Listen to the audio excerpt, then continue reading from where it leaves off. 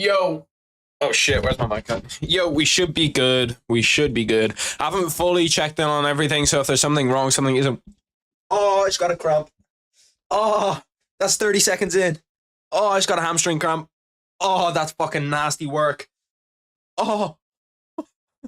Bro, legit, as I fucking get up, I get a hamstring cramp. That was fucking nasty work.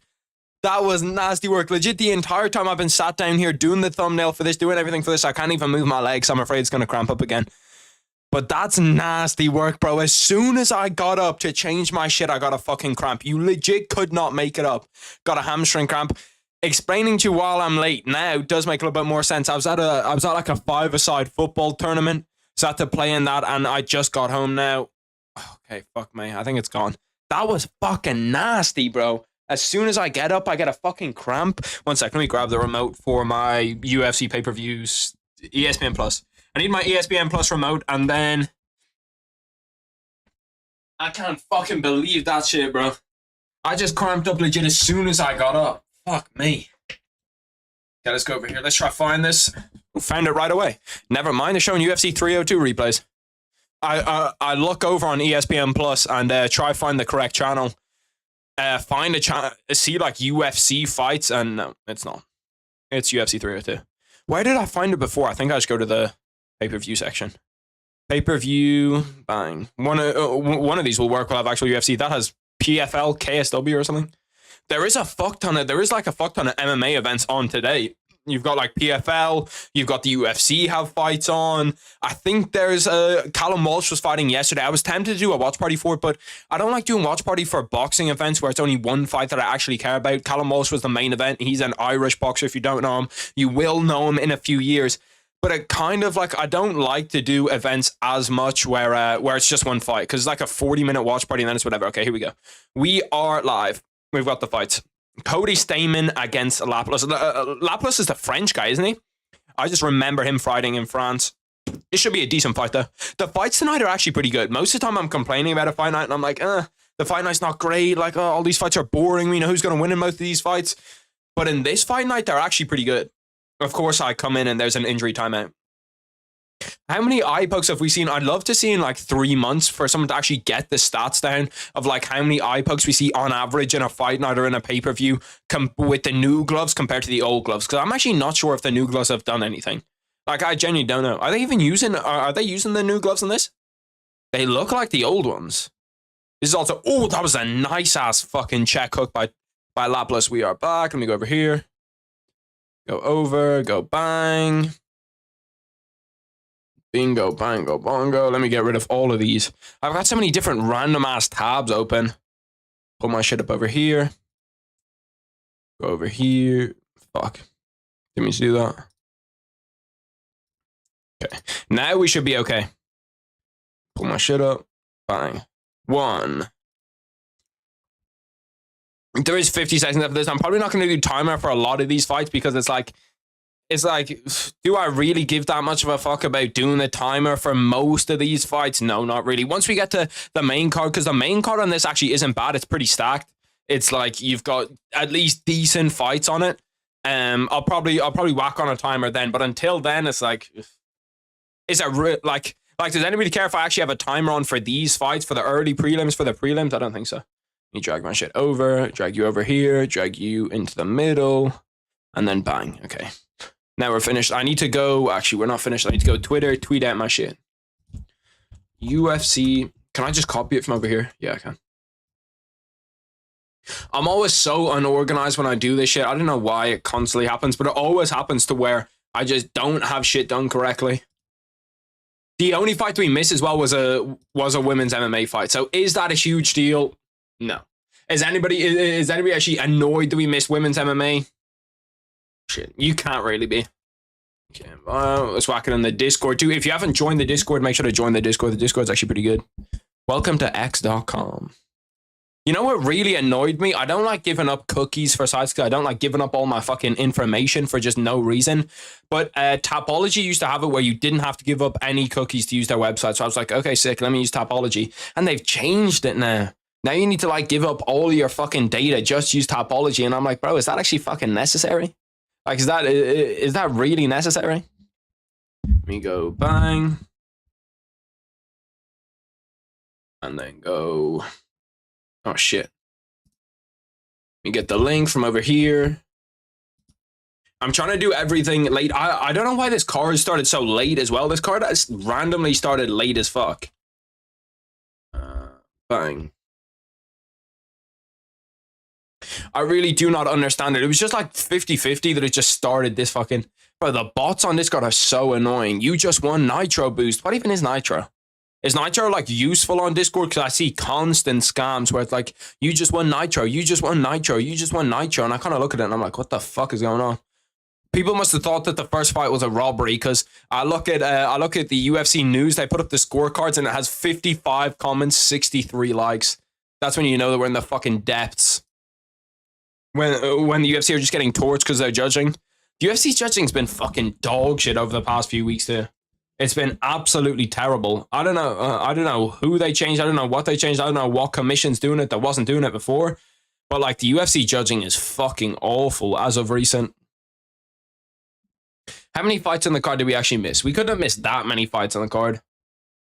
Let's go over here and see. I think we only missed one. See, on Google, it's all fucked up. If I show you this shit on Google, it's all fucked up.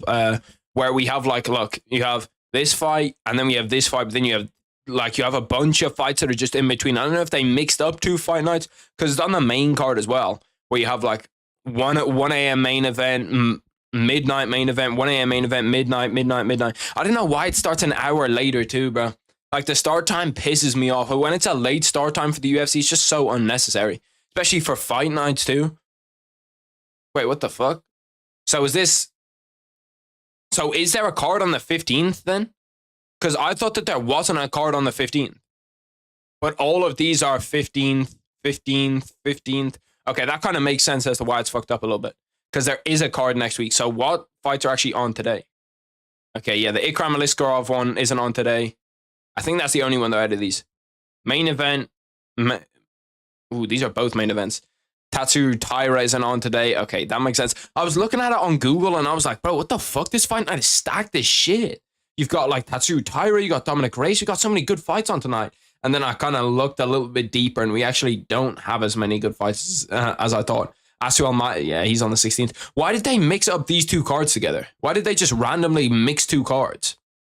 See, I thought that we didn't have an event next week, which I was like, one, it's a little bit weird, but it made sense with Conor and all that, but I did think it was slightly strange that we didn't have an event. Was because Caesar, who are you picking for the main event? That's a good question. Who am I picking? Nasruddin? I'm going to go Jared Cannonier. Fuck it. I'm not exactly locked in on that. I haven't like analyzed the prediction a whole bunch, but I'm going to say Jared Cannonier gets it done. What's good, JC? 2 minutes 20 left in this round 3. I'm not going to be super locked in for a lot of these early prelims, but I'll be half locked in. I'll keep an eye on it for sure. I'll have it on. I do want to switch in between like PFL and those type of shit as well, especially if they have a main event. I know that yesterday one had an actual event on where they had like Rod Tang was on. They had Mikey Musumeci was fighting. So there was actually some good one fights last night. If it's the same with PFL, I think it is. I'm going to go to my boys Combat Sports today. If you know, you know. But Combat Sports, they actually just retweeted my shit, which I appreciate. But let me go over here to see what's actually going on in the rest of the mixed martial arts world. Let's see. Bang. Look at this, bro. The Combat Sports guy this week, I swear to God, like, actually no self-promo bullshit. Like, no promo bullshit. This shit actually helps me out a ton because we can just go through here and see everything that's on. Glory Light Heavyweight Grand Prix, PFL Europe 2, Cloud MMA 5, UFC Louisville, Peak Fighting, Jungle Fight. Bro, you've got to be fucking deep into the mixed martial arts web to be watching Shamrock FC 355? They've had 355 events? Holy fuck, bro. Shamrock FC are getting after it. Let me stop talking shit.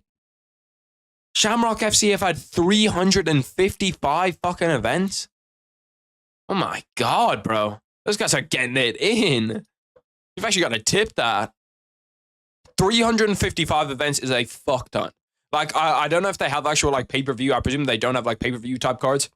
Thoughts on the first female fight with the Indian fighter? I had Dos Santos winning. I only watched the last 2 rounds of it because I just got home then. But from everything that I can see on Twitter, everything that I see people talking about, they all think that Dos Santos won the third round. Because pretty much anytime that I was talking about it earlier, anytime you see more comments than likes on a UFC stats post, you immediately think to yourself like, okay, something's gone on there. Somebody got robbed there.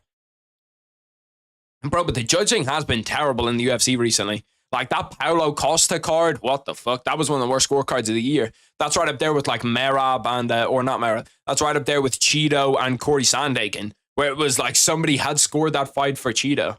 Because I just can't imagine how you watch the same fight I did and think to yourself, I think Paulo Costa won that fight, you know? And not only did he win the fight, he won it convincingly. Like 49-46 is a convincing win. Mark Diakis signed with the PFL. I'm trying to see what's the main event of this PFL fight. Does anyone know what's the main event of this PFL card? And if it's like an actual good PFL card? Because they don't have a whole bunch of good fighters, but they have some. They have like Cedric Doumbé's there. They have Bader's there. There's a ton. Jake Paul posting about it. See, I hate the way that we do shit like this though. Like, look, if I show you, bro. Like, why is it so inaccessible for me to see what actual fights are happening? Like, this is the Thursday, the 13th of June, but it's not the 13th of June. We are not the 13th of June. We're at the 8th of June, and I have no idea who's fighting in your card. Whereas, like, the UFC, you'll immediately see Stevie, Ray, and Lewis Long. Okay, yeah, I've never heard of either of those guys before. I'm not even going to troll, bro. I've never even heard of either of those guys. Which is kind of like, it's almost sad in MMA where you have a guy that's like an elite fighter, been training all of his life. And because he's in PFL, he's not in the UFC. I've just never heard of him. Let me see Octagon. Octagon's meant to be like Octagon. They copyright the shit out of my videos. But Octagon always have like they're selling out stadiums. They're doing a whole bunch of crazy shit. I wonder who's there. The rematch of the century. And this is light heavyweight title fight at Octagon. You might have to look at that. I wonder, is Octagon pay-per-view? Is that pay-per-views or is it just normal shit? What boxing fight is there? There's always good boxing on. There's always at least decent boxing on. I know that Adrian Broner was fighting last night. I'm trying to figure out which. I know that there is a decently big fight. Next weekend's actually a big weekend for boxing. I'm not sure if I'm going to be here, but if I am here, I'll definitely do a watch party for it. But you have like Gervonta Davis, David Benavidez, all of those guys are all on next week. Let's see. Xander Zayas against Patrick Teixeira. Xander Zayas should smoke him, but it's still a good fight. And then, bro, next Saturday, there's so many good boxing fights, bro. Look at this shit. Look at this shit. You have next Saturday, you have Ben Whitaker. Then we have Isaac Chamberlain. He's actually really, really good. Isaac Chamberlain. Chris Billum Smith, another good fighter. Carlos Adames, another good fighter. David Benavidez, Subriel Matias. Bro, Subriel Matias, I low-key have him ranked as probably my number one guy at 135. Or at 140. I think that Subriel Matias is that good at 140. People are going to know the name. I know a lot of people probably don't know the name right now when you say Subriel Matias, but I promise you people will know his name in a few years. And he's one of the most fun guys to watch box. Like, you know, some guys you're watching them boxing, you're like, it's cool and all, but it's not like that fun to watch. Subriel Matias, it is fun to watch. He's going to headbutt, come forward, and then obviously you have Gervonta Davis. My biggest problem with boxing, though, is look at these odds. Look at these odds, bro. 1.16, 1.12, 1.14, 1.16, 1.14, 1.083. Then you have some fair fights in around here. Then you have Ben Whitaker gets a dud to fight to just go smoke. You have Xander Zayas as a dud to just go and smoke. Like, oh my God, bro. Please, boxing, can we put together some fucking interesting fights? And then the weekend after isn't bad too. The weekend after isn't bad, but when you have boxing fights on at this time and we go and look at the UFC card, bro, look at this UFC card on the 22nd. It's actually disgusting. Like, it's so fucking stacked. I'm surprised that Conor and Michael Chandler, with Conor being injured, that the odds haven't swung towards Michael Chandler. Because I think to myself, like, as soon as there's an injury in a fight, like a big injury that could potentially halt the fight, I'm immediately going to myself, like, Michael Chandler's going to win that fight. But looking at the fight nights, it should be further down. Here we go. 22nd of June, you got Farid Basharat, you got Rinat Fakhretdinov, you got Nasrat Hakparast, like, bro, some dogs, Mohamed Naimov, Shara Bullet, Kelvin Gastelum, Johnny Walker, Sergey Pavlovich, Robert Walker, or Robert Whitaker. Bro, that's like one of the most stacked fight nights that we've seen in the last few years. That fight night's actually sick. Conor isn't injured. I don't know if he isn't. I don't know, bro. Conor's going to fight through it regardless, but I don't know if he's injured or not. What's good, banned? Subriel literally has a body on his record where one of his opponents passed away. They died after the day after the fight because of their brain damage. Bro, he's so scary, bro. He's so scary. He's like, and he just constantly comes forward. If you've never seen Subriel Matias, he just stands so up straight. It's weird because you know the way usually when you see a boxer, they're kind of, you know, like lower. They're kind of lower so they can dip and dive. And it's harder to hit someone when you're kind of like punching down on them. So most of them will come in with kind of a low stance. But Subriel Matias stands super upright and he just kind of, he almost like bullies you into submission like the Dagestanis do, but in boxing. It's so strange where he's like, he'll throw a bunch of straight punches and he's not putting 100% power on any of his straight punches. He's just putting like 50%. He just wears you down over and over and over and over and over time. It's fucking weird as fuck to watch, but he's so effective and he's so good. So, bro, if I could give you one boxer to watch that's under the radar right now, I would 100% tell you, bro. Watch his ass. Watch his ass. And I'm not on no gay shit, but watch his ass. He is 2 for me. Shakur is 1. Shakur is also good. I was never good. When I used to box, I was never a great defensive boxer. It was kind of like one of the holes in my shit that I could never really defensively box that well. So anytime I see someone like Shakur or Floyd or anybody that's like an elite defensive boxer, I just look at it and I'm like, wow, look at them, bro. Look how good he is. Because people like complain about Shakur's style and say that like, oh, he's running and he's docking and shit. But realistically, if you try to even like do 10% of what Shakur does, try see the punches that he sees coming, like you'd be knocked out in 2 minutes. It wouldn't even be close. Like you get fucking flatlined. So I love Shakur.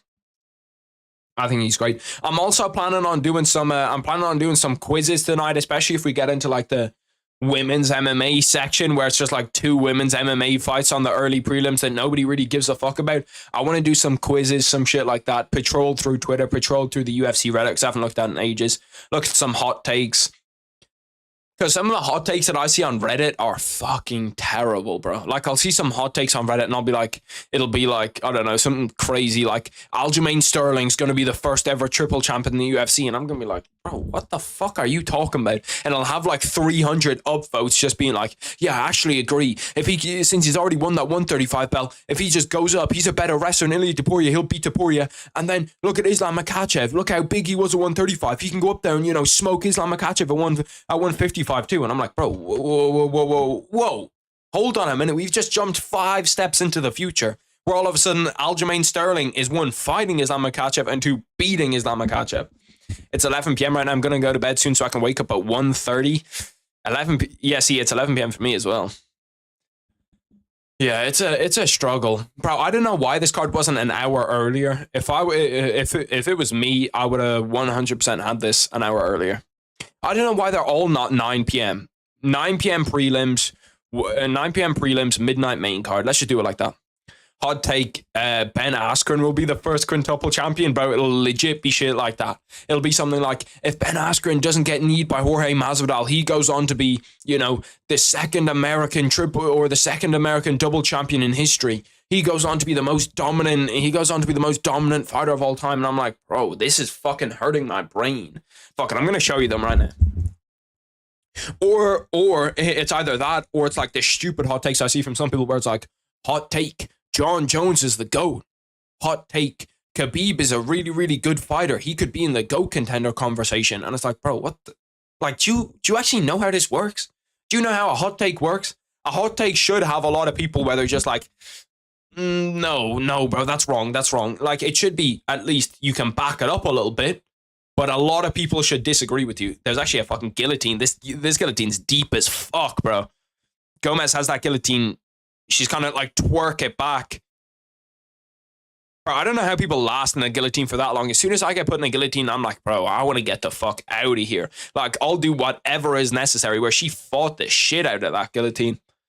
It's also super tiring to squeeze in a guillotine, especially if you're like standing up. If you're trying to stand them up and guillotine them from here, it's super tiring to like squeeze all of your strength into your guillotine. Let's go Reddit, and then let's go. People act like it was Conor Aldo, bro. Jorge still would have KO'd him in the first. I do agree that like you can't, like, Ben Askren's prototype doesn't work anymore. Like, you can't just be a wrestler and that's all you're good at.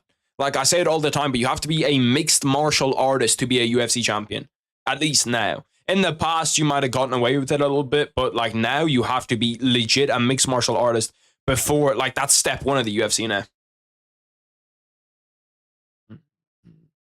Only thing I can think of is when you talk about guillotines is Dustin. Yeah.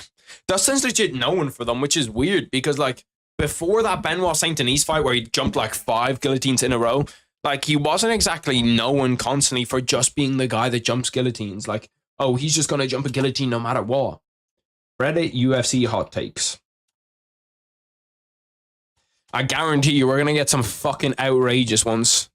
Here we go. Drop your spiciest take. This from 4 months ago, so some of these might have come true. Some of these might actually be legit right now. Over here, bang. Either his arms were gonna gas or die. Yeah, bro. Bro, like, you have no idea how fast your arms gas when you're trying to fucking squeeze. I don't actually know. With that guillotine, though, I have no idea how he got out of it. Because even from there, like, your arms don't gas as bad from there. When you're standing and you have to kind of leverage off the ground and pull back, that's when your arms actually gas. But when you're sat down, it's not as bad because you can kind of, like, especially with, I can't remember how Ortega had it, but if Volkanovski was in his guard, you're kind of just pushing from your legs more than anything else. BMF should not be defended. It should be BMF 2024, 2025, etc. etc. That's actually not a bad idea. It's not a terrible idea. I don't love it, but I don't hate it. Fighters are officially becoming so skilled in general that moving forward, multiple title defenses will become far rarer. Like, bro, this is not a hot take, bro. This is not a hot take. I'm sorry, but that is legit that's like a fact.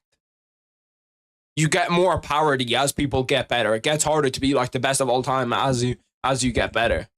That's just like a factual statement. Especially because you face every single stylistic matchup in the UFC now. You can't strike, let's give you a striker. You can't wrestle, there's a wrestler waiting for you. Poatan is a bigger star than O'Malley. Yeah, Sugar's more followers, but Pereira has way more engagement. Do you guys think that's a hot take? Do you guys think that that's actually a hot take that Pereira is a bigger star than O'Malley? I'd probably agree. My spiciest hot take, pound for pound, Holloway has a better chin than Walker. What, than Johnny Walker? Damn, that's a spicy ass hot take. I don't know if I can agree with you there. I don't know if I can agree with you. You know, we've seen Johnny Walker's never been knocked out. He's never been knocked out in his entire career, never even been TKO'd. I'm not even sure if he's ever even been dropped. He's got one of the greatest chins in UFC history. That's Johnny Walker. That's what he's known for. Volk has known neck submitting him is super hard. I'd love if the UFC actually released their pay-per-view numbers. Like, I'd love if they were just like, here, this sold 100,000, this sold 400,000, this sold 1 million, rather than relying on some like random ass Twitter page where they're like, I got the leaks, I got told by somebody that fucking Sean O'Malley sold 3 million pay-per-views. And it's like, what the fuck are we talking about? But then the other thing about Pereira selling more pay-per-views is that you look at the fights that he's had that are actual title fights. He's had Izzy. Then he went to 205 and he fought Yan. I'd be surprised if that Yan card did that well. If the Yan card did super well too, then we can, you know, like, give it to him. But then apart from that, he had UFC 300. Well, I suppose he had Yuri too. He had that Yuri one where he was fighting on the same card Tom Aspinall. Then he had the UFC 300 one. Yeah, it'd be interesting. I don't know why they always say the gate, but not the pay-per-views. Like, nobody cares about the gate. I agree. Like, the gates, I don't know. The gate must be like a big thing for them. Like, it must be how they make a lot of their money. Because, like, there's no way, I don't think I've ever even seen anybody tweet about the gate. Unless it's about, like, Conor McGregor or Michael Chandler, that it's the biggest gate ever. Justin versus Dustin sold well, so I'm guessing it did well. Did it? Damn. 295 did great numbers. Dana was super hyped. Damn, all the cards that I thought wouldn't do as well, if that's true, actually did well. Like 291, I didn't think it was going to do great. 295, I didn't think would do great. Whereas, like, I don't know, Sean O'Malley against Aljo, Sean O'Malley against Cheeto. I thought that those cards would do really, really well. Especially because the Cheeto one was stacked as fuck. Let's look through though. I don't know if this is a hot take. We're going to get the most obvious statement of all time. Valentina needs to move up to bantamweight and absolutely mop the floor with those girls for a few years until she retires. She'd run through all of them. I actually haven't seen that many people suggest this. For me, the big thing with that is like pride. You know what I mean? Like, I don't know. I think fighters have too much pride where they're like, if Alexa Grasso beats you in that second fight and it's super close, that was a super close fight, I think that she'd just be like, well, I can just beat her in the third fight. Like, there's no way that I'm not going to beat her. But if she loses that fight, definitely, please go up to 135 and make the division somewhat interesting. Interim belts are stupid as Urian Hillshot is vacating the belt, keeps the division running. Interim belts are nothing more than number one contender match. The UFC hyped up. I don't know. I don't mind the interim belt. I think that, like, as long as it's not used too often, I think in a certain place it should be, but vacating the title should also be more common. O'Malley isn't a draw. He's super famous, but his fan base don't buy pay-per-views. I wonder what fan base really does, because Alex Pereira's fan base is also kids. You know what I mean? Like, most of the time, they're like all the guys that are super big on like aura and that type of stuff. That's mostly kids, and they're the people that like say, oh, look at Alex Pereira's aura. So I guess that Alex Pereira's fans don't buy that many pay-per-views either. Alex is a good fighter, but I do believe he's very hittable and has a good chance of losing at 300. His chin seems suspect to me. I agree with his chin being suspect. The 300 thing, I was 100% sure that Alex Pereira was going to win a UFC 300. I was so fucking confident he was going to beat him. After Makhachev and Leon Edwards eventually retire, not many fighters... Bro, like, this is just the same fucking repeated take over and over again. A hot dog is technically a sandwich. It's true. It's actually very true. I feel like a sandwich is anything in bread. You know what I mean? If it's in bread, it's a sandwich. Alex keeps his hands down sometimes. Alex Pereira is so weird, okay? Because when you keep your hands down, you pretty much rely on like your reactions a lot. Where like obviously if you're heavy on the front foot like Alex Pereira is, and you also have your hands down, you rely so much on like your reactions being fast enough to where you're going to see the shot going and you can, you know, roll with it, or you can slip it, or you can roll it, or you can slip it or whatever. But Alex Pereira is pretty fucking old. So it surprises me that he can still rely on his reactions and they're still that good. If you're dating a girl, don't fake marriage proposal to her. What the fuck? And if you're dating a girl and you do fake marriage proposal to her, make sure she isn't already... Okay, what the fuck is going on, bro? What is going on in this shit? Strickland is an underrated star. I think he's a pretty big draw. I also think, like, Strickland's one of those guys that I think Strickland's fan base would buy a lot of pay-per-views. If I was the UFC, I'd try sell Strickland as a star, even though they're trying to like push him back down. I'd actually try sell Strickland because I think that his fan base will definitely buy a lot of pay-per-views. Like those redneck Americans. 37 isn't too old when you're 240. Shit, I don't know. It's still pretty old. Like Tom Aspinall's 30, bro. Not that hot, but O'Malley chins Merab. I agree. We're gonna upvote that one. If Henry touched him up, then yeah, I think so. See, this is what I don't understand when people talk about Merab and Sean O'Malley. If Jesus Christ, with Merab and Sean O'Malley, if Henry Cejudo's outstriking you, Sean O'Malley's gonna fucking take you apart, bro. If I watch someone, I just go to a bar and watch some $80 is way too much. I do agree. I think that, you see, that's a big thing in America. It's not actually a big thing in Ireland at all. Like, if I tried to find a place that was showing the UFC, it just doesn't really exist. So I pretty much have to watch it from home. And then, of course, Dana White knows me. Dana White or any UFC people, if you are in here, I watch all of my pay-per-views with ESPN Plus.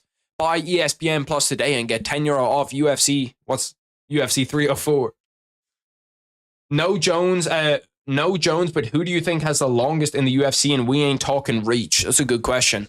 You've got to really deep dive in here. And I think that there's a man on this card that is one of the prime candidates. When you look at Jared Cannonier's character in the old UFC games was so black, you couldn't even really see him. So I think that man has got to be packing some heat. And if we're not going with Jared Cannonier, I'd probably say, I don't know, it's tough. There's a good few candidates in there. Who do I think is... I'd probably go Kayla Harrison. I'd say that she's probably packing it good. Like, when you look at her, she looks like she'd beat the fuck out of me. I'd say that I'd probably go with her. She's my number one. Let's look at Kayla Harrison. Fine, Kayla Harrison. Like, look at this. All I'm going to say is that they never show her from the waist down. Look, she's hiding something in there. We can see she's hiding. There's something going on here, bro. That's taped up. Where do you think Paulo Costa is sitting in the UFC after his pretty lackluster loss at 3-2? Do you think we're going to see him in main events again? Or do you think he'll slide down from? Paulo Costa is a weird one because I think Paulo Costa has now slid himself into that thing of you're a draw, but you're not a good fighter. Like, people will still get hyped up to see Paulo Costa fight no matter really who he's fighting, as long as you give him fun matchups. I don't want to see Paulo Costa fight any wrestlers. I want to see him fight kickboxers that will, you know, stand there and trade with him. But I think he's in that spot now where he's not contending for a title. He's not going to actually like make any big inroads in the UFC. Kayla Harrison is built like Chandler, bro. I don't know what kind of fucking steroid program she's on, but like, fuck me, bro. She must be taking every steroid ever. Who got, Sandman or Umar? I've always been a big Corey Sandhagen guy for that fight. I think that I was more 50-50 on it before Umar's last fight. But Umar got like clipped in the first 30 seconds of that fight, looked wobbled, and then he wrestled his way to a victory, and like that's cool and all. But when you're fighting someone who's not meant to be good, who you're meant to just run over, you get touched once and all of a sudden you're like fucking diving at his knees. I don't know. I'm not as trusting in him. I'm not as trusting in him anymore. Costa's getting old too. He's 34. Yeah, but he's pretty old. And he's someone 100% that relies on athleticism. Like, you see the fucking shape he's in? Holy shit. I can guarantee you, bro, he relies on a shit ton of athleticism. Just saying that Costa's getting the Masvidal Diaz treatment? Yeah. That's legit like the perfect way to describe it. People love them and will watch them, but they're not going to get titles. Yeah. That's legit that's the exact way to describe it. Harrison picks the most Parker Porter produced. Damn. That's crazy. Costa versus a boost prediction if it happened. Costa's got 5-round cardio, so I feel like you've got to go Costa because also his wrestling isn't terrible, his jiu-jitsu isn't terrible, and a boost, we just haven't seen him go more than like 10 minutes and not be absolutely dead. Especially if it's 5 rounds. If it's 3 rounds, I'd lean more towards a boost. And we all know, bro, I've said it a million fucking times that I think a boost is legit one of the most underrated fighters in the UFC. Like, everybody was super, super high on him. And then they immediately, they'll just come down and they'll be like, well, he lost one of his fights. We look at who he lost to. He lost to Sean Strickland. Then he lost to Caio Bravo too. So it's like, what the fuck, bro? What are we doing? I feel like they should rebook Costa versus Ikram. I wanted them to do that after Ikram's last fight. I don't like the fight for Paulo Costa though. I feel like Paulo Costa's going to lose that fight. But the fight that they've got him fighting against, what is it, next week? Is Ikram this week or next week? I think he's next week. But the fight that they've got him in his next fight is like, what the fuck are we doing, bro? He's next week against Antonio Tricoli. We're going to do a little deep dive into Big Antonio over here because I have never heard of him before. Must be off Dana White Contender Series this year. Yeah. I was thinking, okay, bro. Dana White Contender Series 4. This might be the biggest can I've seen in the UFC before. That's a lie. Not the biggest, but this is one of the worst fucking fighters you're going to see in the UFC.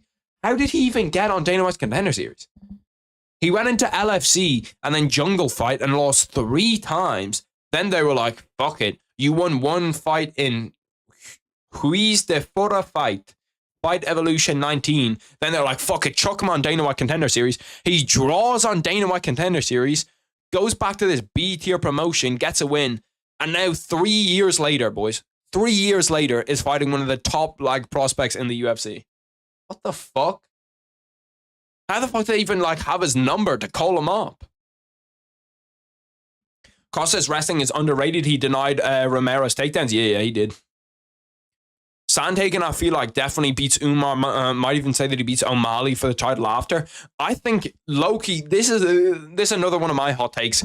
I think that Sandhagen is a more difficult matchup for Sean O'Malley than Merab is.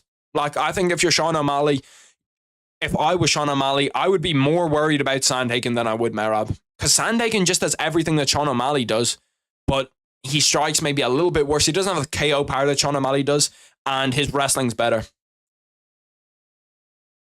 Cheeto versus Figgy, 30-second prediction. Cheeto against Figgy. I don't know, because we haven't really seen Figgy against anyone at 135 that's a big 35er. Cheeto's actually a pretty, he's a pretty big 135er. Figgy's not going to be able to knock him out. He's just not going to be able to do it. If they go for 15 minutes, I'd probably pick Figgy. I'd probably pick Figgy. Not a hot take at all. Sandhagen has striking IQ. Sandhagen's one of those like litmus tests, I feel like, in MMA. Because like when you watch someone like Corey Sandhagen, he's so fucking technically like proficient. I love to like listen to him talk about the UFC and talk about MMA. I know he was talking on Joe Rogan about the UFC and talked about like his process and everything, but he's just such a smart guy when it comes to striking. Henry rocked Merab, yeah. And like the thing is, when it was super weird because let me try to find the photo. When Henry rocked Merab, okay, he like kind of stutter stepped for a second, like he didn't know what to do next. He was like, I wanted to do this, but I don't know what to do next. Whereas Sean O'Malley, Corey Sandhagen, as soon as they see that you're like rocked, like a little bit wobbly, Sean O'Malley's one of the best finishers in the UFC. Like when he sees that you're hurt, he's going in there for the kill. Henry versus Merab. It's already in my search history. That's how you know. That's how you know we're locked in. I'm trying to find this photo. Most of the time with Google, they show you shitty photos. It could have been right here. Was it right here?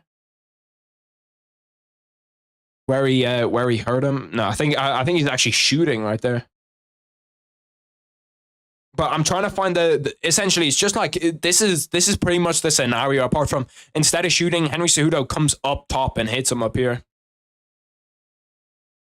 But like if Sean O'Malley, if Henry Cejudo, and bear in mind, people don't realize how fucking big Sean O'Malley is. Like Sean O'Malley's just gonna be able to teep him and keep him at distance for so long at that fight, bro.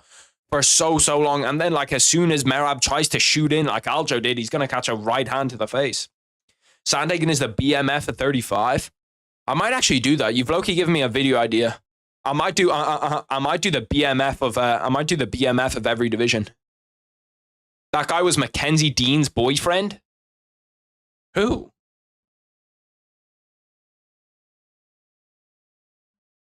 I'm trying to think. I thought that she had a husband that she had like some real rough split with.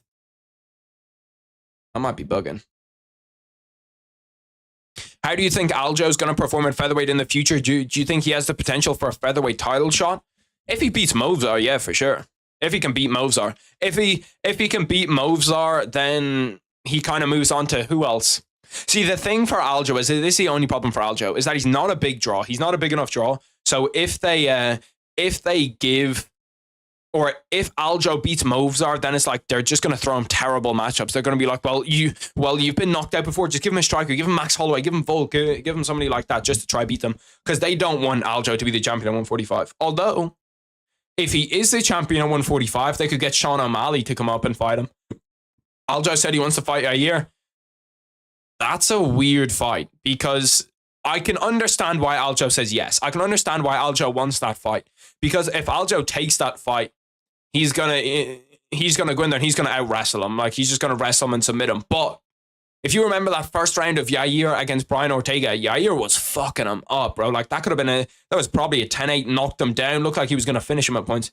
Bro, Denise Gomez legit looks like a 14-year-old boy. Trockley? Damn, Trockley's out here hitting it like that. Mackenzie Dean's boyfriend. Now we see how the UFC got our number. Top 3 favorite fighters. I'm going to say Sandhagen, I'm going to say Conor, and I'm going to say, or not Sandhagen, I'm going to say Garbrandt, I'm going to say Conor McGregor, and then I'm going to say, give me Caio Baraya.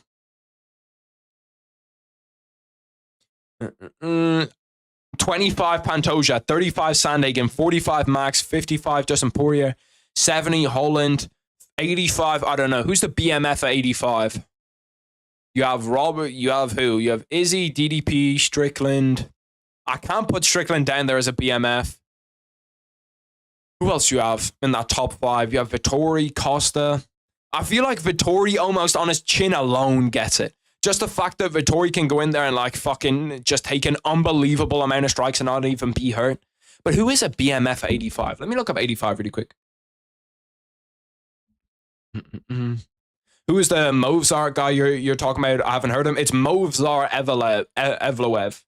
You probably saw him. He fought against Arnold Allen at UFC 297. If I show you his face, you're probably going to have seen him. He's a really, really, really, really good Russian fighter. Big wrestler. He can strike pretty well too, though. You see, this is him against Arnold Allen. You might have seen, if you didn't see that, if you know Diego Lopez had his debut against Movzar Evloev. which was an absolute fucking banger of a fight. Another fight to go back and rewatch if you haven't seen it. Banger. But who at 85 would I pick as my BMF? It's actually a good question.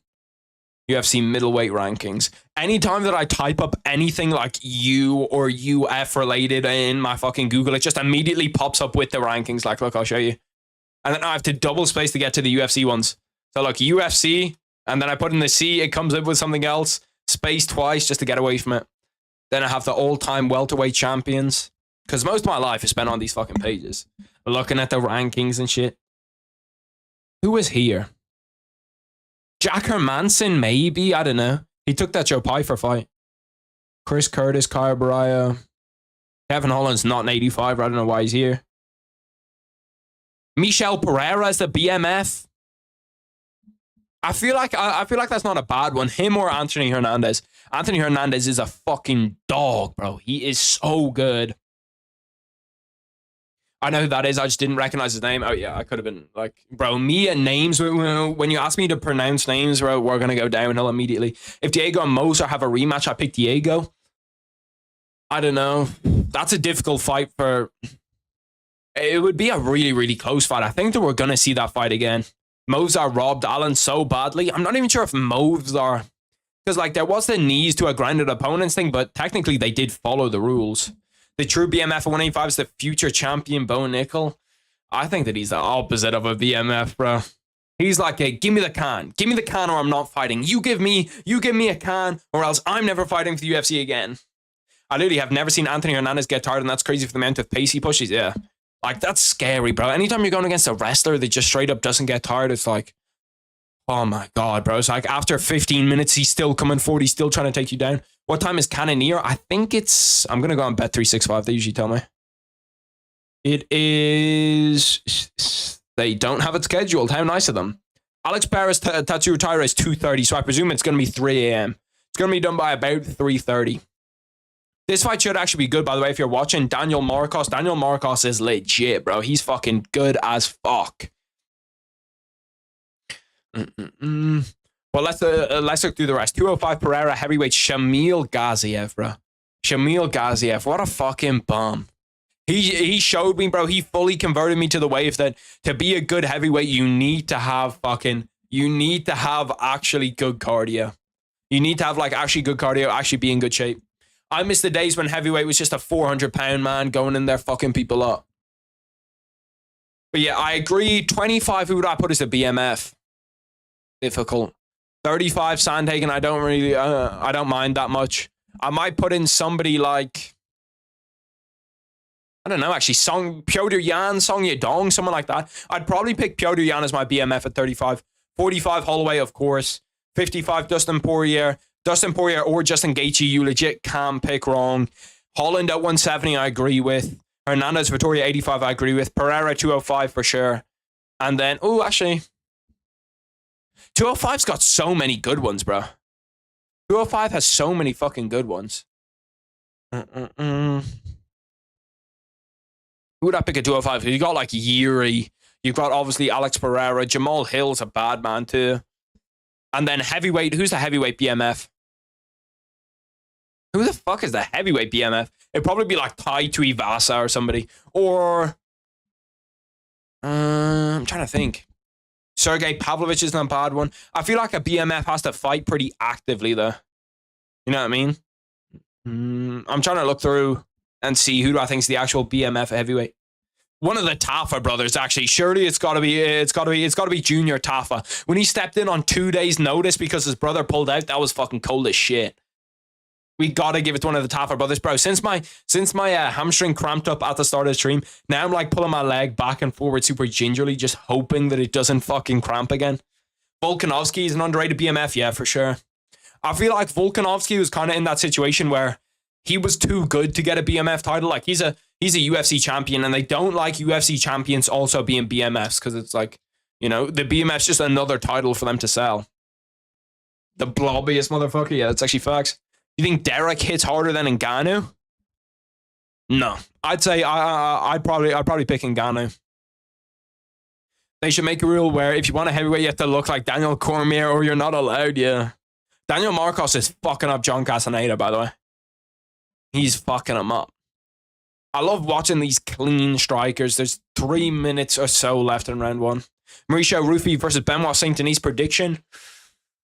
Give me BSD. I think BSD beats anybody in the top, anybody up until like that top 3 in the UFC. I genuinely think, I know people are going to say I'm wrong, but I think if you make Benoit Saint Denis against Dustin Poirier again, Benoit Saint Denis wins.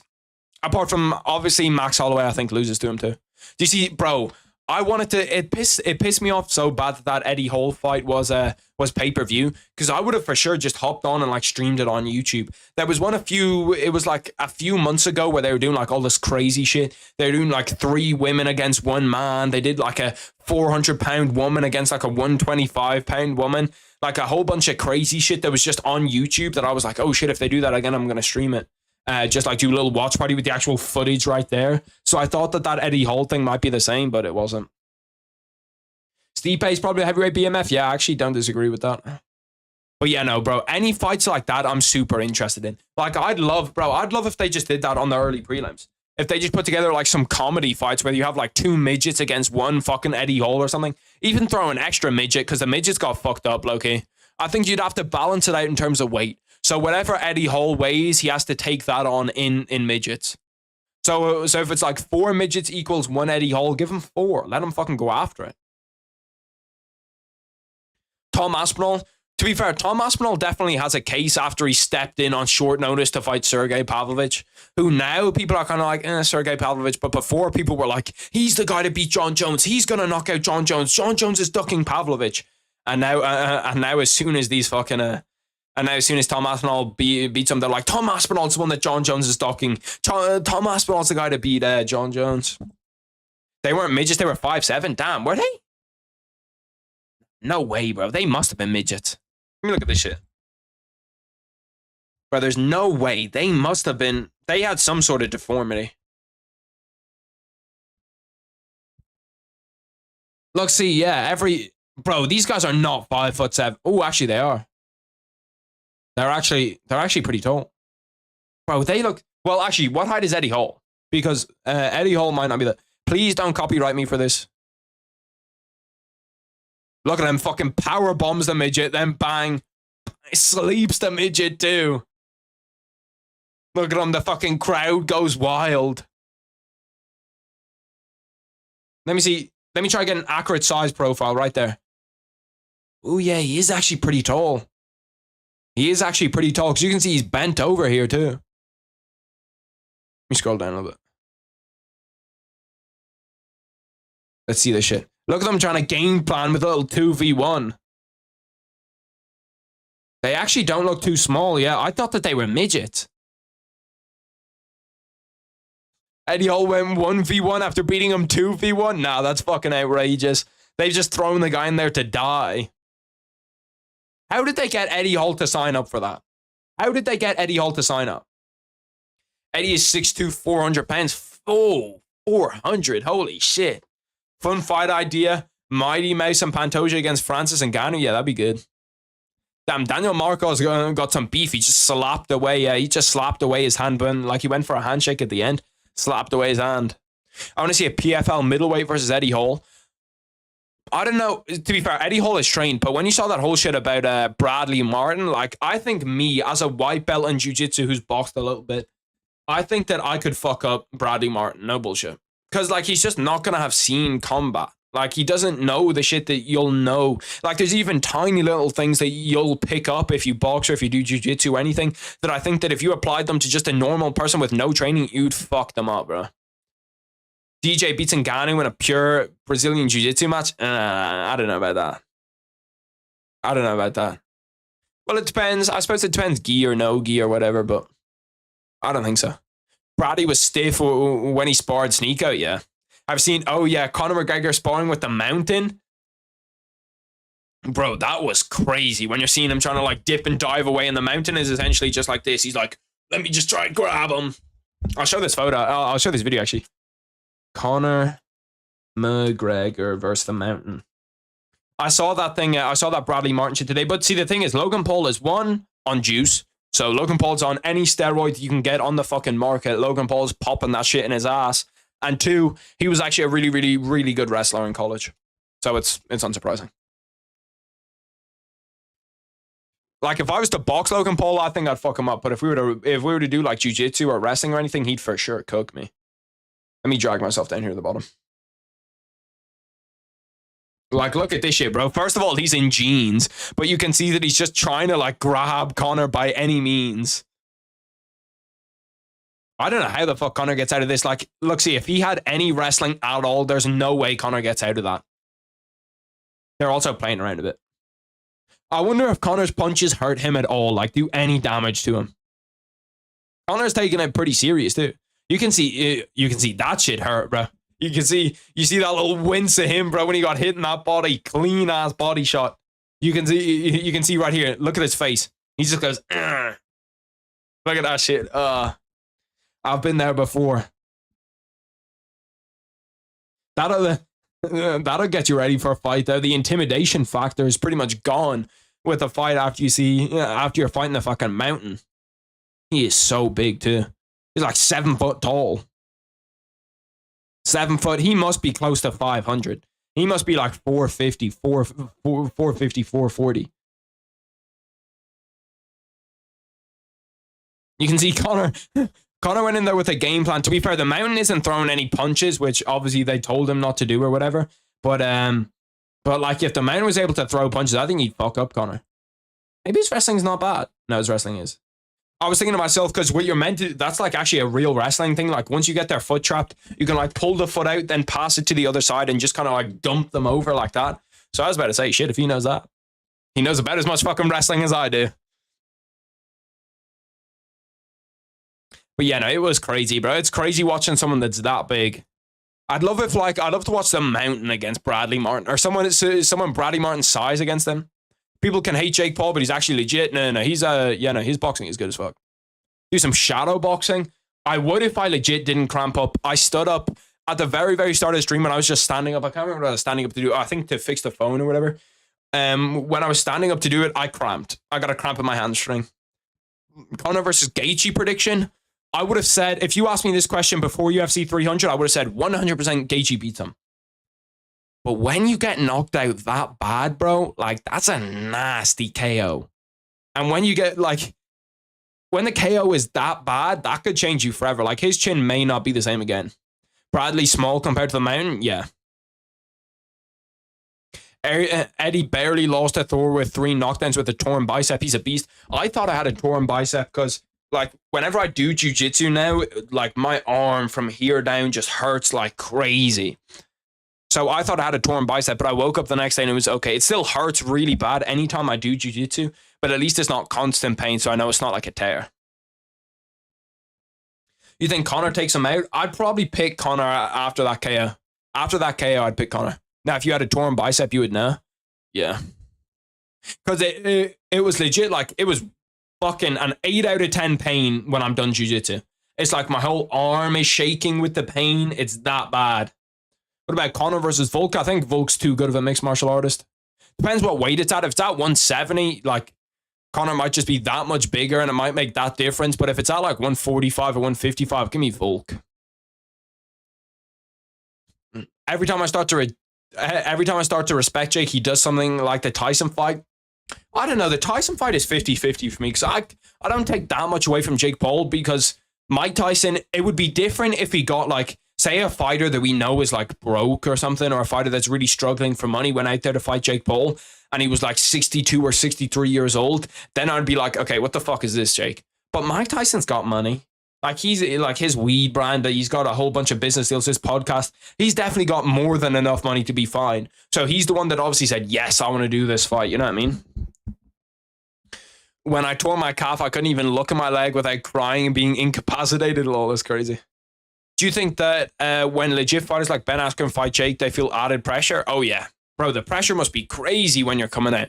When you're just like, better not lose, better not lose, better not lose. Especially the early ones like Tyron Woodley and Ben Askren and those type of guys. The pressure must be insane. Because, bro, the pressure's pretty crazy when you're going out there to fight amateur. Like when you're going out there to fight somebody that you don't know all that much about, that like they could be good, they could be shit. It's like, what the fuck? me grab my water. I've only got the 5-liter bottle today.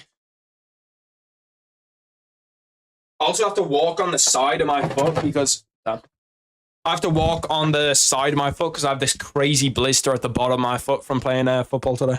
Which martial arts you train in? I used to box a lot, and now jiu-jitsu is the primary one that I do.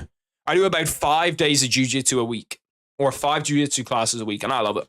I'd always encourage anybody to get into mixed martial arts.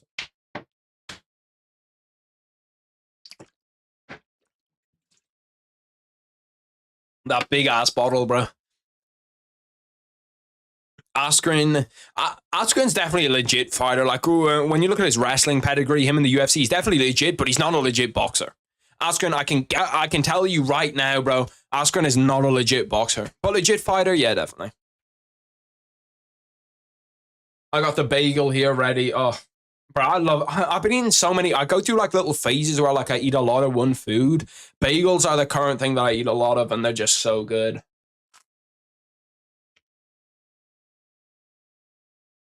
You know, Askren was a dog in his prime when he was wrestling in like Bellator. Oh, he was fucking unbelievable. I would have loved to have seen him and Khabib, like, just straight up wrestling match.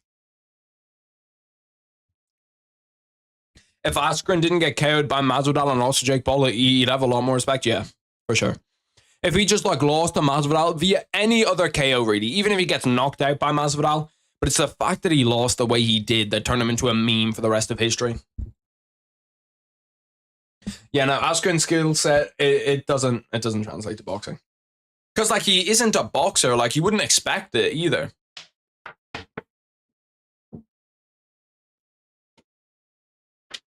Like, nobody's watching one of Ben Askren's fights being like, okay, yeah, no, look at him.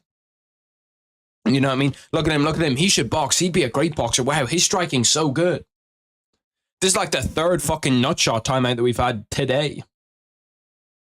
Okay, at least now they've fixed the card on Google, whereas before it was just complete. Oh, no, they haven't. I spoke too soon.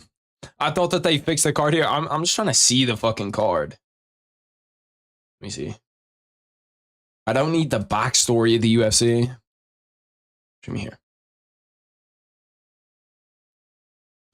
The Eddie slam and the midgets again to bull out of him. So John Castaneda, Daniel Marcus. Then after this we have Thiago Moises. Then Carlos Pradas. The real ones know. I was talking about Carlos Pradas as one of them new gen strikers, bro. He is legit. Then we have Brad Katona. Then we have a little bathroom break, which is nice of them. It's very nice of them to throw a little bathroom break in here for us. And then once you get onto the main card, can I see the main card? Here we go, main card. Main card, first fight's kind of mid. Second fight's okay. Zachary Reese, seeing if he can bounce back, because you look at on Dana White Contender Series, but then he got slam KO'd. Raul Rosas, Dominic Reyes, Nasruddin Imamov. Okay, so we have some decent fights. I'm not going to go out here and say that it's the best card of all time, but it's definitely not shit either. That knee was the peak of Jorge's career, bro. That entire year was just like, what the fuck? Jiu-jitsu is useless if you have no takedowns or at least trip/throws. Yeah.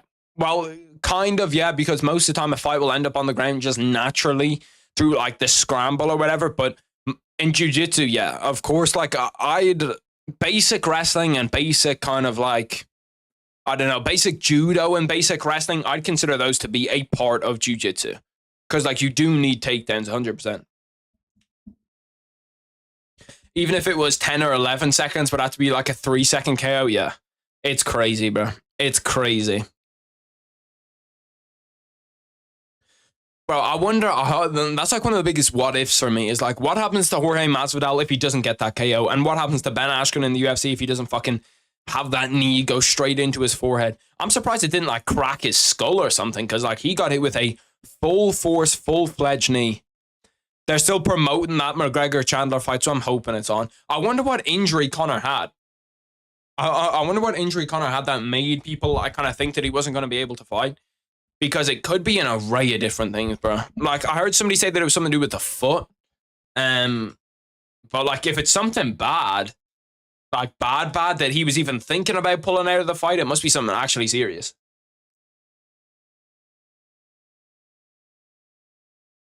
What happens if Darren Till had volume, bro? If Darren Till had cardio, he'd be different. Bro, he nearly beat DDP.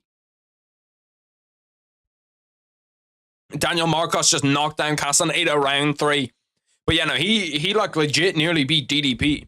If you look at Darren Till's record, it's aged so fucking well. When like in the past, we were kind of looking at it and we were like, eh. Like, look at the guys he's lost to. He's losing to bums now. He's losing to prelims fighters. Now we look and we're like, holy shit.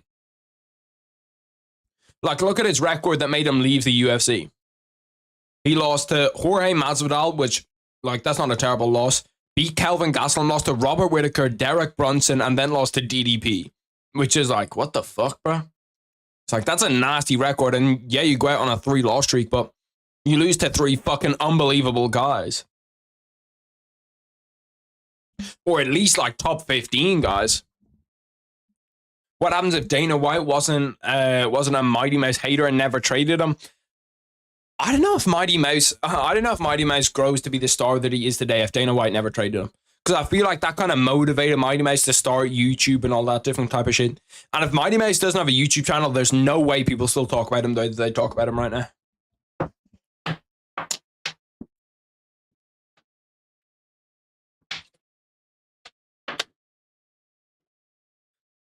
But I do agree that I think if DJ had the popularity that he had now, that he has now in the UFC in the past, oh my god. Bro, he would have sold a shit ton of pay-per-views. Shit.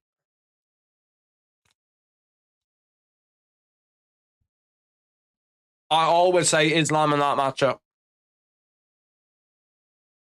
What's your top 3 cards ever? That is difficult for me, but some of the best are 100, 300, 276. To be honest with you, I don't remember cards that well by like the numbers, you know what I mean? I'm trying to think. I'm trying to think what are some stacked cards. And it's difficult to not just say like 100, 200, 300, you know what I mean? Because that's like, they're the best cards for a reason. But I'd probably say, I don't know, it's difficult as fuck. 300's got to, because 300, like I was about to say 300's got to be there, but when you look at like the main event for 300, it really wasn't that great. I didn't even realize the Ultimate Fighter was on the Grasso Shevchenko one. Another thing about the UFC, bro, why the fuck is like, why is Tough on at 4 a.m? Why? That doesn't make any fucking sense. We've also had a shit ton of decisions so far on this fight night. Are we carrying on with the fucking decisions tradition? Because so far we've had 4 fights or 5 fights, 5 decisions. No. 4 fights, 4 decisions. Which is fucking outrageous. The scorecards on this first one were so dodgy. Holy shit. Look at the scorecards over here for these. We've had a 29-28 and then 2 30-27s. And we have a 30-27 one way, a 30-27 the other way, and a 29-28 one way too. It's rare to see all 3 judges have different scorecards. Damn, Brackettone is a huge favorite in this fight. I didn't even realize.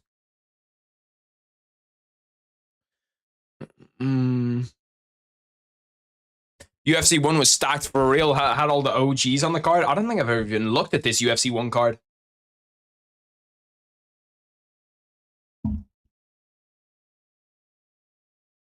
Is it actually stacked? Let's look. UFC 1.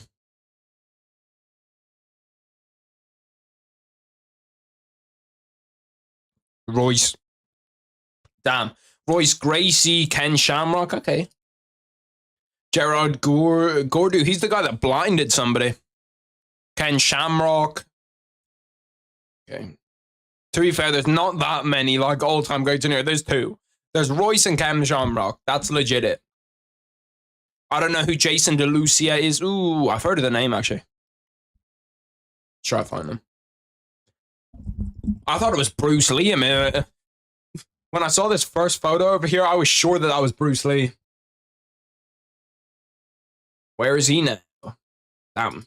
If that's still him now, he's still in fucking shape. He's still pretty ripped. Shout out to Jason DeLucia. Look at the 276 card. Even the prelims had Gary, DDP, Miller, Turner, Cowboy. The main card had Sugar, Lawler, Strickland Pereira. The co-main was Max Volkan. The main was Izzy Cannonier. Is that the one where Sugar fought what's the guy's name? Me, why can I not remember his name? The guy that had green hair. Let me just look it up. The guy that had what is his name, bro? He's Portuguese, I think.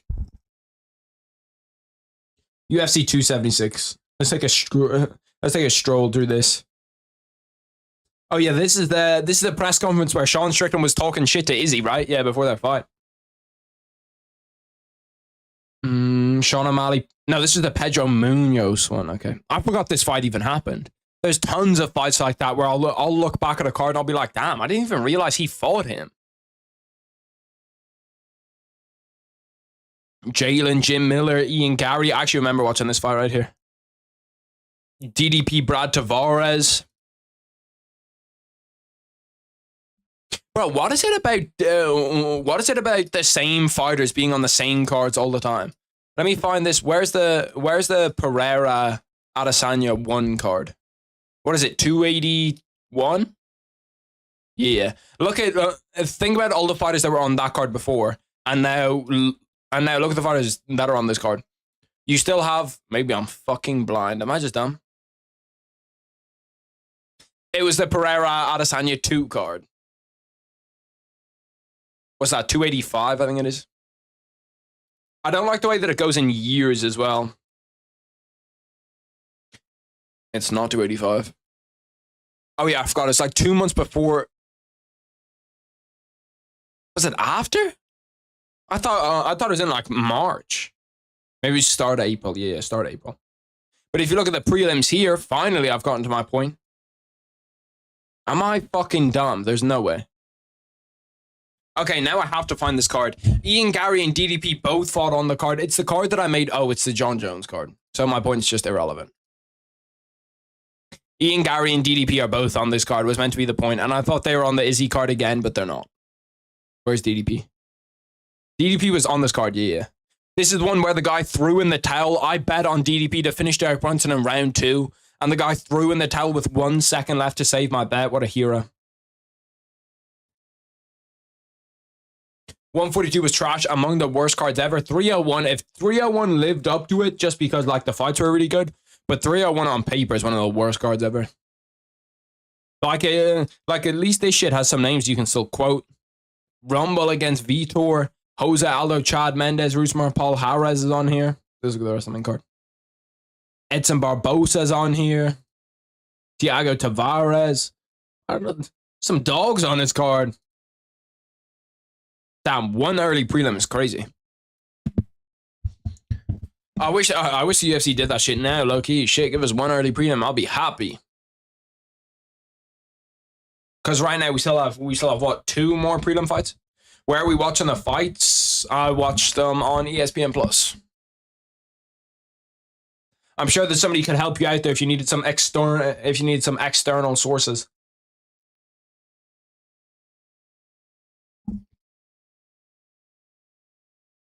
Main card for 280 was stock 2. Who's the main event of that? I'm gonna look it up. That card rings a bell as a stock card. Oh yeah, Charles Islam. Yeah, this was hard. Okay, apart from the fact that this was a dud, because TJ came in and his shoulder was all fucked up. If that wasn't there, this card was actually a top tier card there. Bilal, Sean Brady, one of the only Bilal KOs ever. Kyle Barrio's on here, Nikita Krylov. Damn, yeah, this card was actually stacked as fuck. Makhachev opening the early prelims at 3:30. Damn, what a time.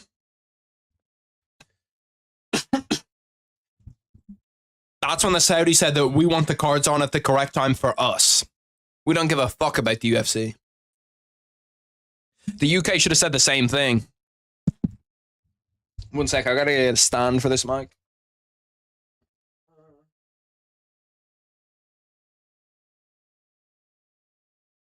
Gotta grab this shit really quick. Stream's lagging, but it's women's MMA, so who cares? It ain't over till I say it's over. Enough when I say enough. But yeah, crack streams is probably the way to go. You didn't hear me say that, though. You did not hear me say that. Let's see what people think of the UFC event right now. What is that? Hashtag UFC Fight Night something? UFC Fight Night. What is it? We've got to be getting close to the 100th Apex event. UFC Apex 100 has got to be around the corner.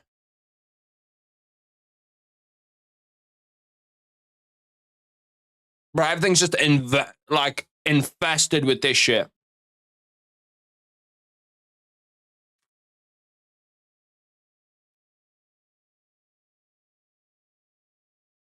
I don't know what fight night it is. We're going to take a guess and say 94.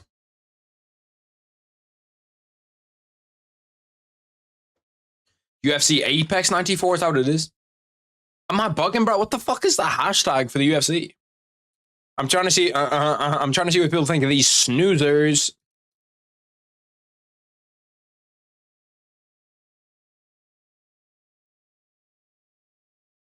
Let me go over here and notifications. I'll find out. I'll find out with the boys at Combat Sports today.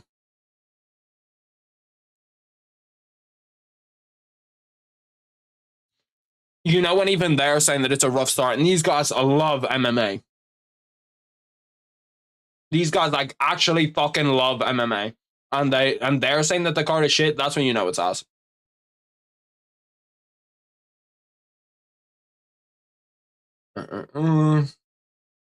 What is the PFL Newcastle? They throw the hashtag on it. Okay, hashtag Lewis. Wait, this has a crowd? I did not realize that. I thought that this shit did not have a crowd. There goes my hot streak. UFC Louisville 1-1. I might have to throw some bets on. I actually didn't even think about throwing bets on, but I feel like throwing bets is gonna have to be a bit of a necessity for this shit. Today's an Apex though. It's Louisville. Yeah, I found that out. Do you think Tony could have beaten Conor during his 12-fight win streak where he became interim champion? I wouldn't put it too far past him. Why is Bro not wearing socks? Did you wear socks in the house? Damn. I legit never ever I don't try my hardest. It's not like I'm fucking anti socks, but like most of the time, if I'm in my house just chilling, I'll never wear socks. Does the mic sound okay? Right, it should sound pretty good. It should sound pretty much normal. It just means I don't have to hold it because sometimes my arms get tired when I'm like constantly holding it up here. It's just annoying. I gotta get the fan on. It's fucking warm as shit in here.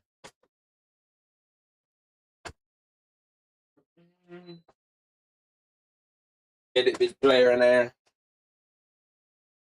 I got this nasty ass blister though. Oh, pick you up. Fine. Like it's truly a nasty blister on my foot, bro. It's from because I was playing on AstroTurf today, and yeah, some Astro got in my sock. I'm not sure if you know like what the AstroTurf is, but some Astro got in my sock and started poking into my foot, and it's just fucking created the feet are gross though. That is very true. Feet are gross, but there's nothing I can do about it. I need this fan to start putting in overtime. It's fucking warm. I used to have this little thermometer. To be fair, it's not as bad now. It used to be absolutely terrible when I used to have, you know, like my PlayStation on too, and I used to have everything. It was so warm up here. But now it's not too bad. It's like you need the fan, but it's also I could open a window. If I was really warm, well, I couldn't really. If I opened a window, I'd start to get noise complaints. Tony's a nightmare matchup for Conor. Yeah, it's not a great matchup, especially Prime Tony when he still had his chin. But I think Conor would still be able to, like, did Tony face more powerful strikers than Conor that he did get, like, super hurt by? Like, Justin Gaethje hurt him bad just by being able to hit like a fucking truck. Bro, I'm looking down at my foot, bro. This fucking... It's all red and everything. It's nasty as fuck. If I showed you that, now that would be nasty. I seriously, bro, like we've got to start a petition or something to have these fights be free on YouTube, bro. Because if the early prelims are free on YouTube, then I can actually watch party and we can just like watch it together. You know what I mean? But with them being on pay-per-view, it just makes everything so much more difficult. We still have another hour of them, bro. Tony's tough. He didn't get drops from all those shots from Gaethje. Yeah, probably would have been better if he just got straight up KO'd, though. Tony ate Prime Barbosa's kicks like nothing. Gaethje couldn't KO him in 5 rounds. Yeah, but I feel like that damage piled up and was actually way worse for Tony. Fuck it, we might take a gander at what's going on in the Grand Prix, that light heavyweight Grand Prix. Last year had some amazing cards. 284, 286, 290, 291, 295. I agree. 284 was what? I'm trying to think through all the main events. 284 was Volkanovski against Islam. 286 was Leon Edwards against Kamaru Usman. 290 was... What was 290? Because I know the 291 was Pereira against Yan and Gaethje against Poirier. What was 290? What was 290? I'm trying to think. 291 I said, and then 295 was the Aspinall against... Bro, what the fuck? Aspinall against Pavlovich. What the... Oh, it was Yair. Yeah, Yair against Volk. Yeah, that's what it was. I was trying to think to myself. I was like, I knew that it was somewhere in and around there, but I couldn't tell what it actually was.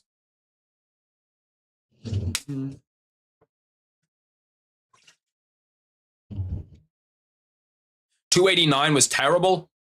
What was 289? Oh, was that Islam Volk too? Bro, my like recollection of what cards are what are so bad. Considering that I fucking watched them all, it's like I have no idea. No, oh yeah, it was this Amanda Nunes Irina Aldana one. To be fair, up to the co-main wasn't bad, Charles against Benny, but I legit turned this card off. Like, this is probably the only UFC card in history that I've watched up until the co-main and turned off for the main event. I remember just lying in bed for the main event and I'd kind of like just look over and peek over and be like, Amanda Nunes still beating the shit out of her? Okay, yeah, we're good. But yeah, this card sunk. What fight got called off for this card? There was a fight that was scheduled to be here that fell out. What fight fell out here? Or was it... Oh, no. It was Charles was meant to be on UFC 288, right? Charles was meant to be on UFC 288, but they put it back a month. Bro, imagine that card without a Charles fight too. Holy fuck. 301 was... See, it's kind of weird because it just depends. It just depends how your expectations go. 301 was expected to be a pretty shit card. So then when it was actually decent, everyone was like, okay, that was actually, that wasn't a bad card. It was pretty decent. Whereas when you look at like, if you look at a super hyped up card and then it's like got fucking decision after decision after decision, people are going to be like, yeah, no, that was awesome. To be honest, women's MMA just doesn't interest me. We're in the same boat here, brother. Especially early prelims, women's MMA. Women's MMA at the championship level, at a top 5 level is fine. I've got no problem with it. But brother, Jesus Christ, is it a slog?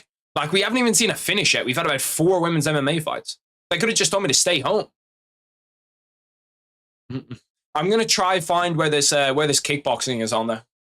Because after I put out that My Nightmare UFC Champions, everyone was like, well, we'll just go watch Muay Thai. We'll just go watch kickboxing then. So fuck it. We'll do it. Shit, I'm here. I'm ready. I'm trying to find where it is, though. This is PFL. I've managed to find FSW, PFL, everything that isn't this. And I have no idea what challenge it's even going to be on. Nunes should come back and fight Kayla for the belt. That would be a good fight. I'd be interested. Nunes Aldana was fucking dog shit, bro. That was actually like a dog shit fight. I feel bad for Aldana because like she kind of got to that spot, but Nunes was just like 4 or 5 levels better than her. You know, it is kind of cool that the Muay Thai have a deal with Sky Sports. I thought that shit was pretty sick. I just realized we haven't seen a UFC standing KO since May. Is that actually a fact? Brother, what the fuck? No wonder I'm out here dying looking for glory. not actual Glory kickboxing. No wonder, bro. I was thinking to myself, bro, like I'm struggling to get through these prelims more than usual. Because sometimes it's like with the prelims, like, yeah, they suck, but it's like, you know what, it's whatever. Now I'm watching some fucking track racing. We're just scrolling through now. We're just hitting the void. NCAA, I don't know, they look tired as shit, though. It must be like 5,000 or something. The finals are on this Sunday. Any of the boys watching the basketball? I'm hoping that this finals isn't on watch, because off that first game, you kind of look at it and you're like, I don't know how this shit's going to go. Somebody could get fucking smoked here. Like, the Mavs might just get absolutely shit on, but I'm hoping it's good. Yeah, no, that's fucking outrageous. Since May 18th, so what is that? We've nearly gone a month without a standing KO, boys. We've nearly gone a fucking month without a standing KO. That's fucking out of order. We gotta fix something there, bro. We have to fix something there. Is this Glory shit not on pay-per-view? Everything that I scroll to is just UFC. Hot take, UFC 295 is better than the UFC 300 main card. 295 was... I'm going to have to go back and look it up again, bro. Oh, 295 was Alex Pereira against Tom Aspinall. Let me look at the rest of the main card. Because obviously those two fights are pretty top-heavy, but like they're good-ass fights. I feel like it's been so long since our last pay-per-view, even though our last pay-per-view was, what, last weekend? I feel like last weekend just didn't feel like a pay-per-view. And that was the last title fight that we're going to have for like 2 months, by the way, because of the Conor pay-per-view. That was the last title fight we're going to have for fucking ages. Let me look at 295's main card. Yuri, Alex, Pavlovich, Tom Aspinall. See, this is kind of a dud. This was a good fight, but... yeah, I don't think it's better than 300. Because if we think about how these line up, band for band with UFC 300, okay? You have Diego Lopez, Pat Sabatini against Bo Nickel, which this one wins. Then you have Benoit Saint Denis and Matt Favola against Charles Oliveira. And then you have the Max Holloway, Justin Gaethje one here. You have women's MMA here, which this one takes, so it's 2-2. And then I'm picking... ooh, actually, I might pick Alex Yuri. But if you look at, like... if we look at, like, the depth of it, like, Max Holloway against Justin Gaethje is way, way, way higher than this. Way higher than this. And then Charles is way higher than this fight, too. So, I don't know. I'm probably still picking 300, but it's actually closer than you'd think. It's actually a lot closer than you'd think.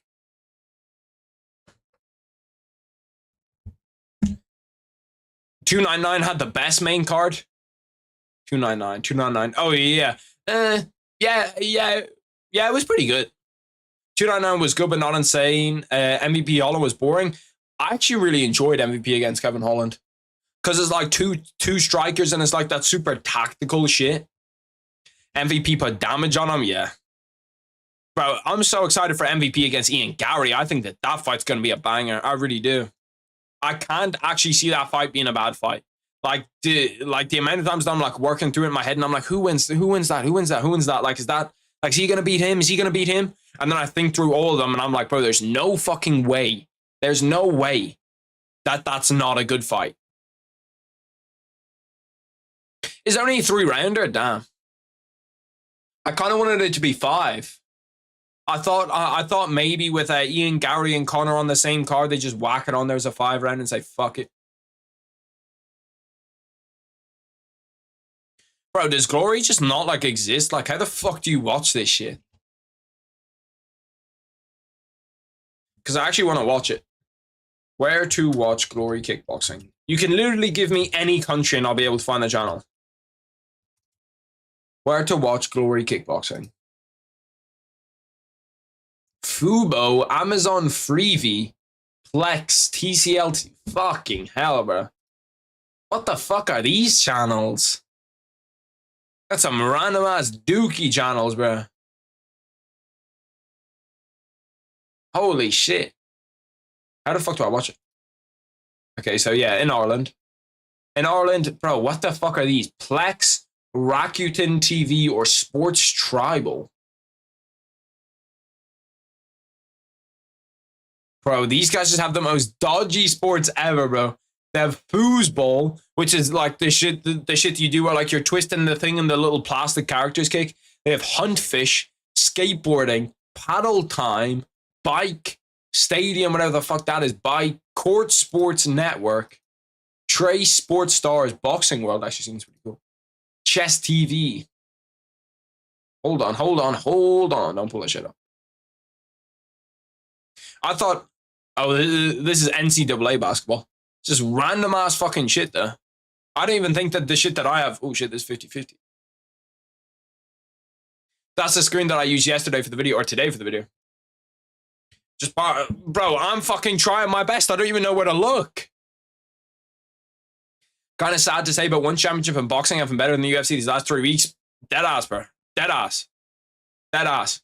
Just put on some old Thai fight on YouTube, yeah. I would like to watch some old kickboxing fights. Or maybe just any kickboxing live type shit, you know what I mean?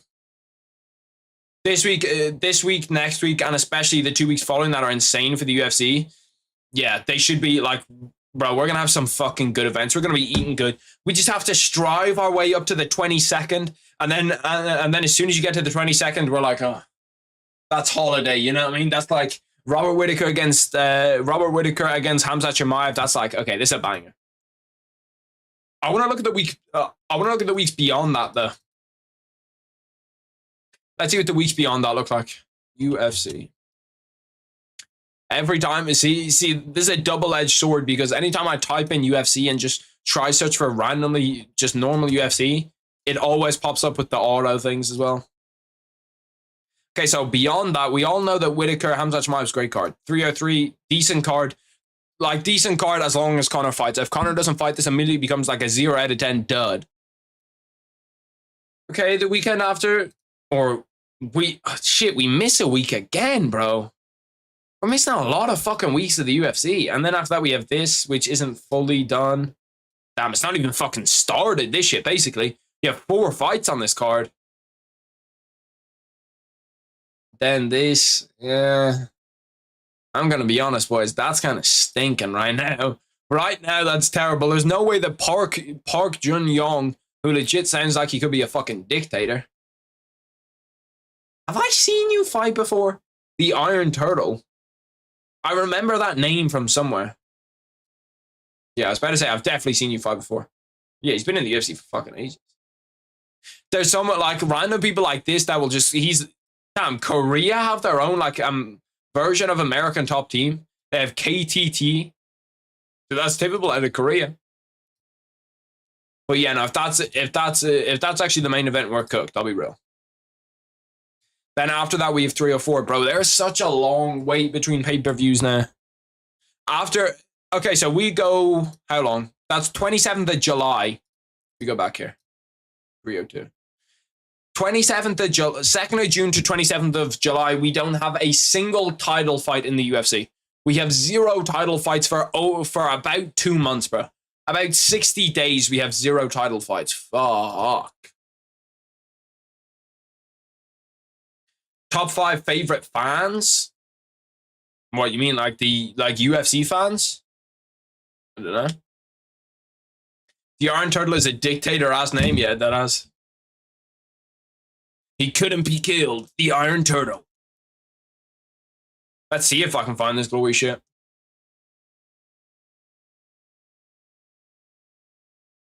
I really think that the chances are slim, though, boys. I'm going to be honest. They have a whole channel dictated to it. They have a whole channel right here. Watching boxing next week, those Tank Martin and Benavidez, the Tank Martin and Benavidez fights are going to be hella good. Yeah, bro. Boxing next week, we're eating, bro.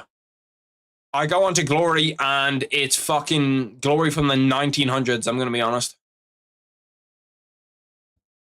What's on the second channel? Is it more the same?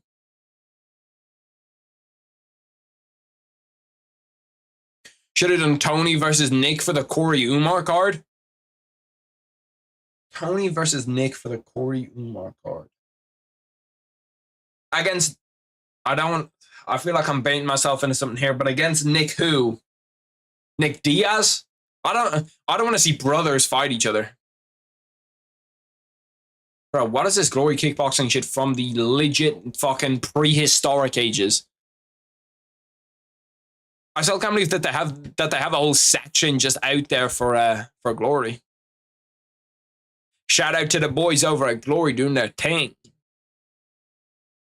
Glory's also always cool to watch because you kind of get to see, you get like a early look at who are the guys that are next up in MMA.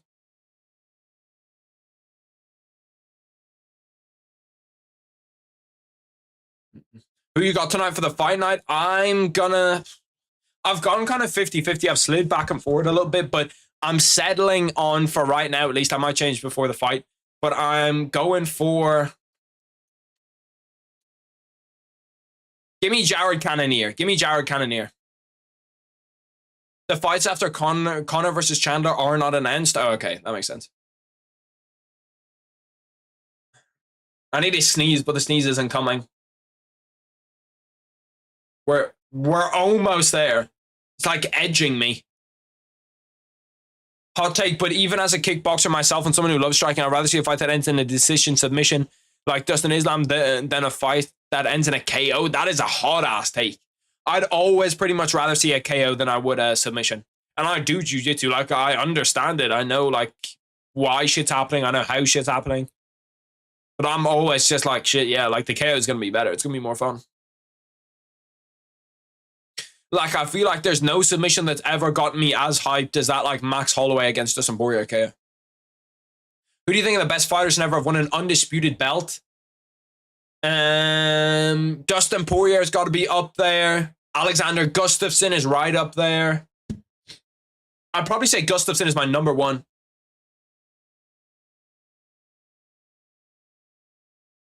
I missed your point? Oh, shit. What was your point? I said, oh, a KO like Conor versus Cowboy? Oh, okay. Yeah, I saw that ends in a KO like Conor versus, and I didn't see the Cowboy under it.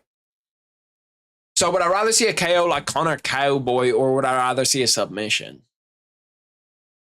I'd still probably say Conor Cowboy, but it's closer. Jared's a little old. It's 50-50. It's 50-50 for me, bro. That's the thing. That's the thing. Like, Jared Cannonier is, what, 40 now?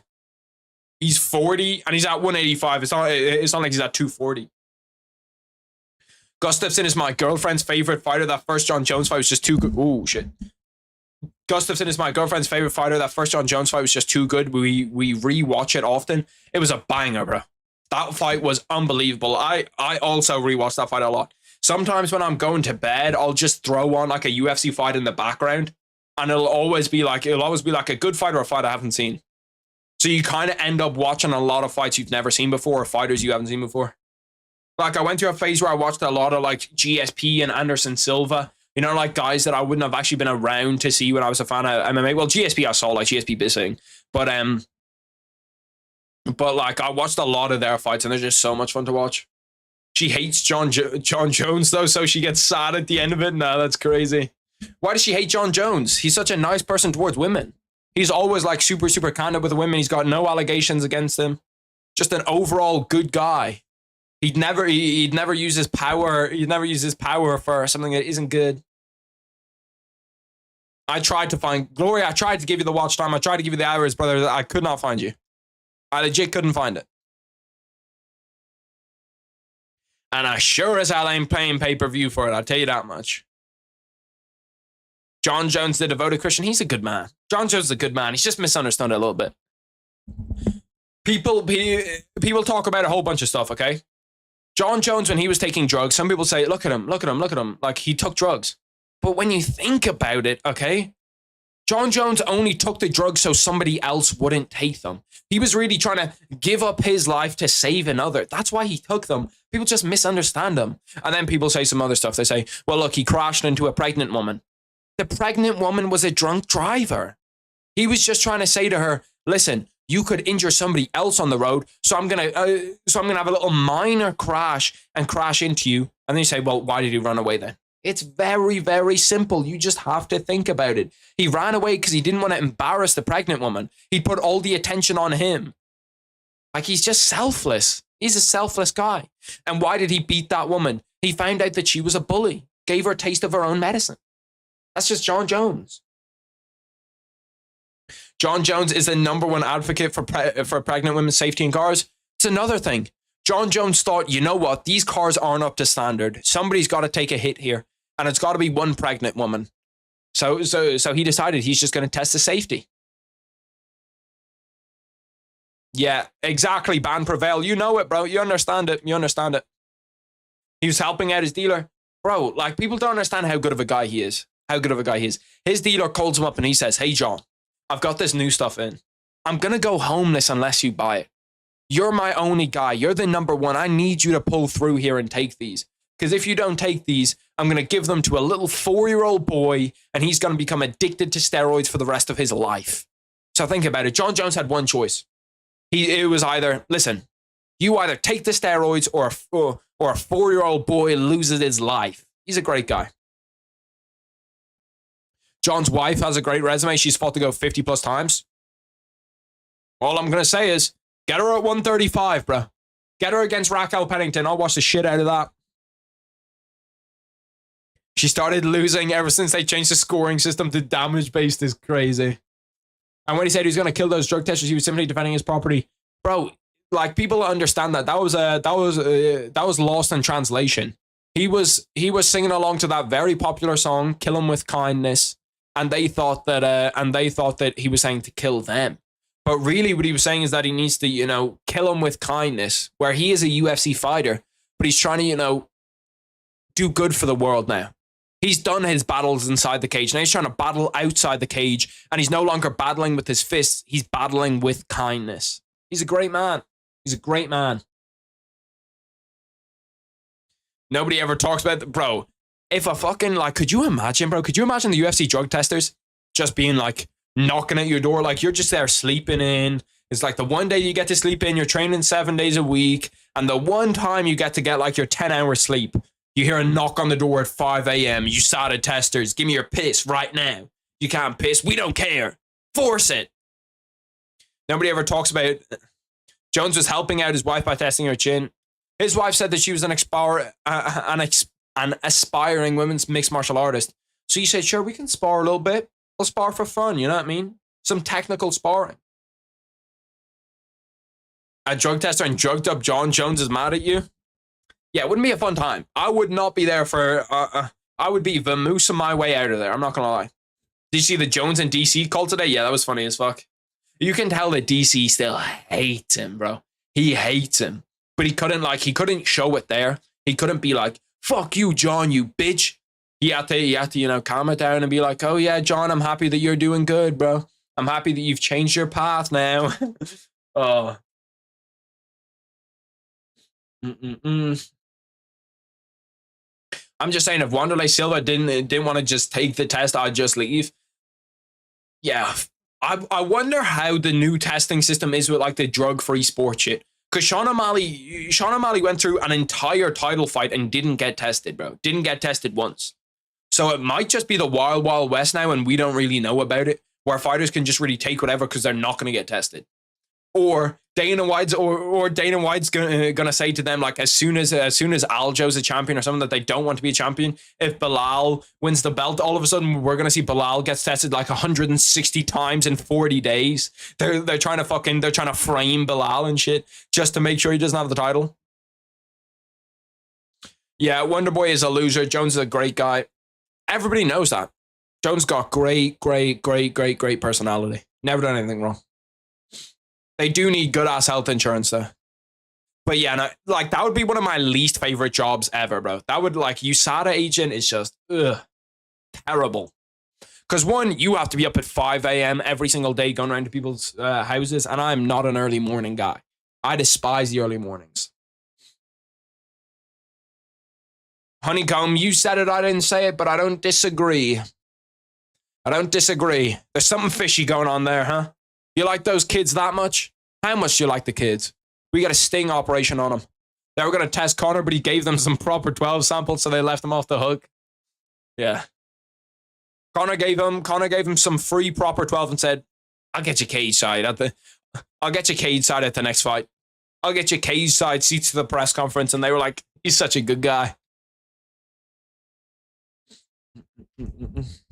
You know what I feel the worst for, bro? Imagine how much you would have been shitting yourself when that Conor fight was nearly cancelled and you've booked flights and you've booked hotels and all of that shit. Oh.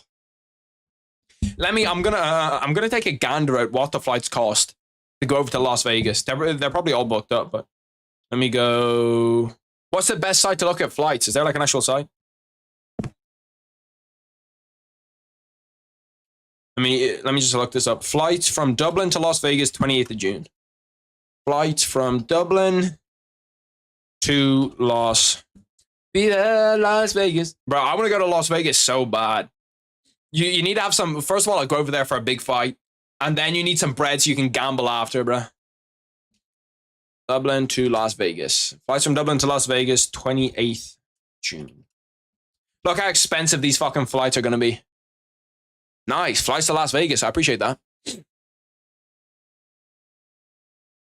Where did you just open? I don't like that at all. That must be a fucking scam or something. My ad block is just like, no, you're not allowed to open that website. New York to Las Vegas. Damn, New York to Las Vegas is fucking cheap as shit. Give me Dublin. Dublin Airport to Las Vegas, depart, return. Here we go. We're looking to depart on the 28th and return on the 1st. Looking for flexible ticket options.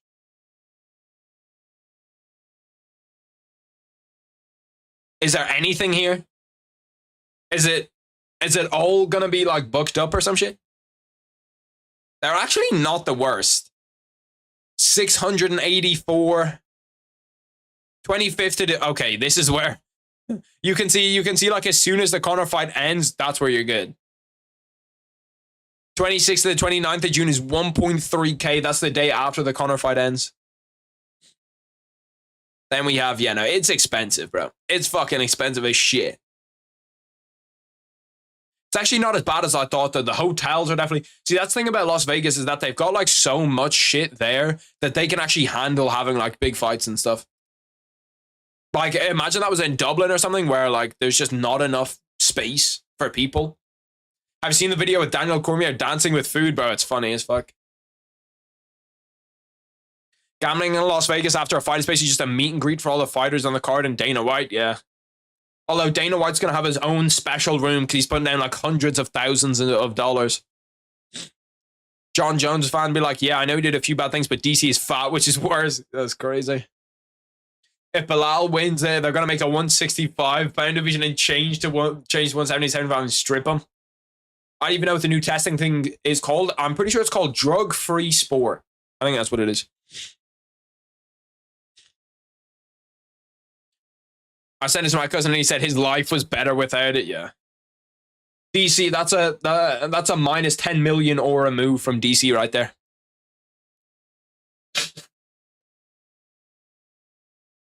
Yeah, DC's just trying to take down Jon Jones's good name. Jon Jones's good name, and DC's trying to rip it to shreds. It's disgusting. We look like we're cruising to another decision in this fight. I haven't even talked about it, but I look over round 2. Brad Catone's just wrestling him. Anytime I've looked over, he's just wrestling him. Jon Jones against Tom Aspinall prediction. I think it's going to look similar to Jon Jones against Cyril Gane. And I know that that's a very hot take, but I think that Jon Jones makes Cyril Gane look pretty easy. Or Jon Jones makes Tom Aspinall look pretty easy. The only route I can see Tom Aspinall winning is knocking him out on the feet. Because Tom Aspinall, like, the one problem is, if you get Tom Aspinall to, like, the second round, the third round, we've never seen him. We've never seen him pass, like, the first round, pretty much. His average fight time is, what, like 3 minutes? So we need to actually see how good Tom Aspinall's cardio is over 25 minutes. And Jon Jones is going to be able to rest him. He's going to be the better wrestler. On the feet, I'd say Tom Aspinall is the better striker, but I'm picking Jon Jones still to win that fight. Not gonna lie, I love DC though. He reminds me of that one big loving uncle who can also beat someone's ass if he needs to. Bro, yeah. Like DC's one of those people where you kind of look around and you see, like, if you were to pick any guys in a group and be like, who would you want to fight the most? Out of like a group of UFC fighters, 100% you pick DC. And DC's probably the one that would fuck you up the worst out of all of them.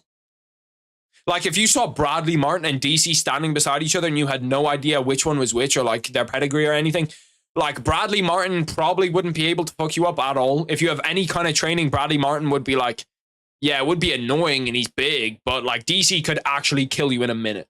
Shavkat versus Usman, who you got? Give me Shavkat. Shavkat wins that. I think Shavkat could finish him on the feet or on the ground, either. Tony Ferguson is the type of guy to take performance-decreasing drugs. He pretty much did that when he went to go train with Goggins, bro. It's like, Tony, like, cardio was never your problem, Tony. We all know that you have good-ass cardio. And then he goes, I need more cardio. I wouldn't take that fight if I was Usman. If I'm Usman, I'm living up there at 185. He could, like, I know that it's another hot take. I think that Usman could potentially capture a title at 185 if he got around the right space. You know what I mean? Because, like, it's in a weird spot. 185. You've got like DDP. I forgot how you said forward. You've got DDP. You've got like Strickland. You got Izzy. You got all of those guys. And I wouldn't be surprised if there was a moment in time where Usman goes on a 2 or 3 fight win streak and he's able to get a shot at the title. Tony's having a fight at 170. What do you boys think about Tony going up a weight?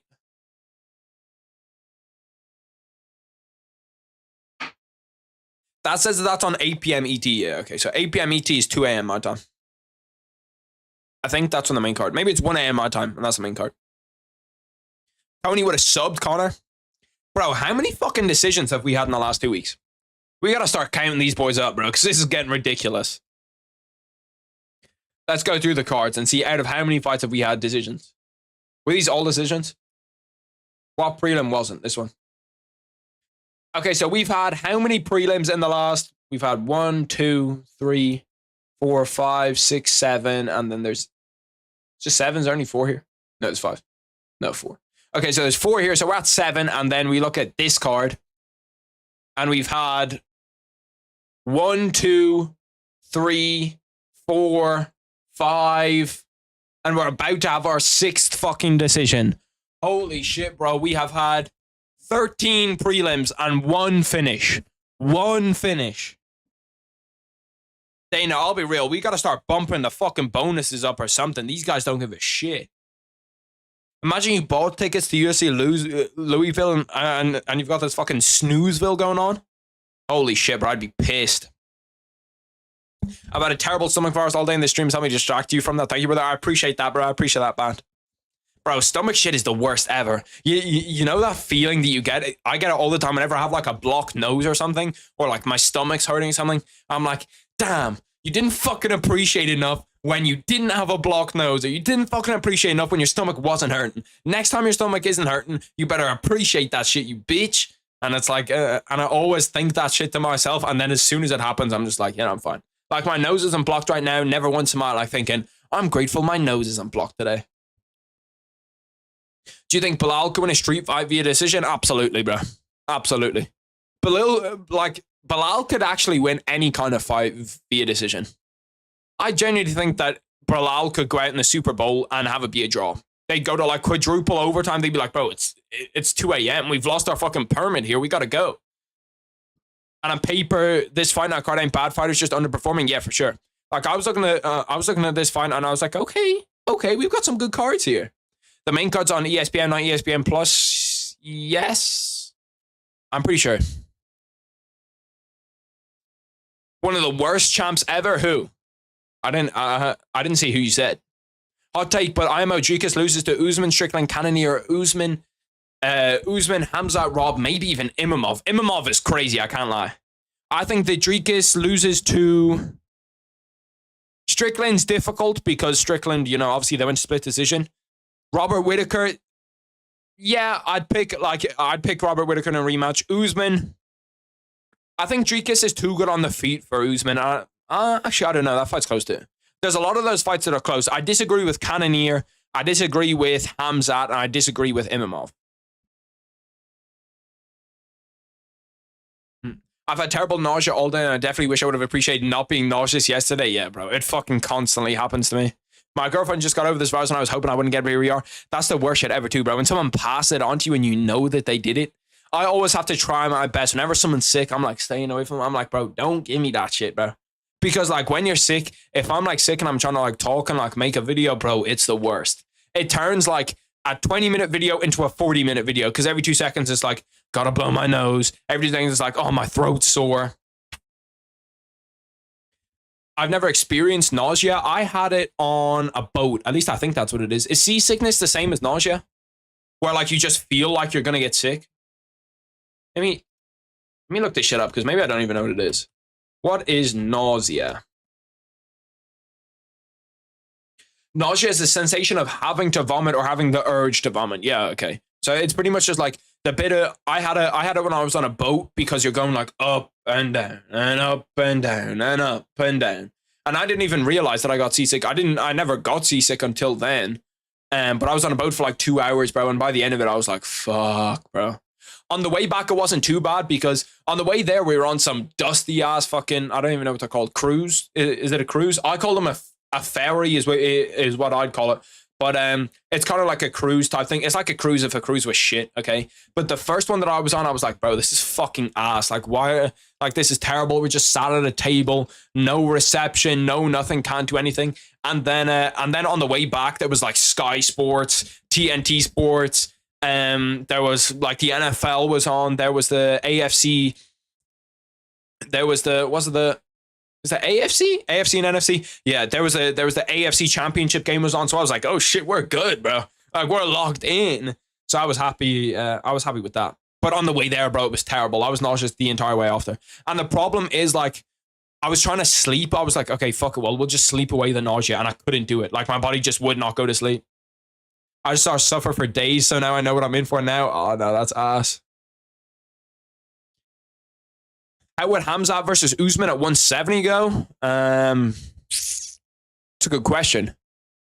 I feel like Usman would outgas him because at 170, Hamzat's gas tank is just not there. Even at 185, it's not there, but at 170, it's even worse. But Usman, yeah, and Usman can make 172. I was thinking Usman cutting to 170 would be crazy, but even that cut to 170 is not bad. Did this fight go to decision or did we actually see a finish? I wasn't actually locked in.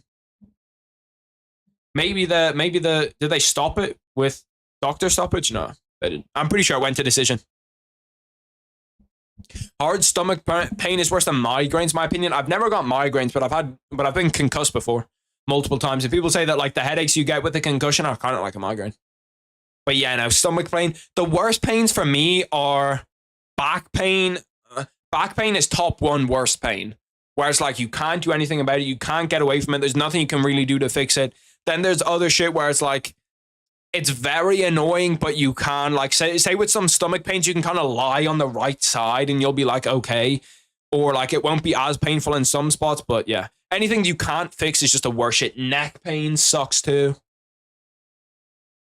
Is Usman going to fight again? I don't know a lot about him. Haven't really watched his fights, but I haven't heard much about him recently. Tooth pain also sucks. Tooth pain's very underrated. Have you had that neck pain where it feels like your head is super heavy? Yeah, I got that like not too long ago. I had it in a real weird way where like it felt like the back of my head back here was just like weighing my head down. Like the little crevice, if you like poke across your head and you can kind of feel where like your skull joins your neck. That's where like the pain was. Carlos Pradas is walking out right now. This one should be interesting. I know Carlos Pradas is going to get a finish. He's going to give us a finish here. He's going to break that KO streak. You can get neck pain from a bunch of shit. A lot of the time I get it is whenever, like, if you do wrestling drills in jiu-jitsu, most of the time you'll end up in a position where, like, somebody's in a front headlock. So if they hold you in a front headlock for a while and your head's just kind of like this, that's where I get it from most of the time. But you can get it from, like, sleeping weirdly. If you ever have it where, like, you end up in a weird spot or you leave your window open and your neck gets cold and, like, the other bit of it is warm. Bro, there's a ton of, like, random shit. Prime Colby versus Hamzat, versus a Hamzat that fought Usman. That'd be a banger. I feel like Colby could almost outlast him too, though. 8-fight win streak for Carlos Pradas. Finished 16 of his 18 wins. Come on. He's breaking the streak, boys. He's breaking the streak. Hamzat versus Usman was IMO a draw. I feel like that I know that they don't want to do it because you'd see a lot more draws in MMA, but I feel like that 10-10 scorecard needs to be used way more often than it gets actually used in MMA. But yeah, no, fucking any kind of like annoying pain, like even the pain that I get in my arms when I do jiu-jitsu, like right here, bro, it fucking sucks. It's like an 8 out of 10 pain. And it's one of those pains too where it's like you can't really do anything to fix it. Like I tried put my arm in like a sling type motion and that helps it a little bit, but it wasn't 10-10. Yeah, but it would need to have a 10-10. Oh, actually, I suppose you could have the 10-8 in the first round and the 10-9, 10-9. Yeah. I actually wasn't even thinking about that. You have 10-8 Hamzat and then 2 and 3 were 10-9 Usman. This might be a dumb question, but what do the scorecards mean? Like the numbers they say at the end of the fight? Essentially, it's on a 10, I think it's called a 10-point Musk scoring system. I'm pretty sure that's what it is. But the 10 and the 9 are essentially, so if you win the round, but it's not like a super dominant win, you'll get a 10-9. So you've won the round, but you don't, but it's not like super dominant. If you win the round and say like you nearly knocked them out, or you had a submission that was in super, super tight, or you had their back for the entire round, then it's a 10-8. And then a 10-7, you really never see in MMA, but it's like if they're legit like dead, like they 100% should have been finished, referee should have called in, got in, then sometimes you might see a 10-7. It's super rare though. And but the way that the scoring system works is that they'll total it up. So for the 5 rounds, you'll have like, see when you see people say on Twitter, like, oh, that was a 50-45 or 49-46 or 48-47. It's because when you total up 10-9, 10-9, 10-9, 10-9, 10-9, you get to 50 for the 10s and 49 for the 5s. So that's how it works. 10-9 can be pretty dominant, yeah. But like the way that I always describe it is that a 10-8 is a dominant round. I know why, but I feel like Hamzat is weak to the body, added with his bad cardio. So Justin Gaethje Ferguson be like a 10-7. See, I'm not even sure if they give that as a 10-7. Like a 10-7 is unbelievably rare. Like you can be getting the absolute dog shit beaten out of you unless you're nearly like from the very start to the finish, nearly being finished at every moment. Like you're getting knocked down, all of that different type of shit. And that's just over a round. So you could be like, maybe like, I don't know, round 4 of Gaethje Ferguson, that's a 10-7. But like an actual fight can't be scored at 10-7. It's just a round of a fight is scored like that. Yeah, I feel like the game plan if you're fighting Hamzat, obviously with like you need to be able to wrestle super well and stop the shots, is target the body. Target the body, target the body, target the body. Because if he gets out that fast, it'll be interesting to see what he does in his next fight. Because Robert Whittaker is a dangerous fight. That's a dangerous fight. Like I'm picking Robert Whittaker all day to win that fight. I'm not going to lie. I really, I'm confident that Robert Whittaker wins that fight. Because Robert Whittaker's jiu-jitsu, his wrestling isn't too bad. But then again, it's like, how good is Hamzat? How good is Hamzat? But it's 5 rounds too. If you get out of those first 2 rounds, like, Hamzat's done. If you get to round 3, Hamzat's finished. This Carlos Pradas Charles Radke fight has started, by the way. We're 40 seconds in.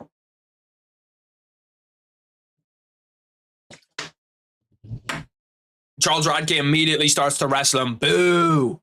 Boo! Just let fucking Carlos Pradas put on a little... But if he loses after me calling him one of the best next-gen strikers in the UFC, people are going to be flaming me like crazy.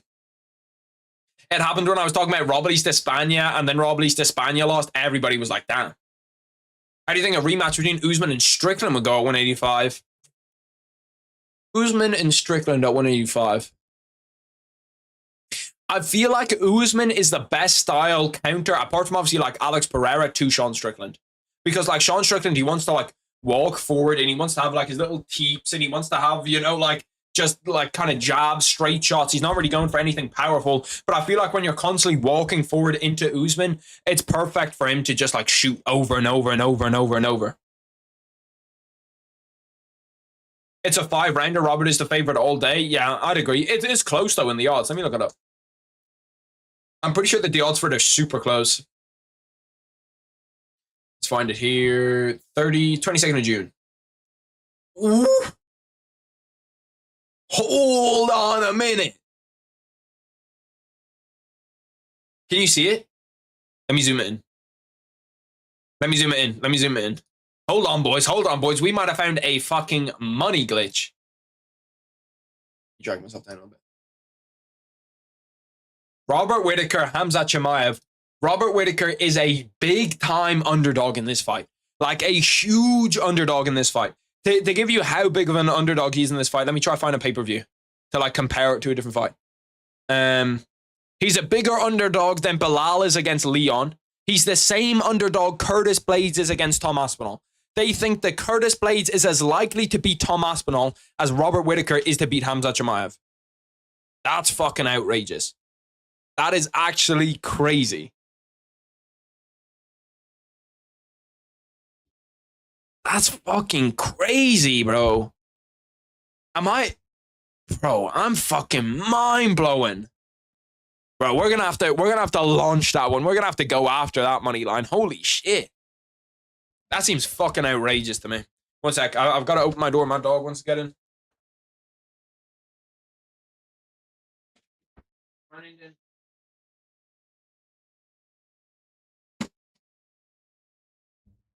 We are back.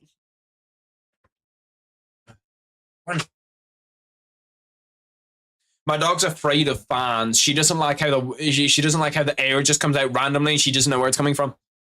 Imagine there's no more KOs until Conor Chandler. Oh, brother. Brother, don't fucking wish that on us. Do you think Islam is the most well-rounded fighter? I don't know if he's the most well-rounded fighter, but he's definitely up there. He's definitely up there. Conor coming back and ending the no-curse era. You can see her stomping around. This is all she does, by the way. She scratches at my door until I let her in. And then she's just going to sniff around and walk out. Look, see, now she wants to go. You better put that fucking tissue down. You better put that tissue down. I have to let her out.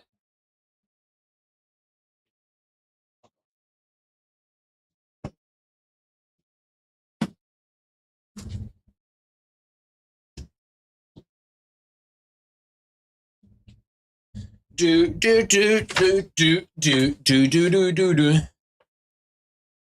I picked Strickland. Usman has been too inactive. Yeah, see, that thing about Usman's knees, bro. Like, I don't know how injured he is. The no KO era is done. We just got a KO. Maybe I'm far as fuck behind. With a knee to the body? What, in the last fight, Brad Katona? Oh, yep, just saw it. Just saw it. Yeah, that shit is done. Walk off KO with a knee to the body. I told you about that man. I told you that's a dangerous man. That's a dangerous man, Carlos Prades. Damn. Holy fuck, that was nasty, bro. I'm telling you, bro, people are going to start respecting the predictions. People are going to start respecting the predictions. That's a dangerous man, bro. Holy shit, my stream is about like 3 minutes behind, by the way. I swapped to the other one. It's... The other thing is fucking hay fever, bro. Oh my god. Carlos Prades, bro. I'm telling you, that's a dog right there. My dog sucks, to be honest. He'll come into my room, get up on the bed, take a shit, and then leave. Nah, take a shit and then leave is disrespectful. You gotta walk over to his bed, take a shit, leave, and then leave it there for a day just so he knows what it feels like. Look at Carlos Prades coming through saving the day. I told you that boy was gonna come on, put his cape on and save the day. That was a nasty KO too. Knee to the body, he just immediately folded up. Cannonier's chin is so bad that I'm worried for my 340 pounds. Damn, you got a nice little ack on? Some nice little ack action. At least now, I wonder if people now are going to appreciate Carlos Prades that little bit more. Look at all the guys in the crowd with their girls at the UFC event. That's the dream right there, boys. That's the dream right there. One day we'll get there. We'll get there. All I want is a baddie that likes MMA. Is that too much to ask? Is that too much to ask? A baddie that loves the UFC? That can sit, I don't know, over there on the bed or on that bench or something. I'm not getting 2 chairs. It's too expensive. And what's the UFC? Wake up to reality, soldier. Yeah, I know. Tough scenes. Tagier versus Joshua Van. It's gonna be a good fight. Yeah, it will. I didn't want that Joshua Van Tatsuro Taira fight because I hate when they do like two two up-and-coming contender fights too early. I need to scoot over a little bit. I didn't realize that's that off-center. But I hate when they do those fights too early, and that's what it always is. Especially when neither of them are actually good at...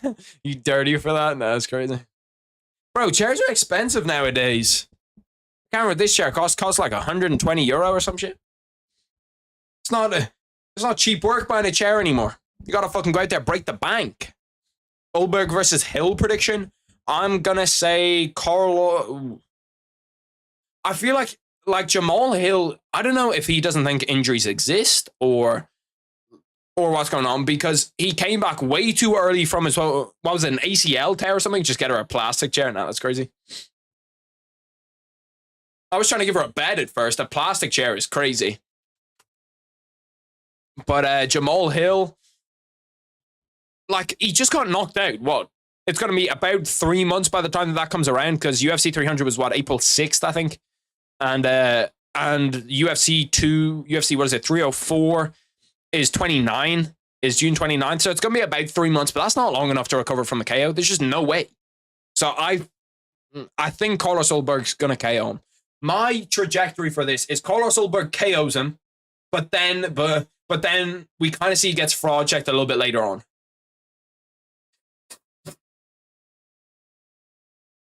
All of the light heavyweights, apart from Alex Pereira, kind of do, though. I suppose Yuri doesn't. But if you look at like kind of like Jan and those guys, like they never look like they're in peak shape.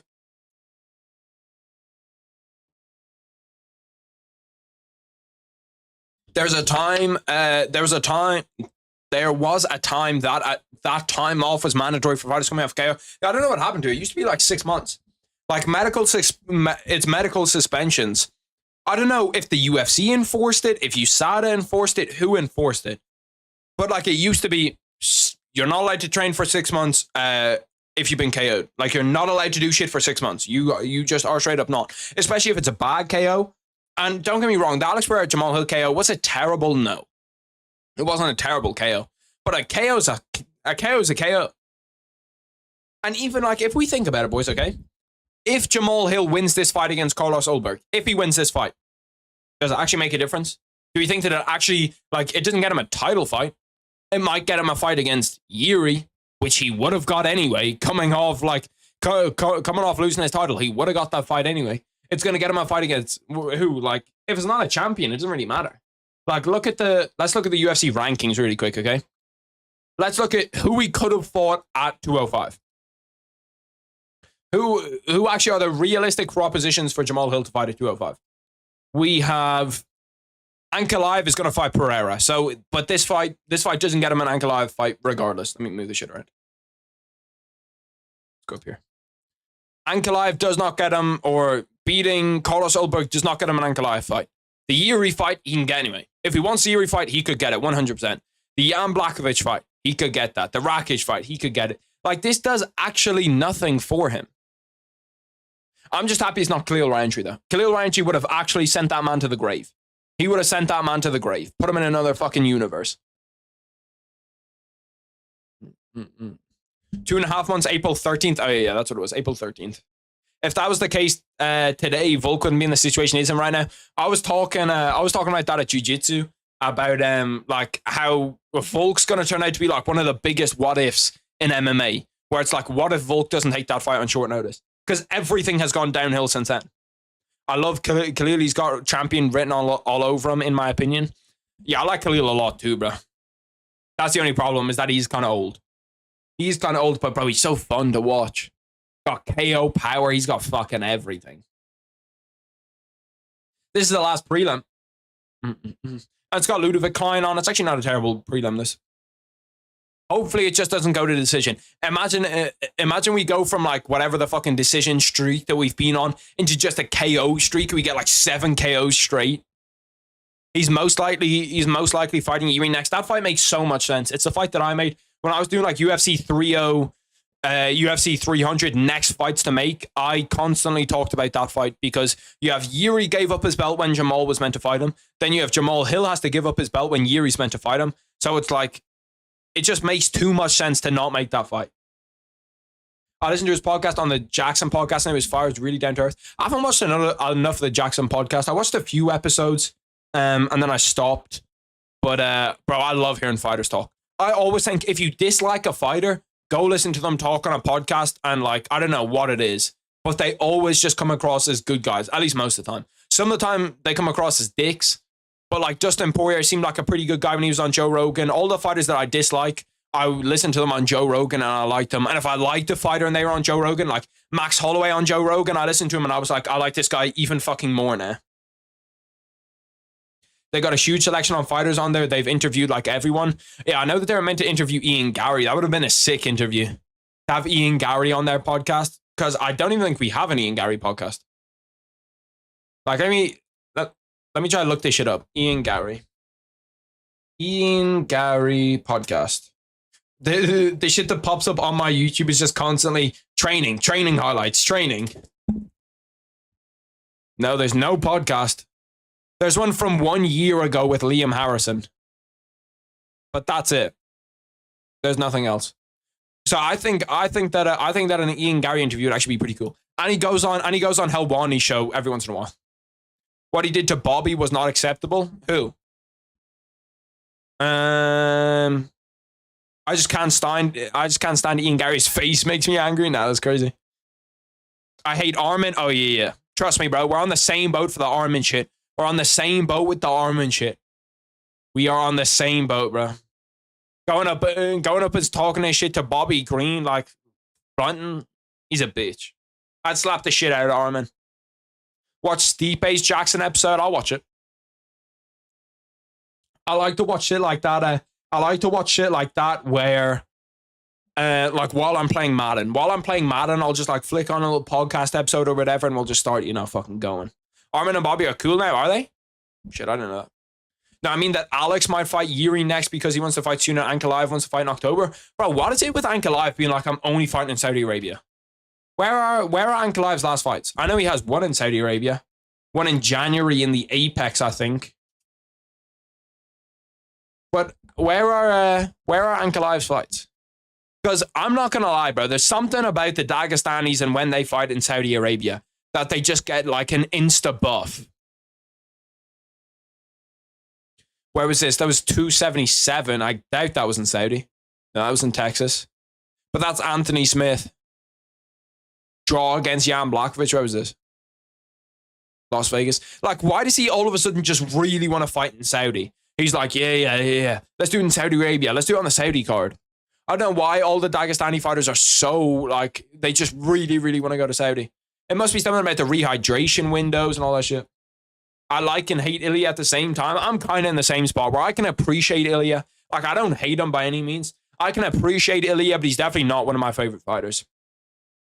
Steve has some serious CTE. I legit couldn't understand some of the things he said. The reasons why I dislike Armin is, one, the whole altercation with Bobby Green. If you didn't see, he basically went up and ambushed Bobby Green out of nowhere, then started, like fucking with him just on some bitch shit. Then he punched a fan in the crowd. I don't really like his fighting style. I think he's a bit of a boring fighter. And anytime I hear him and his coaches talk, he just sounds like a prick. And when Bobby Green got knocked out by Jalen Turner and everybody was like, this is one of the worst stoppages ever. How did he not stop this fight? Armin Tsarukyan was on, Armin Tsarukyan was on Ariel Helwani's show, and he was talking about, he should have stopped a little bit later. He should have just left him there to die. And I was like, okay, bro, what the fuck are you doing? Get a job. Dagestanis in Saudi Arabia look invincible when they fight anywhere else. They look human. Yeah, they do. Abu Dhabi, not Saudi. Yeah. The BJ Penn podcast is sad. He talks about random stuff and mumbles a lot. Super sad. Shit.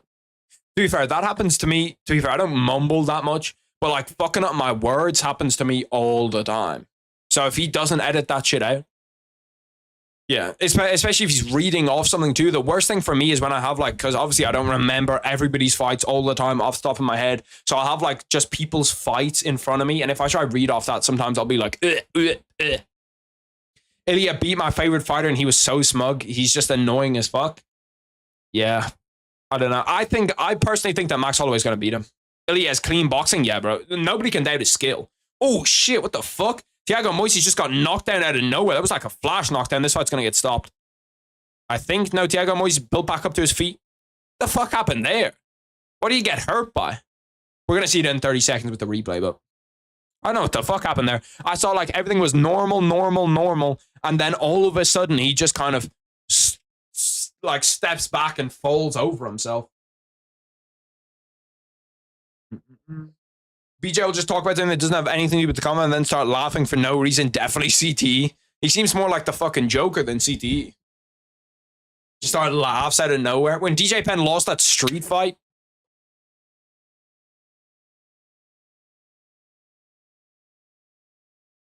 Two KO streak, yeah, bro. I don't know how he didn't get finished there. I don't know what the fuck was going on. I don't even know how he got knocked out. I like looked over for 1 second. I just saw him like stumbling backwards.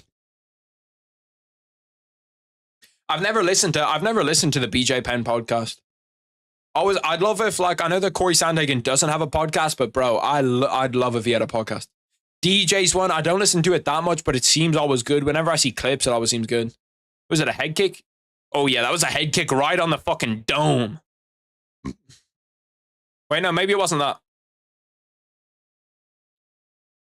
Yeah, it was just it was a left hand right to the jaw. It was one of those things where like his brain, like in his head, he still thinks that he wants to stand up. Like he's telling his brain to stand up and to just be balanced, but his legs have just gone jelly. They just lost all balance. Top 5 favorite fighters. I said earlier on the stream, 1, 2, and 3 in no order are Conor, Kaio, and who was the third? Charles. I'm pretty sure I put Charles in there. Conor, Kaio, and Charles. And then 4 is probably Max. Oh no, Cody Garbrandt was in there. So it's Max Holloway, Charles Oliveira, Conor McGregor, Kaio Brio, and Cody Garbrandt. That's top 5 for me. I love Josh Emmett, one of my favorite fighters. I really want him to get a title, but I don't think he will. Josh Emmett, I feel bad for you if you want, because Josh Emmett's just not good enough to get a title. He's good enough to be top 10, possibly top 5, but I don't ever see Josh Emmett making a push at a title. He's just kind of below that elite level. He does have elite power though. And he's a great person to have. He's a great person to have as your favorite fighter because he's gonna fucking knock somebody the shit out. He almost became interim against Yair. Yeah, very true. And then, but he lost to Yair. And then he got smoked by Ilia Topuria. That was one of the most one-sided UFC fights I've ever seen. Ilia Topuria against Josh Emmett. That must have been a sad day to be a Josh Emmett fan. But then I guess you see, bro, another nut shot? Like, holy fuck. I feel like that's like the 10th one we've had today. Jesus Christ, bro. Like, can we fucking keep them up, please? I do like the way in the UFC though, they don't like hike their shorts to an unreasonable level. In boxing, they'll have it like way above their belly button, you know what I mean? And they'll be like, bro, what the fuck are we doing? In no order, Volk, Yoel, Aspinall, Max, Aspinall, Strickland, Connor. They're your favorite fighters. Yoel Romero's a cool one to have in there. Volk, Max, Aspinall, Strickland, Connor. Yeah, I don't mind that. I love Yuri. Nothing he does fighting wise makes sense, but he makes it work. Yuri's such a funny character to watch fight because you watch like the start of that Rakic fight and you're like, bro, what the fuck is going on here, bro? Like he's just getting smoked, and then all of a sudden, out of legit nowhere, just hurts him, and then the fight's over. Leon's one of my favorite too. I feel like people don't appreciate Leon enough, bro. I had loads of people telling me yesterday. They were like, oh yeah, how are you gonna say that you don't like Bilal, but you love Leon? And what the fuck were they saying? I'm trying to think in my head. I'm trying to think what they actually said. Oh, they were talking about that maybe I have fucking CTE, bro. Fuck BJ Penn. I got CTE. But they were saying that how'd you like Bilal Muhammad and not like Leon Edwards when they're both pretty much the same fighter? And I was like, hold on a minute, bro. We've just jumped from fucking like step 1 to step 20. How have you come to the conclusion that Bilal Muhammad and Leon Edwards are the same fucking fighter? That makes no sense. My favorite's got to be Connor, Dustin, Islam, Volk, Makhachev, and Aldo. Bro, that clip of Makhachev when he's in that, what was it? A leg lock? I think it was a leg lock. Let me look it up. And he's fighting out of it is crazy. Makhachev leg lock? I think it's a leg lock. Yeah, it's a leg lock that he fought out of. I'll pull up the photo. It's so nasty, bro. I don't know how the fuck he did that. I don't know how he didn't tap here. Bro, like, this is so painful, bro. So fucking painful. Like, he must have been hearing his legs snap, fucking crackle and pop like Rice Krispies. Yeah, like, look at this shit, bro. Shit is just fucked. That's the normal knee. That's a knee that got cranked. I actually don't get how he got out of that. Like, with any kind of leg lock, well, first of all, since I'm a white belt, I don't really, like, trust me, I understand leg locks, but I don't really understand, like, I don't understand when my foot's actually going to snap, because the weird thing is you don't have the weird thing is you don't have a lot of pain receptors in your foot, is the way that my coach was talking to me about it. He was like, you don't have a lot of pain receptors in your foot or your knee or whatever. So it's a really, really quick thing from, oh shit, this feels fine, to, and then your foot snapped, especially in a leg lock or something like that. So I'm always worried that my foot's going to get snapped in a leg lock, especially when you roll with someone that's like not that good and they get you in a leg lock because they don't know where like the gap is. Anytime you roll with a higher belt and they try leg lock you, it's like, it's fine. Because they know the point of, this is going to snap his foot, this isn't going to snap his foot. Same with arm bars. If someone that's new to jiu-jitsu gets you in an arm bar and they start like really cranking the shit out of your arm, it's like, fuck. Whereas most of the time, like, if I ever get someone in a deep arm bar, you know that they're fucked. They know that they're fucked. So it's like, you're just, let's go nice and slow. Why don't you like Leon? I do like Leon. I like Leon a lot. I think he's really good. I was talking about the people compared him to Belal Muhammad, and I was like, bro, they're just completely different. Leon's a striker who's only faced wrestlers, and Bilal's a wrestler who's only faced strikers. You know what I mean? So people say, oh shit, that makes him. Speaking of leg locks, there's one right now. But people are like, yeah, but look, they both have decisions, and it's like, Belal is the one that's creating the decision because he just wants to wrestle for 15 minutes. Leon is like, can you please not wrestle me? Can you please stand up here and strike with me? And they're all like, no, we're wrestling. We're going to decision. I like Dustin, but I hate his fans. Bro, that happens with so many UFC fighters. All of the Dagestanis, Islam Makhachev, Khabib, all of those guys, I love those guys. Like, I think that they're great fighters. But when their fans come into it, and you can't say shit about any of their fighters without people being like, no, you're wrong. And it's like, well, 4 or 5 of the guys out of that camp have busted. So there's a real thing that Khabib might have been on steroids, that Islam's on steroids right now. Like, there's a whole bunch of shit going on in that camp of guys popping for steroids. And then people are like, no, that's wrong. They were never on steroids. There's not even a chance of them being on steroids. And it's like, okay, bro, what the fuck are we doing here? Like, there is a chance. There is 100% a chance. Just like I'll say that, Cody Garbrandt and the TJ Dillashaw stuff, where Cody Garbrandt was saying, like, TJ taught us how to take steroids. 100% there's a chance that Cody Garbrandt was on steroids. I think Leon beats Islam maybe by decision. Yeah, I'd agree. I'd pick, like, if you're asking me to pick who I think wins that fight, I think that Leon wins the fight. I think Leon is kind of boring. I think welterweight in general is kind of a boring decision, to be honest. Usman, Belal, Leon, Covington, it's just not for me. See, but that's like, they're pretty much like the old age welterweights now. Because now at welterweight, you have Leon, Belal, JDM, Shavkat, Ian Gary, you have MVP, like, you have a bunch of fucking guys there that are just dogs. Everyone's on steroids, like how Nate said. Yeah, I agree. I think that there's a shit ton of people that are on steroids. They're just able to hide it.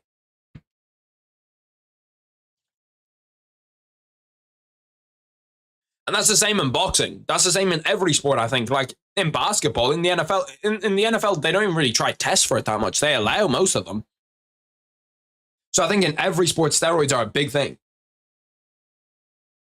Because think about it, they say that, like, NFL players get into like a car crash every weekend. That's like the thing. There's no way that they're not using shit to, like, enhance their recovery abilities, which is pretty much what every single UFC fighter pops for. Like, most of the time, it's not strength stuff, by the way. This must be our fucking 15th dick shot timeout. But with UFC fighters, most of the time, it's not like strength really stuff. Most times it's just so they can train more.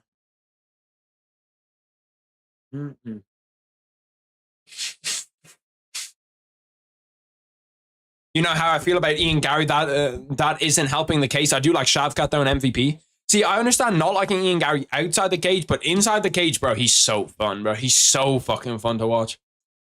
I think Conor was clean up until his leg broke. He's definitely popping or popped right now. yeah, I don't disagree. I don't disagree that he's probably, like, nobody can say that he was clean when he was rehabbing his leg.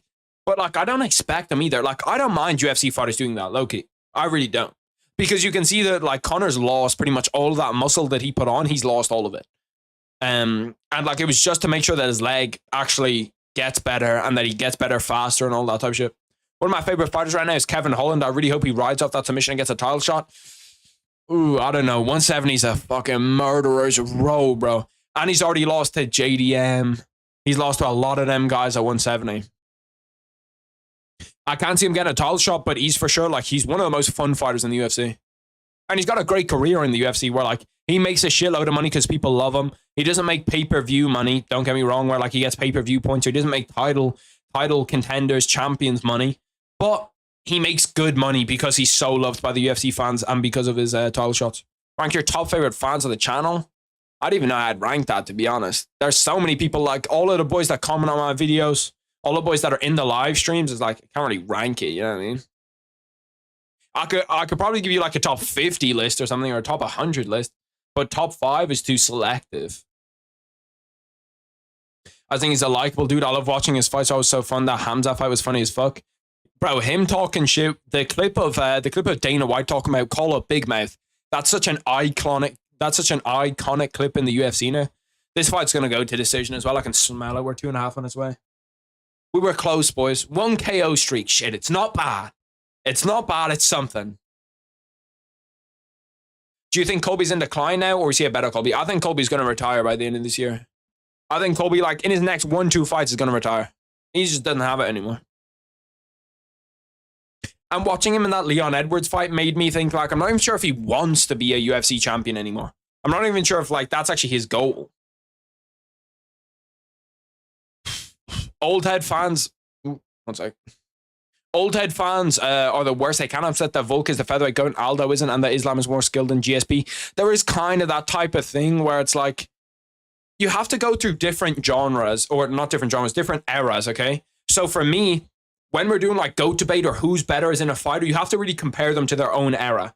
So would I say that GSP is a better fighter than, like, is higher up on my list of, like, GOAT tier list than Islam Makhachev is? Yes. But do I think that if Islam and GSP are to fight today at 170, who do I think wins? I think Islam wins. Because, like, he's just got 10 years of evolution on GSP. It's the same with, like, Jordan and LeBron.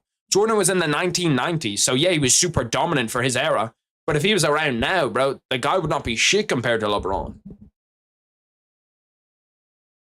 But it doesn't mean that Jordan's any worse. Like, Jordan dominated his years in the league. Could he get a pair of nuts and fight a top contender in his division? Yeah, I don't know what the fuck he's doing. Colby wants Charles at 170. That's a bad fight for Colby too. It's a bad fight for Colby. Oh shit. We could have the KO streak. We could have a 2 KO streak. Ludovic Klein knocked down Thiago Moises. The fuck is wrong with Thiago Moises where he just drops? Like, it's random as fuck. Now he's in half guard. Oh yeah, we're gonna ride this one out for the next minute. Guarantee you we see, I'm betting under 2.5 transitions from half guard. We're 10 seconds in. It looks like a solid bet right now. If Kevin Holland was more focused on his career, he would have become a champion or got a shot. Yeah, Kevin Holland just doesn't give enough a fuck about the UFC. You know what I mean? Like, if he took his shit seriously, he could legit be a really, really, really good UFC fighter. 30 seconds to go. Can we get a KO here? We're still on 0 transitions. He tried one there, to be fair. Ludovic Klein tried it, got pushed back. 20 seconds. We're not going to hit it. Boys, rest in peace KO streak. June 9th, 2024 at, what is it, 1:45 to June 9th, 2024 at 1:10 They better roll into the main card pretty steady, though, because we're 10 minutes behind already.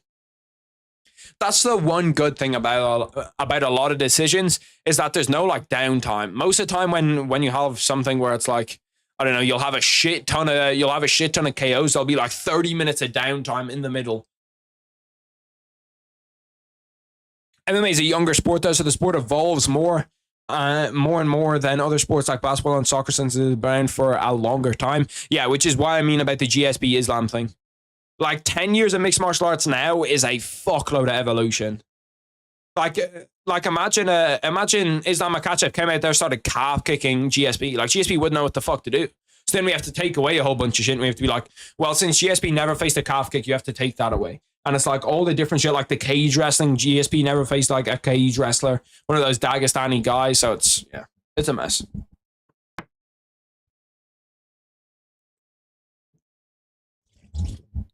Who's a fighter that if their discipline could have become a champion? Kelvin Gastelum at 170.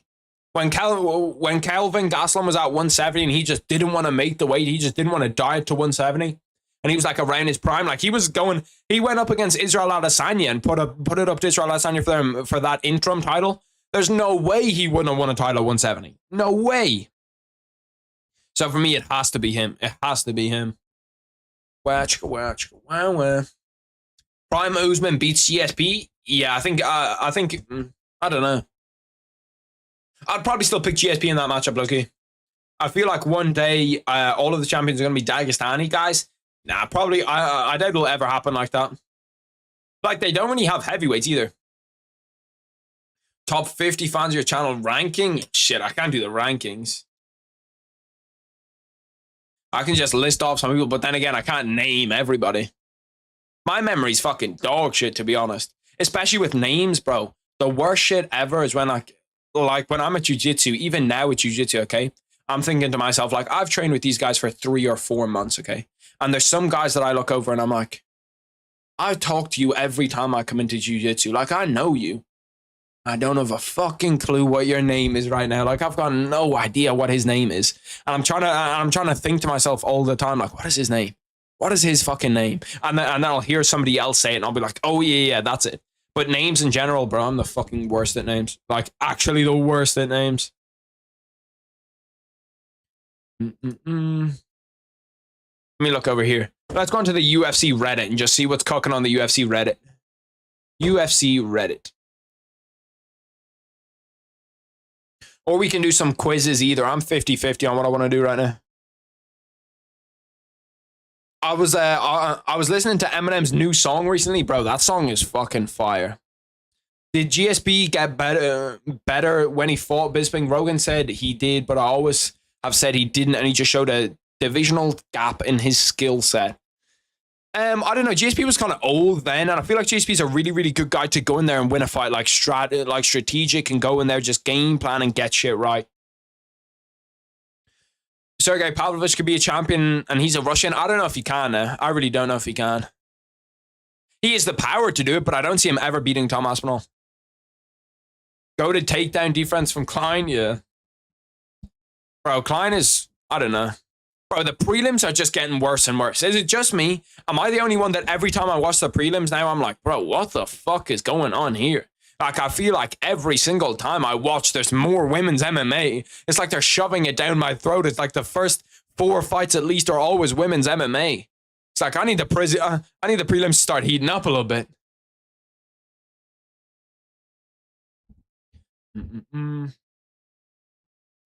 Let's take a look through the UFC Reddit. I always think that the Reddit's funny for opinions, bro. It's so funny. Bro, what the fuck? That's crazy. He speaks extreme, bro. That is crazy. 2024, and he's moving like that. This was the phone call we were talking about earlier, where it was Jon Jones in DC. Do they have captions? I was about to say, if they had auto-gen captions on Reddit, I was about to say, that's fucking impressive. Matchups you think wouldn't have been close had they happened. Yeah, Tony wins this one. Tony wins this fight. I won't hear anything different. Tony wins this fight. Nate Hamzat, of course.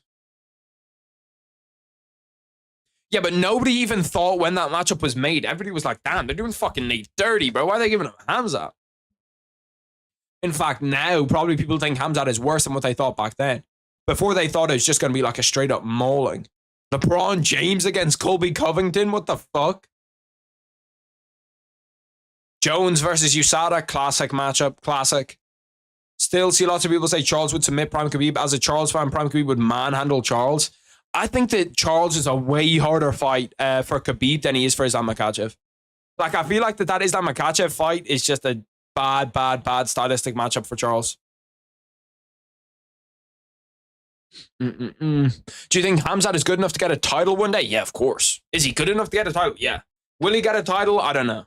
Like, Khamzat has all the skill set to be a fucking double champ, triple champ in the UFC. Triple champ might be a little bit much, especially if he doesn't have the discipline at 170. But like, in terms of skill set, holy fuck, Khamzat might be one of the most talented guys in the UFC. He could 1,000,000% do that shit. Lots of people don't see how Charles has never done well versus an elite wrestler with heavy top pressure, and Khabib's the first person you think when you say that description. I can see Charles triangling Khabib off his back. This is the one thing I don't like about Reddit. I'd like if on Reddit, see the way like all of these replies are still to the same thing, like all the way down, still going down, still to the same thing, and then you can view more replies from here. I feel like that shit sucks. Volk versus Zabit would gas and get fucked. Yeah, he would. Scroll out, see what else is going on here. Strickland stance looks like someone is constantly threatening to shoot him with paintballs. Now, that might actually be the most accurate description I've seen today. Strickland's stance looks like someone is constantly threatening to shoot him with paintballs. I'm more excited to see this psycho return than a washed cokehead. He really thought he cooked with this shit, didn't he? He really thought that he cooked. Views 100 replies. Would you like to view 10 more? Yeah, that us. I saw this video today too, bro. This video sucks. Where Hunter Campbell says that he's out for six months to a year. People were clowning on Charles when he lost to Islam because he called out Khabib. Then Islam is a harder matchup than Khabib.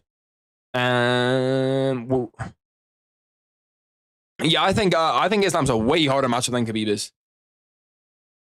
Arman and Gamrot would beat Khabib. I don't know about Gamrot. I think that, see, the one thing that I think about Khabib is that you're going to need to finish him. Because if you don't finish him, I think he will win on decision. His wrestling is just that good.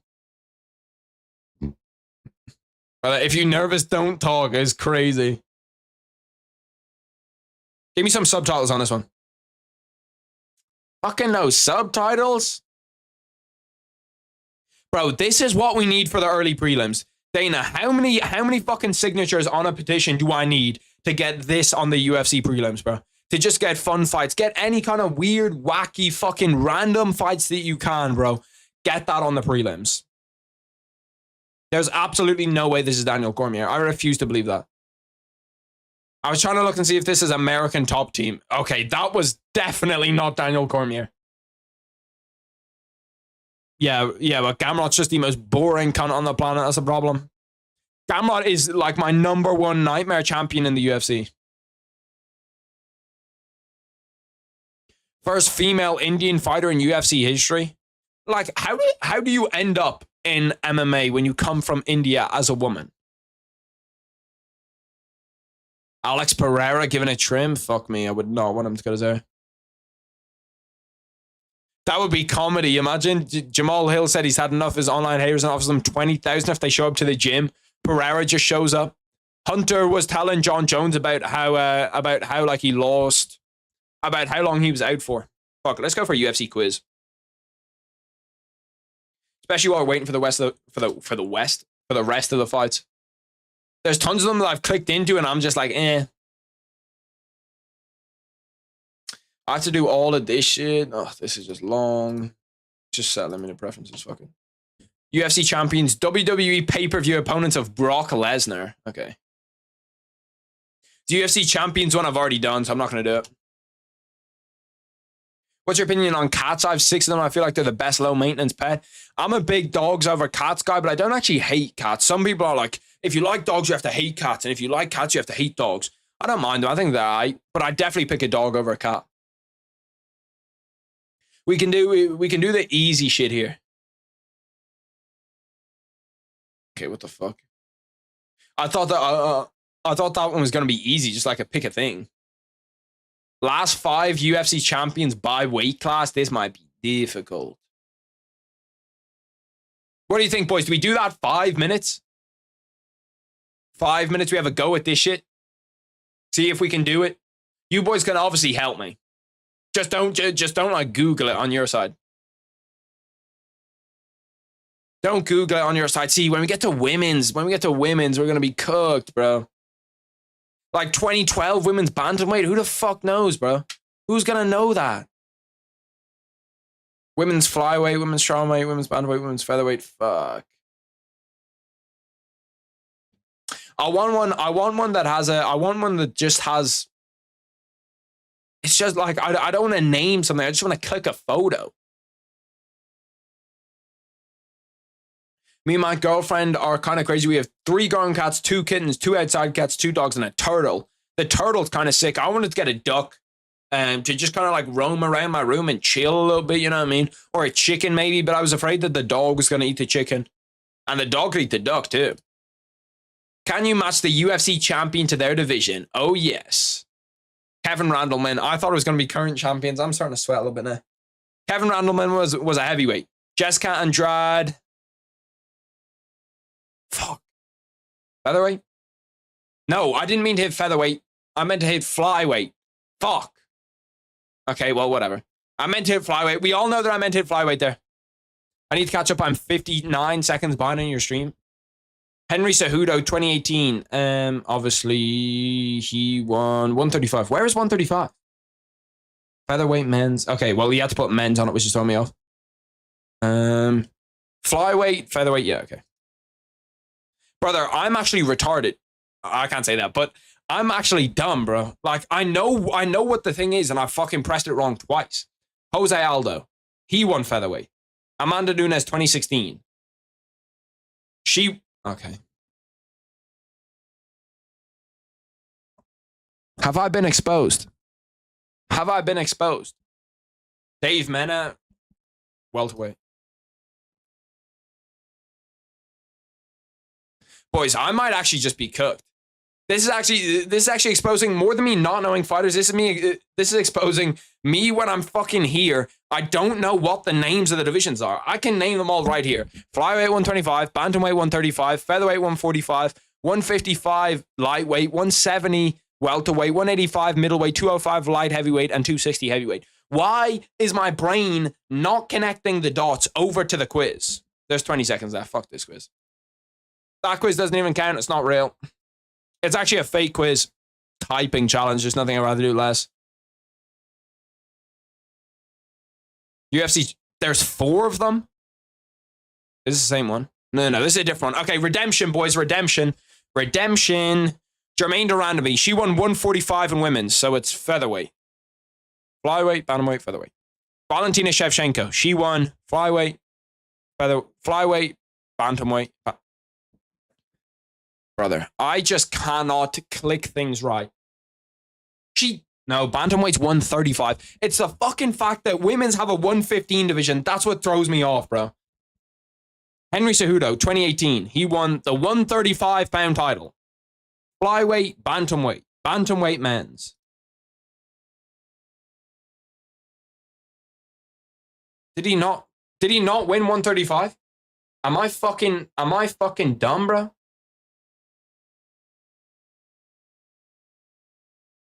Jessica Andrade. Jessica Andrade won the 115. Nah, fuck this, bro. This quiz is wrong. I'm telling you, this quiz is wrong. Let me go over here.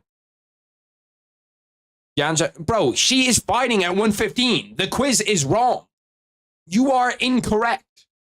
Lost against Valentina Shevchenko, beat Zhang Weili. No, lost against Zhang Weili, beat Rose Namajunas at 115. The quiz is wrong. The quiz is pissing me off, bro. The quiz is wrong. Fuck your quiz. You're actually a piece of shit. 5.02 ratings. The 2 ratings are from himself because he's a dickhead. Fuck that little dickhead. Bro, that quiz is quite literally incorrect. I clicked the right thing. We also clicked the right thing. You should do the Charles Oliveira opponents quiz. That one looks cool. See, I don't have to type. That's the only problem. I want to do shit where I can just click. If it was Charles Oliveira opponents where it's like just click the different opponents, I'd do it. But when it says like, when you have to click them, it's just annoying to do. And all of them are just, can you name? Do you know if this fighter was ever... Oh, well, actually, I can just type or you. Fuck me. I'm not doing that. That's too many fighters. That's too many fighters. That's 10 minutes. I need to get clickable ones. UFC and Pride champions. UFC is... See, look, this is what I'm looking for. I'm looking for some shit that's clickable. You said do every 2023 main event. I'm just going to get that there. If I go every 2023 main event.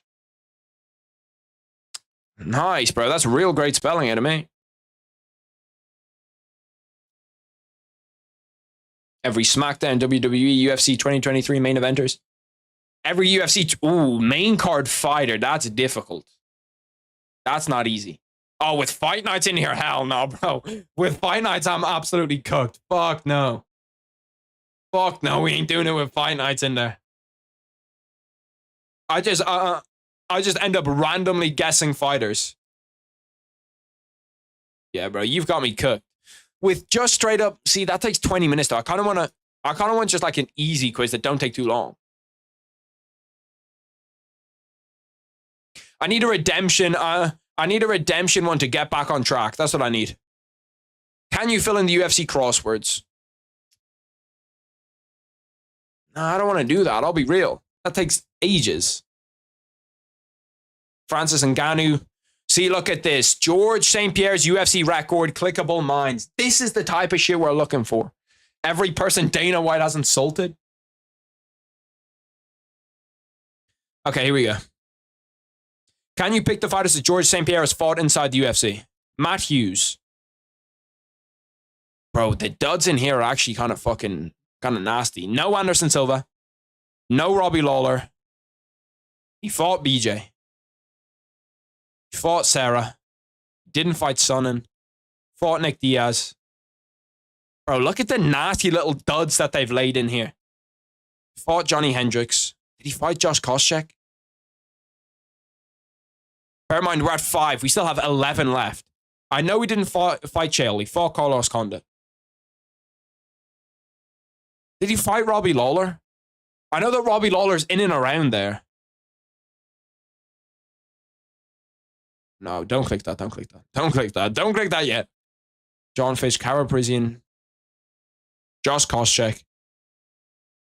See, these ones around the middle are throwing me off.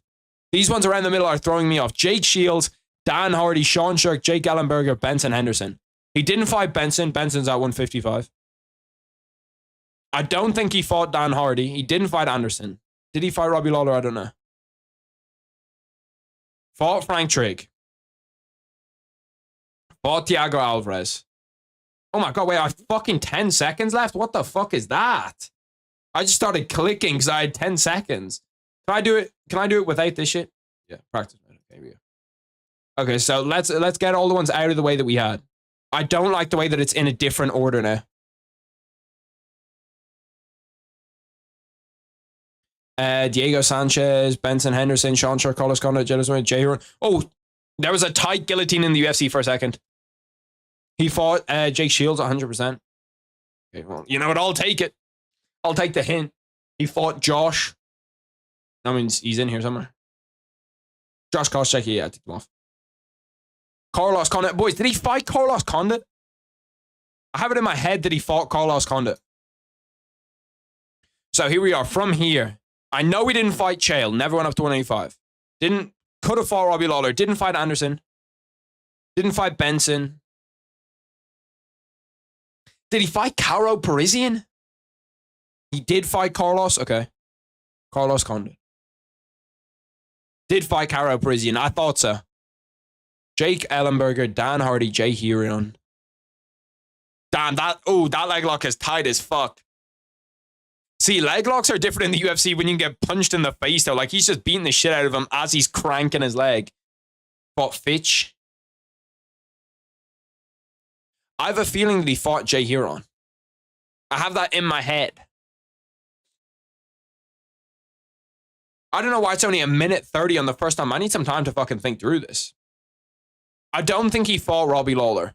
Did he fight Robbie Lawler? Because I know that Robbie Lawler and Johnny Hendricks fought twice. And I know that Robbie Lawler went on to like kind of dominate 170 for a bit since then. But I don't think that Robbie Lawler lost to GSP. We have 4 in here. Think like, so these 3 are all wiped out. Chael, Robbie, Anderson Silva are all wiped out. Hayatu Sakurai, no, he didn't fight him.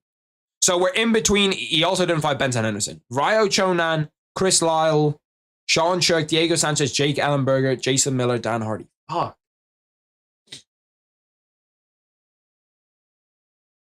You keep saying Lyle. I don't think he might have fought Lyle. He definitely never fought Lawler though. I know he didn't fight Lawler. So see, look, now I can't fucking trust your Robbie Lawler. You've led me astray. You've led me astray. Caro Parisian I got, which nobody else got. Who did he fight? Matt Hughes. So I got all of the difficult ones. He fought Jay Shields. What one did I miss? I missed 4 of them. Oh, here are the question marks. Okay, question marks. I didn't get them right. Well, that's not very fucking... You've led me astray. You've led me astray. I want you boys to know that.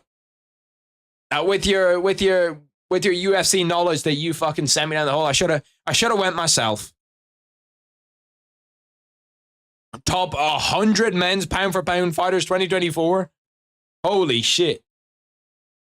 I could definitely do this, but not in 15 minutes. My knowledge was right. I said Shields. Yeah, correct.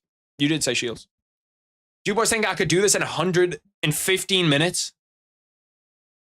Fuck it. We're going to have a go at it. I'm going to turn the timer off too because the timer just annoys me. We're going to have a go at it. Let's just go through. Pereira. Jones. O'Malley. Let's go through lightweight champion Makhachev. The rankings are actually very helpful because I'll be able to just go through. I'm going to forget some people here, but you boys should hopefully remember them. Leon Edwards. Then we have Volkanovski.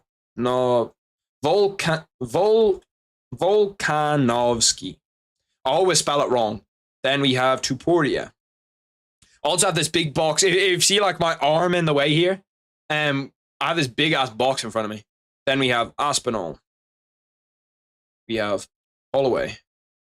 Can I just put in like first names? No, I can't. Shit, no, I just added a new tab. Nice.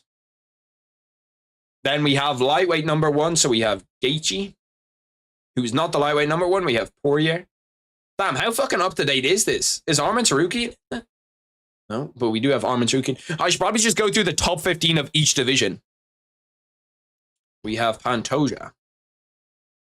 Lightweight number 1. Oh, Oliveira. I don't know why the fuck I'm tweaking on that. Yeah, no, for the first few, I don't really need, like, I can just go through it. Middleweight champion, which is Duplessis. Having him ranked that low is crazy, I can't lie. Is that not spelled right? Do I have to put in Drekus? Why did I have to put in his full name? Of all the people to put in their full name, it's just him. Okay, I should be able to type here a little bit easier. Drekus Duplessis, and then we have middleweight number 1, who is Strickland. Then we have Israel Adesanya. How do they even know who the men's top 100 are? Welterweight number 1, who is Usman. This is gonna take some time to just even type out all the names. So let me just go through all the divisions. Is this the current pound for pound? Yes, the current pound for pound men's top 100. I'm gonna roll through them. You boys can throw off names if you want to, and if I have to put in Chimaev. The second name thing's kind of annoying, Loki. I'm definitely gonna spell some names wrong here too. Valashvili. Then we have light heavyweight number 1. So we have Hill.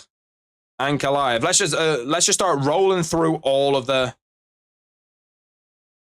Blakovic. Then who else is that? Who else is that light heavyweight, boys? So we've got Jamal Hill, we've got Jan Blakovic, we've got Yuri Prochazka, we've got Ankalaev. Middleweight number 3 is Whitaker. Heavyweight number 2 is Miocic. It's not Miocic, but heavyweight number 2 is Gan. Bantamweight number 3, Cejudo, Yang. Let's just see how far down it goes. So, okay, so if Song Yadong's there, we're gonna have to go deep into the fucking archives. Should we do it backwards? Welterweight number 15. Doing it backwards could be. Some of those are gonna be difficult down there. I'm just gonna have to start guessing welterweights. Like, is Tai Tuivasa on here? Damn, Tai Tuivasa's on here, boys. Everybody's going to be on here. Pantoja, right? You put him on here? Yeah, I put him on. I've got pretty much all of the, like, top 20 pound for pounds, because I have 33. So I've got, like, all of the top guys I have already. Sandhagen. I'm gonna try do it, like, right, in the right order. Flyweight number 1 is... Who is the flyweight number 1 right now? Moreno? No, he's the flyweight number 2. Royval? Urseg. Not Kurseg, Urseg. Welterweight number 2. Give me... I know it's not him, but give me him. He's not on this list? Did I spell it wrong? Yeah, I spelled it wrong. I was about to say, there's no way JDM's not on this list, but we have fucking Tai Tuivasa on this list. Shavkat Rakhmonov. This is more a spelling test more than anything else. That is how you spell Shavkat, right? Shavkat Rakhmonov. Is that not how you spell it? Boys, how the fuck do you spell Shavkat? How do you spell Shavkat? We have Pavlovich. You can go on there. All right, we'll come back to it. Featherweight number 3. Oh, yeah, we can go through all of featherweight. So we've got Evloev. We have... Who else is at featherweight? Volk. So you have Ilya, Max, Volk. Who's behind those guys? You have... Why am I fucking blanking on his name? 145er, boys. Why am I blanking on his name? Ortega. That's how I spelled it, right? There's no way he's not on this list. Rakhmonov. Yeah, that's how I spelled it. Unless they have it spelled wrong. Did they spell it wrong? I have no idea how the fuck they spelled it, because welterweight number 2 has to be fucking Shavkat, right? It has to be Shavkat. Marlon Cheeto Vera. Welterweight number 4, boys. Who the fuck is that? It's Covington. Gary. Bro, this shows you how much time I spend on the UFC rankings website. Shavkat is 3. So it's a different welterweight, and Shavkat isn't on this list. That's crazy. That's crazy that they don't have Shavkat on this list. Who's the fuck is the welterweight number 2? So you have, obviously, Leon's... Oh, Bilal Muhammad. Yeah, that one's on me. I was tweaking on that one. That one's on me. Middleweight number 4. We're going to have a bunch of people in here. I thought that Brendan Allen might be in here. Middleweight number 4. Cannonier. Lightweight number 6. See, this is where shit starts to get tested a little bit. You know what I mean? Lightweight number 6. You've got someone that's... Oh, it's going to be like Dariush. Or something like that. No, that's lightweight number 7. Lightweight number 6. Let me go through the lightweights in my head. Islam, Arman, Charles, Dustin, Justin, Michael Chandler. Conor McGregor. He's down there somewhere. Lightweight not ranked. Featherweight number 4. Who the fuck is featherweight number 4? No, it wasn't Fiziev. I'll throw him in there. He's gonna be there. Yeah, he's gonna be in there. Featherweight number 4. I can't think of it in my head right now. Middleweight. No, fuck it. Stay with featherweight. Okay, so we have Ilia Topuria. I put in Mozart. He's down a little bit. He's featherweight number 5. So I put in Ilia Topuria, Volkanovski, Max Holloway, Arnold Allen, Ortega. It's got to be Yair. Yair is the only one that I haven't put in. Yeah, Yair. Then middleweight number 5 and heavyweight number 5. Heavyweight number 5, all of the heavyweights just kind of culminate in one spot for me. So it's going to be Sergey Spivak. It's going to be one of these heavyweights. Sergey Spivak, Tai Tuivasa, Jairzinho Rosenstruik. It's going to be, if it's not them, you got Cyril, you got Stipe. Who do those guys beat? You got Tai Tuivasa. Who are the other fucking Russians that they all beat? Volkov. Volkov is a good shout. Volkov. No, Volkov's number 6. Who's heavyweight number 5? Lightweight 5 is Gamrot. I think I did that, but Gamrot's going to be there, yeah. Okay, so middleweight number 5 and heavyweight number 5. Middleweight number 5 is going to be... Who the fuck is that going to be? Middleweight number 5. I was just trying to think of the champion and think back. DDP, Izzy, Robert Whittaker, Sean Strickland. It's got to be like Paulo Costa or someone. No, Paulo Costa is number 7. Who's in the fray there that just hasn't fought in ages? Oh, Vittori.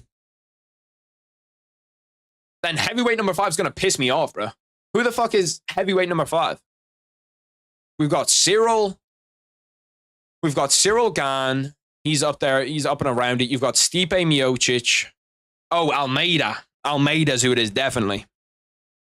No, Almeida's number 7. Damn. Curtis Blades. I don't think he's number 5. I think he's number 4. Curtis Blades is number 5 at heavyweight? Bantamweight 10 is Umar. I'll whack into Nurmagomedov. Probably give me 2. Light heavyweight number 5. Light heavyweight number 5. It's probably going to be... Is Johnny Walker in here? Johnny Walker is light heavyweight number 7. Number 5 is going to be like a wrestler or some shit that just doesn't get a shot. So we've got Pereira, Hill, Prohaska, Blakovic. We have Yuri Rakic. Flyweight number 3. More Royval. I know that Figgy's going to be in here. It's not Figgy, but Figgy's going to be in here. Who the fuck is flyweight number 3? Cannonier, I guessed. Nurmagomedov. It's always a solid guess for these Nurmagomedov. Then we have flyweight number 3, welterweight number 6. Ian Gary, I think, is welterweight number 6. Ian Gary's not on this list. Nah, I'm sorry. We're bugging, bro. Ian Gary ain't even on the list. You're telling me Tai Tuivasa's on the list, but Ian Gary isn't? Or they pretty much just have the whole welterweight division in here. The last one is welterweight 15. So I might just start guessing welterweights. Kyle Bryo better be on this bitch. Oh, he's not. But you're gonna have like, bro, you're gonna have Neil Magny and Jeff Neal, but you're not gonna have Ian Gary. Like Malott there. No. I know that we're gonna have Chris Action Man Curtis.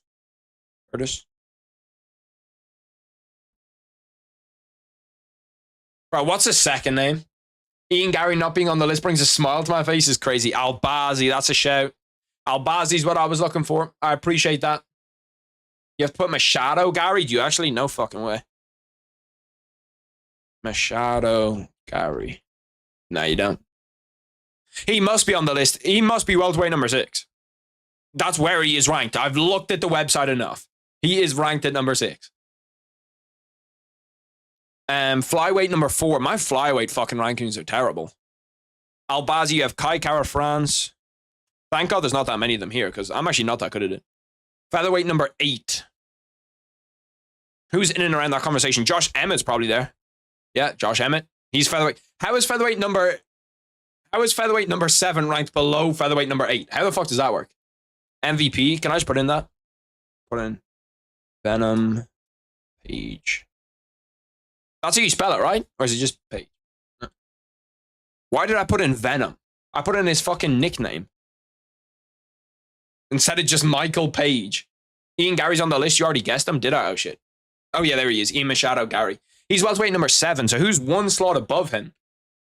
It's just Page, yeah, I know. I was tripping by putting in Venom. I don't know why. I just thought that he fucking all of a sudden turned into a Marvel comic book hero. Manel Kape, that's a great guess. I'm just trying to think of who the main events are now. We have Tatsuru Taira. I doubt he's on it. He should be. Makhachev's there. Who's in those main events? Who's in and around those main events? I'm trying to think to myself. It's always like the fight nights. He is on the list. It's a sad day. He should be, to be fair. If he's not on the list, it's crazy. Welterweight number 6. Featherweight number 8. Flyweight number 5. Light heavyweight number 6. See, this is where shit gets difficult. We start to get into the depths. Alex Perez. That's a great one. Alex Perez. Reyes, I doubt, is here. Yeah, I was going to say, if Reyes is here, we're in the depths. Welterweight number 6. Sean Brady, maybe? No, he's number 8. Who's above Sean Brady? Is Vicente Luque up here? No.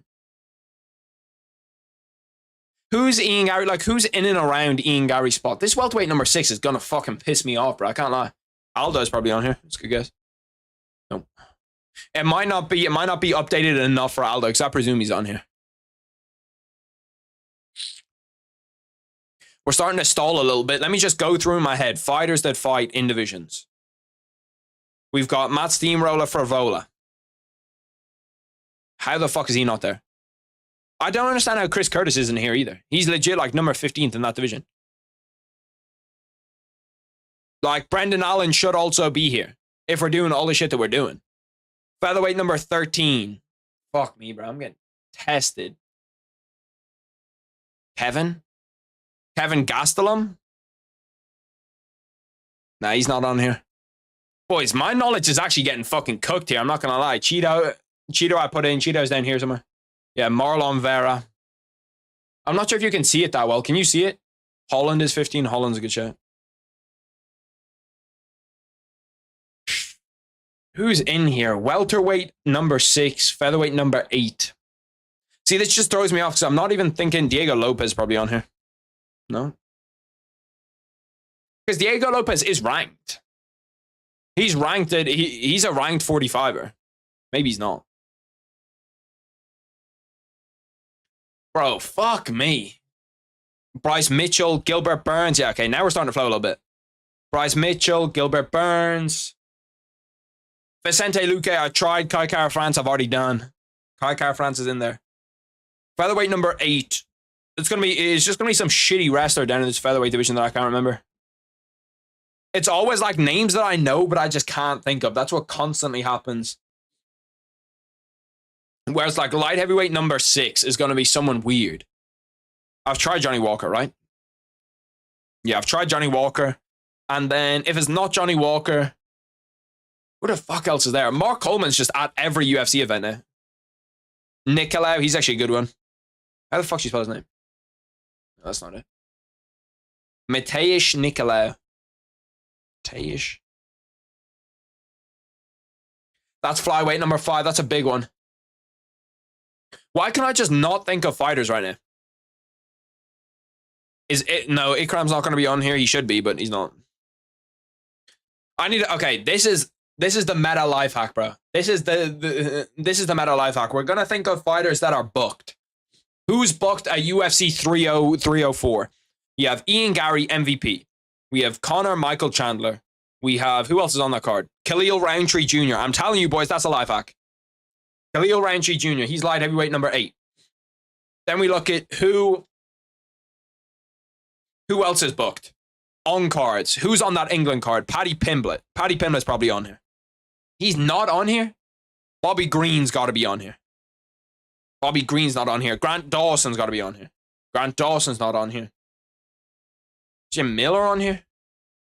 Oh, okay, fuck me. Well, that strategy went out the window. Calvin Kattar. Calvin Kattar's a shout. Great one. Calvin Kattar at featherweight number 8. Okay, so now we're 20 off, boys. We're actually not too far off. We're 20 off. Pimblett's not ranked yet. Yeah, I'm throwing shit out there. When Tai Tuivasa is on the list, I'm immediately just thinking like, okay, what can we do from here? We need to get all these little Russian heavyweights out of the way. Sergey Spivak, Sergey Pavlovich. Who's the other one that like looks exactly like him, bro? Who are the other? Yeah, Derek Lewis. Bang. That's another one. Derek Lewis. Who main events fight night, boys? Spivak. Rosiev? Rosenstrike I've already put in there. I put in Rosenstrike. Who else is in here? Who are the heavyweights that I always complain about them main eventing? Jairzinho Rosenstrike, Shamil Gaziev. Shamil Gaziev's not going to be in here. Then who else do we have? Rakic I got. Rakic I put in. We're looking for like the middle of the bracket fighters. Who the fuck did Jelton Almeida fight? Tabora. Tabora's a great one. Tabora's a fantastic one. Who do like Jelton Almeida? Who does Cyril Gane fight in France? That's what we need to think of, bro. Who does Cyril Gane fight in France? Who are the bums that he fights? We've actually got a lot of the heavyweights. Bantamweight is where we're struggling. Andre Feely's going to be in here. Never mind. Bro, all of the rankings from like 10 to 25 all get fucking jumbled up in my head. Michel Pereira might be on here. No, I would have got him with the original Pereira. Right. Jesus Christ. Pereira. I don't even think that's spelled right. Pereira. Yeah, I would have got him with the original Pereira. So I might have got him, but I'm not sure. Okay, so what do we need? What do we have left? We have some light heavyweights left. We have some lightweights left, but the big ones really are bantamweight and featherweight. I'm trying to think who's in and around these rankings. Ige, Munoz, Dom Cruz. Is he still in the rankings? No. Cody Garbrandt. Now we're just throwing out flyers, boys. We're at 84 out of 100. Who's number 6 at light heavyweight, bro? Nikita Krylov. That's who it is. Nikita Krylov. And then we have Giga Chikadze. Another good one. Giga Chikadze's up there at featherweight. Then lightweight. I'm trying to think. Number 11 flyweight on the planet is who? Who is the number 11 flyweight on the planet? Who's just under Benoit Saint-Denis? Probably got a win inside the... Jalen Turner. Jalen Turner's got to be on here. Money Moicano's on here for sure. Money Moicano's down there. Then think about UFC 300, Harry. Who did Diego Lopez fight? Diego Lopez fight Super Sadiq. Is he on here now? Sadiq Youssef is on there. How the fuck is Diego Lopez not on here and Sadiq Youssef is? Bantamweight number 9. Bantamweight number 9. Bantamweight number 11. See, it kind of throws me off with this shit because Dominic Reyes isn't ranked anymore. But it kind of throws me off with this shit a lot of the time because if it's not updated to a certain bit, like this has got a little bit where it's not updated, but it throws me off because I'm going to think somebody won their fight and it's going to be the other way around. Brendan Allen, I tried. He's not on here. I don't know why he's not on here, but he's not. Lightweight number 11. We should be able to get relatively easily lightweight number 11. Think about BSD, who BSD fought when he was coming up. Think about who just recently lost a fight in and around to somebody like BSD, to someone like maybe Poirier, to someone like maybe Dariush. Did you get Lerone Murphy yet? He's 15th at featherweight. I don't think he's going to be on here yet. He's not. Barbosa might be, though. Edson Barbosa's on here. Who else is in and around that featherweight bracket? See, like, when I look at the rankings again, I'm going to be like, what the fuck am I doing? Dan Hooker. Dan Hooker's a great one. Lightweight number 11th. So who would Dan Hooker have been fighting against? Dan Hooker's fought Jalen Turner. He has fought... Who did he pull out of a fight against? Was it Fiziev that he pulled out of a fight against? Was it Bobby Green that he pulled out of a fight against? There's some wrestler in and around here. I put in Gamrot, I think. Yeah, put in Gamrot. Who did Gamrot beat in his last fight? Fiziev, but that was through injury. We put him in. Who did Fiziev beat in the fights before? Fuck me. This is actually difficult. We've got 9 left, boys. We've got 9 left. We need a middleweight number 8, a welterweight number 9. We need a middleweight number 9, a welterweight number 11, light heavy number 10, bantamweight 9 and 11, and then a middleweight 10. So middleweight, if we just lock into middleweight, we'll be good. Hermansson's. I think Hermansson might be a little bit too low. Yeah. Hermansson's just below that cutoff bracket. So you have Hermansson, you have Pfeiffer. Do they have Anthony Hernandez in here? Fluffy's not in. Fluffy's not top 10. Dos Anjos might be in here. They're good guesses though. Volkan Ozdemir we put in, yeah. Hermansson I tried. Is it 1 N? I thought it was 2 N's. Hermansson. Yeah, it's 2 N's. He's not on here. I don't know how, because I thought for sure he'd be in here after the Joe Pfeiffer fight. I'm trying to think who.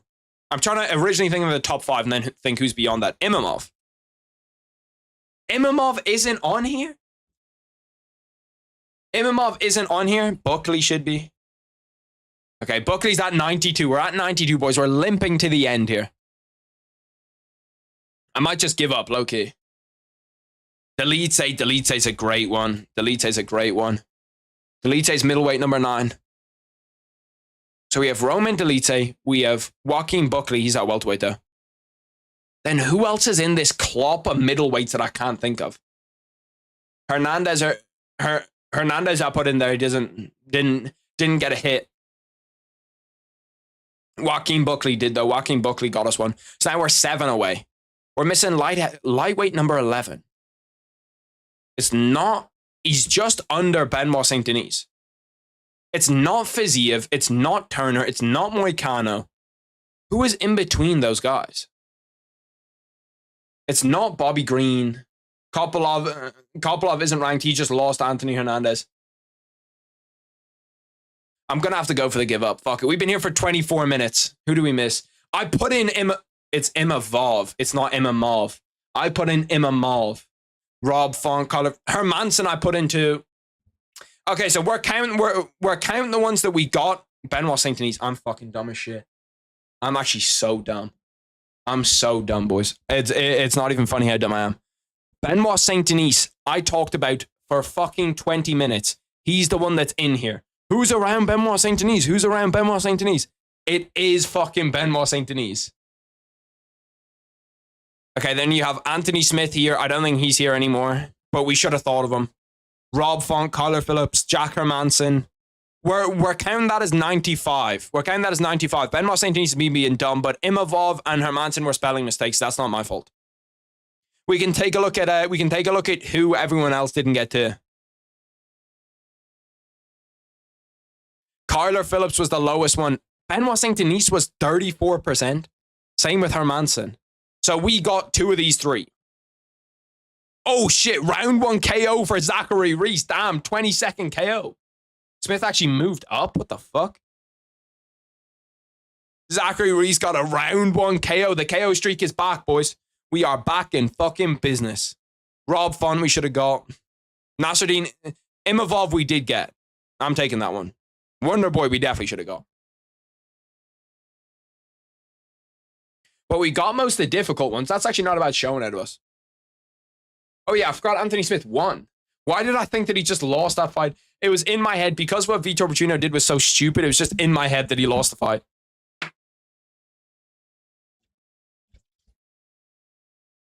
No, I said it's true. I can see it. I can see it too.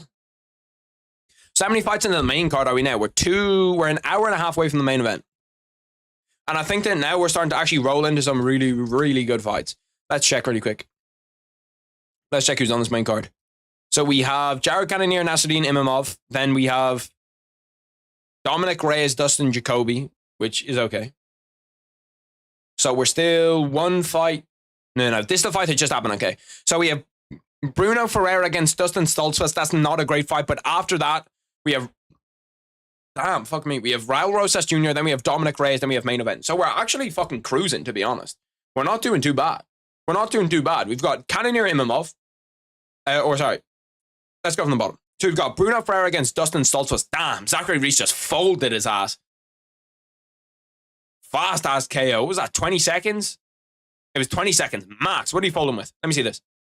Little thing. Comes over the top. I'm guessing overhand right. Body kick, uppercut. Damn. It was vicious. It's a nice little KO from him. He's getting hyped up with the crowd now too. Comes over, screams in the camera. To be fair, it's got to be a nice one to get your shit back after getting slam KO'd. Brother, he is fucking jacked. Holy shit. But yeah, okay, so we have one kind of mid fight left. And then after that, it's all good fights. Bruno Ferreira, Dustin Stoltzfus. I'm not going to lie, that's mid. It's mid. But apart from that, we've got only good fights left. Should I make some mac and cheese? Fun fact, I've never had mac and cheese before. Is that crazy? I know it's super popular in America, but I feel like it's just not that popular in Europe. You know what I mean? Like I don't know that many Europeans that eat mac and cheese. No, I said it too. I can feel it. I can feel it too. I thought when I was first reading that, I thought that said, should I make some music? But I do want to try some mac and cheese. When does the Reyes fight start? It should start at around... I think the main event's meant to start at 2:30 my time. Or is it 2:30 or 3:30? Let's check. It's gonna be 3:30 because 2 a.m.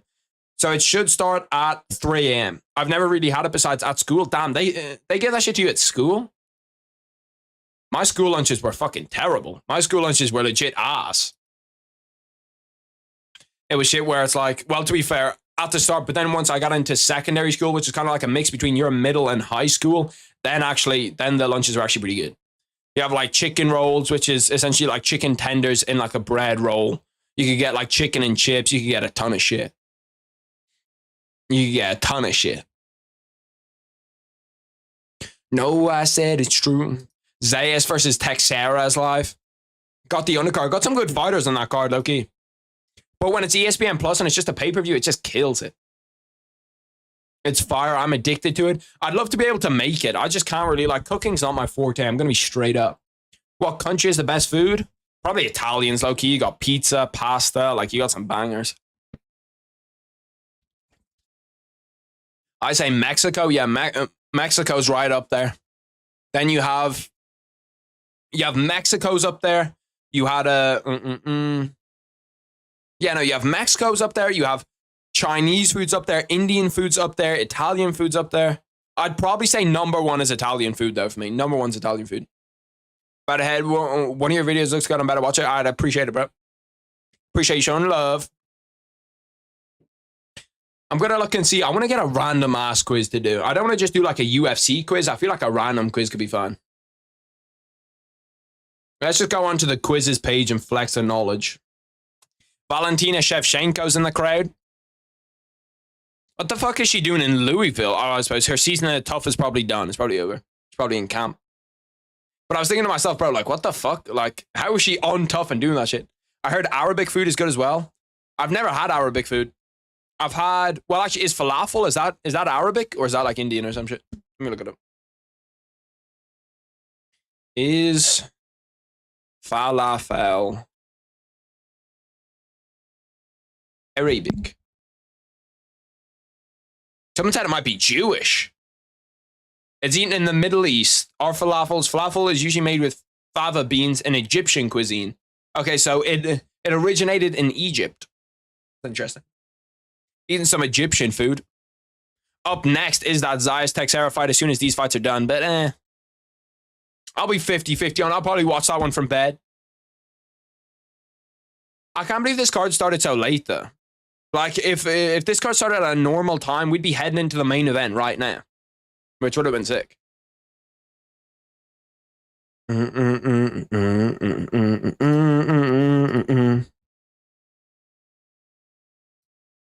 I'm kind of annoyed. I'm not sure. I'm 50-50 on whether I'm going to miss next weekend. It's shit that's out of my hands, really.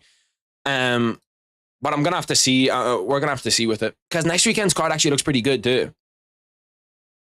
It's like muddled in with this card. But if you look at the fights that are on it, you have... Let's go through. It's actually pretty easy in the prelims. So you can just see what fight doesn't have a result. This Josephine Knutson, Julia Palastri fight, it should actually be decent. Josephine Knutson was the one that she fought on Dana White Contender Series, lost, and then like 2 weeks later was like, fuck it, I'll fight again. Just fought again 2 weeks later. Jeka Saragai against Weston Wilson, mid. Definitely terrible. Brother, how on earth is she in the fucking UFC with a 3-1 record? We need to get a hold of this, Dana.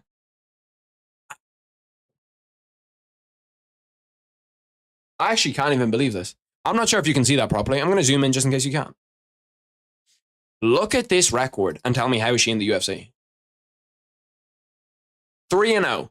Not 3-0 in LFA, in Bellator, in PFL, in any tier 2 organization. One. She won her fights in Bayou FC, Shogun fights, and Caged Warrior championships. Okay? And then lost on Dana White Contender Series. And they were like, fuck it. Welcome to the UFC. 3-1. 3-1. And she's in the UFC. Shit, must be nice. Bro, if I was a woman, to get into the UFC, to get that 10-10 contract, it's quite literally the easiest shit on the fucking planet. Like, Dana White's just handing them out. Did you hear about Brady Martin slapping the streamer Stable Ronaldo? Yeah, I thought, but that's just like his roid rage, isn't it? I did think he took it a bit serious, though. But I'm not a big fan of Brady Martin anyway, to be honest with you. I don't really fuck with Brady Martin. How much of a... What knockout streak are we on now? We're on a decent little knockout streak. We're on a decent little knockout streak. You got Carlos Prades. Then we had the fight before, and then we just had that Zachary Reese fight. He definitely overreacted. Yeah, just because it was like something normal too, like taking your hat. If I was Bradley Martin, I would have, or if I was Stable Ronaldo, I would have slapped the shit out of him. I would have slapped the shit out of him. Josh Green against Adam Fugger opens up the main card. Yeah, I'm not gonna lie, this card next week is actually kind of weak looking at it. Because you have, damn, the McGregor Chandler fights on TNT Sports box office. It's just not on the normal TNT like usual. You have Josh Quinlan against Adam Fugger. You have Asu Almaibiev is a good fighter. But apart from that, it's kind of weak, low-key. Tatsuru Taira is cool. Alex Perez, Ikram Aliskarov is cool.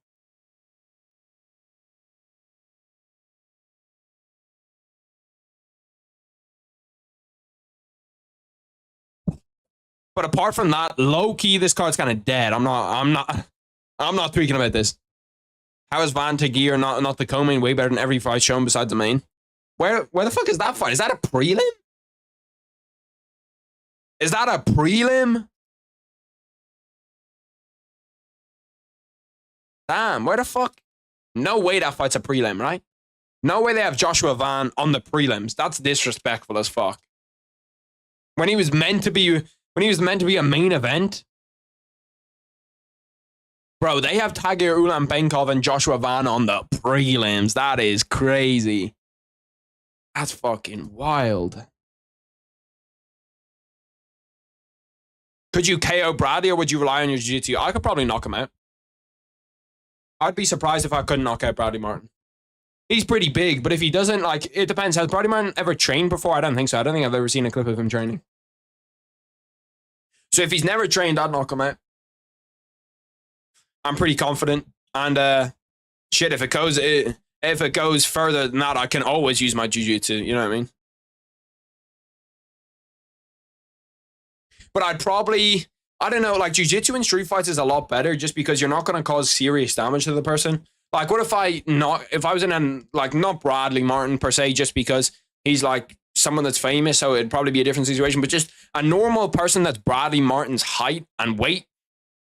Like, I don't want to KO him and then he hits his head on concrete and all of a sudden I got a fucking murder case on my hands, you know what I mean? And I'm going to prison. So I'd probably most of the time rely on jiu-jitsu and just choke him out. I'd just choke him out. I'd just take him down, and then if I take him down, he'd be cooked. Like, take him down, get to mount, and then I can really choose what I want.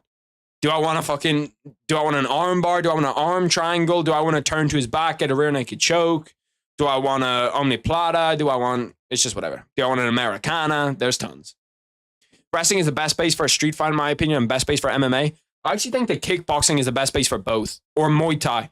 If you count Muay Thai as a base, Muay Thai definitely. If you count kickboxing as a base, give me kickboxing. Because, like, yeah, if you get taken down, you're in trouble. But with kickboxing, you can keep people out range. I think for me, the best base for MMA as well is the same, kickboxing, though. Because you can learn to get your takedown defense to a pretty high level pretty fast.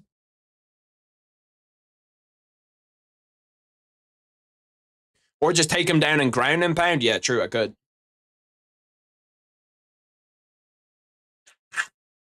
My bad. Fuck.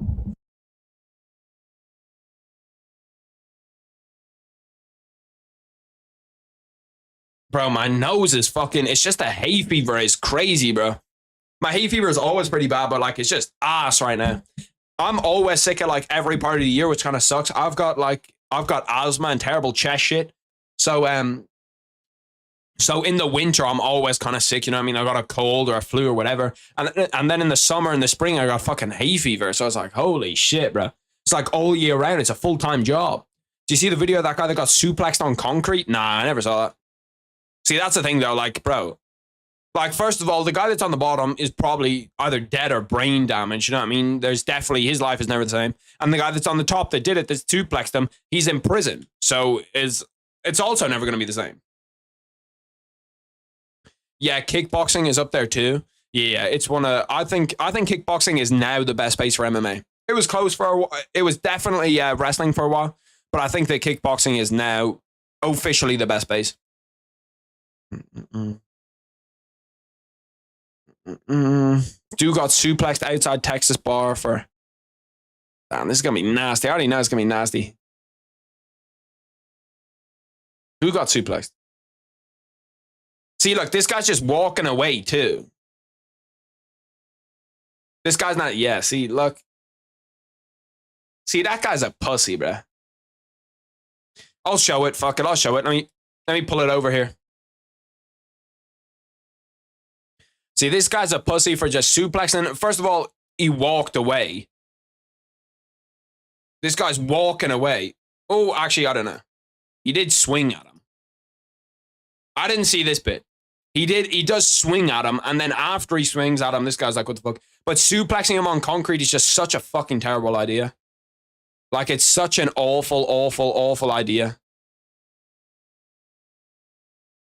This is not, bro, this is not deserved. Like, a punch is going to do one thing. First of all, this might be the worst technique I've ever seen in a punch. Like, this is real bad. But to try cheap shot him out of nowhere is a bitch move. But then to slam him on concrete, like, you're just ruining your own life.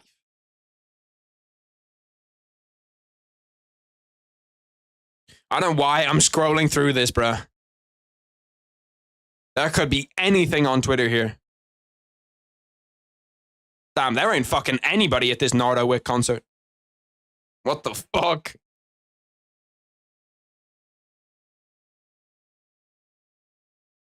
Whoa. See, look, the further I scroll down, the worse it gets, where it's just like ban, ban, ban, ban. Oh. Bro, my shoulders, my back, everything fucking hurts. I upload a lot of street fights on Jiu-Jitsu. I mainly go on Twitter to watch street fights. Yeah, they're there. But yeah, no, if you're ever in a street fight, first of all, I'd avoid a street fight. Second of all, do a martial art, so like a street fight's not really that imposing. Like in a street fight, my main thought is, how do I not hurt this guy that bad? How do I put him down and keep him out of the way? You know, make sure that he's not here anymore. But how do I fucking how do I do that shit and not hurt him too bad? The other thing you can go to, which I've gone to before, is just a liver shot. If you just hit someone clean in the liver, they're not coming for you anymore. They don't even want to move anymore. They just want to sit there in their ball and like curl up and be like, okay, I'm done. I'm not fighting anymore. But jiu-jitsu can do the same thing. Like if you get anybody in a choke, if you get someone in a mount and they're just not able to move. The other day I saw members of a cartel killing two guys. Bro, I've seen the craziest shit on... Bro, Instagram Reels is even worse, to be honest. I see the crazier shit on Instagram Reels than I ever see on Twitter. Like, Twitter's, like, mediocre for, like, crazy shit. Bro, Instagram Reels is fucking nasty. I saw a guy get his heart cut out. In a cartel video on Instagram Reels. You see car crashes. You see some fucked up shit on IG Reels, bro. My Twitter's not even that bad. I don't even see any crazy shit on Twitter. Most of my Twitter, like, if I just scroll through my timeline, it's just, like, fighting most of the time. It's legit just fighting most of the time. Like, I'm looking through it right now. I don't know. Fuck it, I'll pull it up. I never see shit like that. Shit, I see shit like that all the time. Look, Bilal, Shakur Stevenson, UFC, UFC, UFC, UFC, UFC, COD, car MMA. So UFC, bro, car MMA is the fucking shit. Let's give a tune into this. Let's break this down piece by piece. How do they stay in the car though? Surely with like a flat top car, they're just gonna fall out. I didn't realize you're allowed to punch in car MMA. Oh, well, I suppose it's car MMA, not car jiu-jitsu. Car MMA is crazy. Oh, yeah, he's done. He's done. You gotta stop that. You gotta stop that. Bro, he's got the sponsors ingrained into his back, too. That's actually pretty typical. UFC fighters should start to do that, where they get their sponsors on them like that. More UFC. 5 fights in, all decisions, 3 splits. Yeah, no, it is crazy. Bro, legit, all of this is the UFC. I didn't realize how much of it was the UFC. That's WNBA, but all of it is the fucking UFC. Holy shit. The UFC tried to book Charles Oliveira versus Islam Makhachev for UFC 295, but Charles turned it down since the cut hadn't fully healed. Damn, that would have been sick, bro. Charles Islam at 295 would have been sick. Short notice, there's no way that Islam Makhachev would have made weight there. No way Charles would have made weight. Or Islam.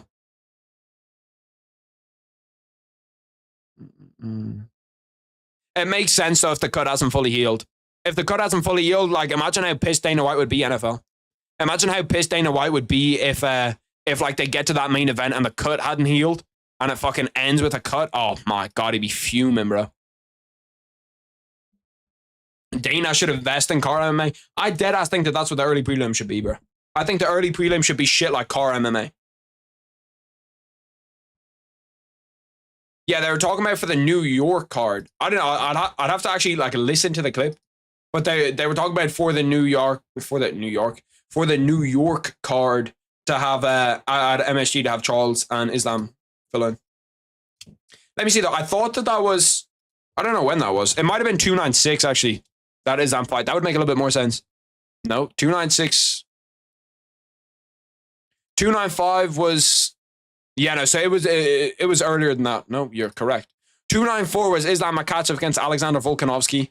295, they're just trying to get, well, it does, when you think about it, Islam Makhachev, okay, did KO Volkanovski in one round. And they might have done it at a catch weight. Who knows? Who knows if it had got further, if they would have done it at a catch weight, but I can see where their thinking is. For me, the one that makes more sense is the Aspinall Pavlovich one, though. Do you think Islam faced harder competition than Khabib? It's a good question. Volkanovski's better than any fighter that I think Khabib faced. But I don't know about, like, the rest of them. Like, the Dustin Poirier that Khabib faced is way better than the Dustin Poirier that Islam faced.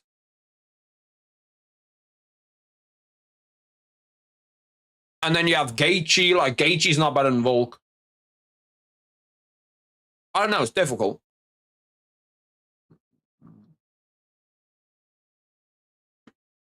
I'd say probably Islam's faced harder competition, though.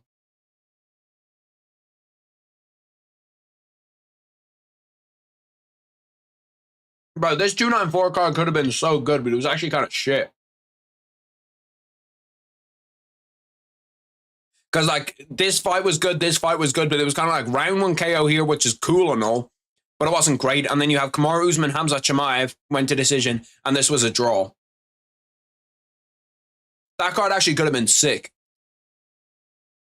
Bro, this leg lock is deep as fuck. Pereira managed to roll out of it. Bro, I love the way in MMA sometimes they'll just give up the position. Like, Dustin Stoltzfus there was just like, well, fuck it. You can have it back. I'll give it back to you. Gaethje was in his prime, then Khabib walked him down. I don't know if Islam's capable of that. I feel like everybody's just going to be, like, both of them are just going to be able to out-wrestle Justin, though. I don't know if Islam would have finished him. Islam beat Charles to win the belt, and Khabib beat Al Iaquinta for the belt. That is very true.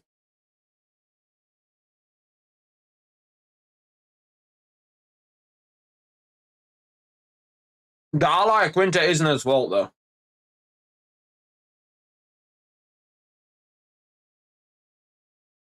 I got this sticky shit all on my hands because this fucking thing is melting.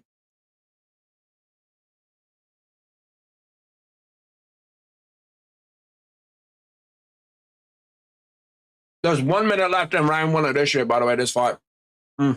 Mid so far. I haven't even been ultra locked in on it, to be honest. I've just been chilling. From the next fights, that's where we're going to lock in. After this fight, the next fights, we're locking in.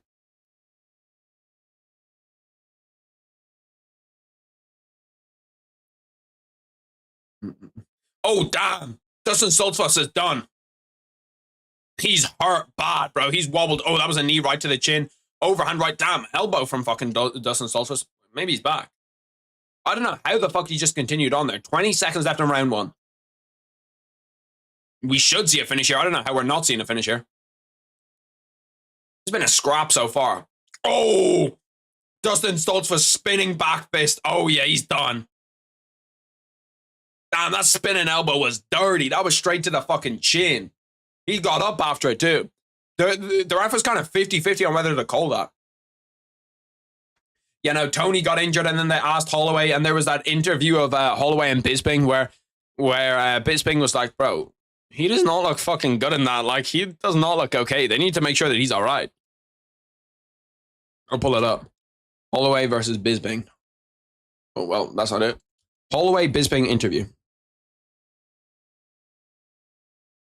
Holloway Bisping interview before Khabib.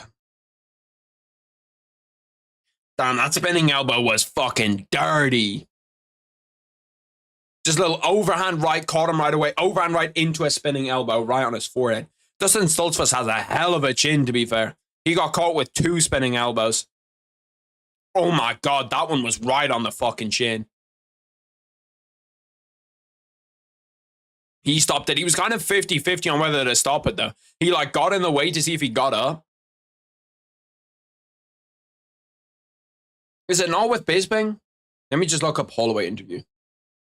Because you can see that there's, like, a clip of him where he's, like, and he just looks like he's absolutely fucking dead. Where is it? There's one clip that I'm looking for where he's, like, he's, like, talking to ESPN or somebody. And they're like, oh, the weight cut looks like it's going badly. Like, he looked like he was super tired. Gotta fucking blow my nose again.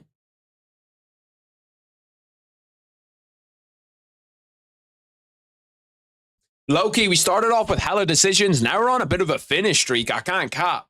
I'm trying to find the photo of Holloway on that fucking interview, but it seems to just not exist. You probably all know what I'm talking about anyway.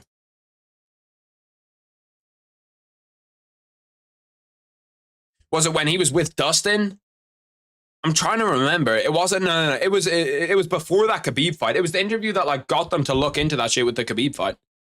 Because he just looked so terrible on that. He had no energy. He had no anything, and he was just kind of sitting there. And they could all see that they could all see that he was just like, he did not want to be there at all. Because he was trying to cut like 30 pounds or whatever. But most of the time, the UFC, like, most time they'll just let them cut whatever way they want to. The pacing for this card's getting a little bit better. Bit by bit by bit, we're getting better for the pacing. Because we have 3 fights left. And I'll be honest, boy, it's been a little bit of a struggle. But the 3 fights left are all good fights. We got Raul Rosas Jr. We have... I'm trying to think. I can't see them. I just looked like this Google shit is so broken, bro. Raul Rosas Jr. Then we have Dominic Reyes. And then we have Jared Cannonier. Can Dominic Reyes bounce back, bro? Can he bounce back? I'm hoping he can. I don't understand how you're not a bigger YouTuber. Well, shit. Takes time. All in good time, brother. When I start putting... when I start putting out better videos, shit. That's when it is. Nah, but you know, it takes a minute.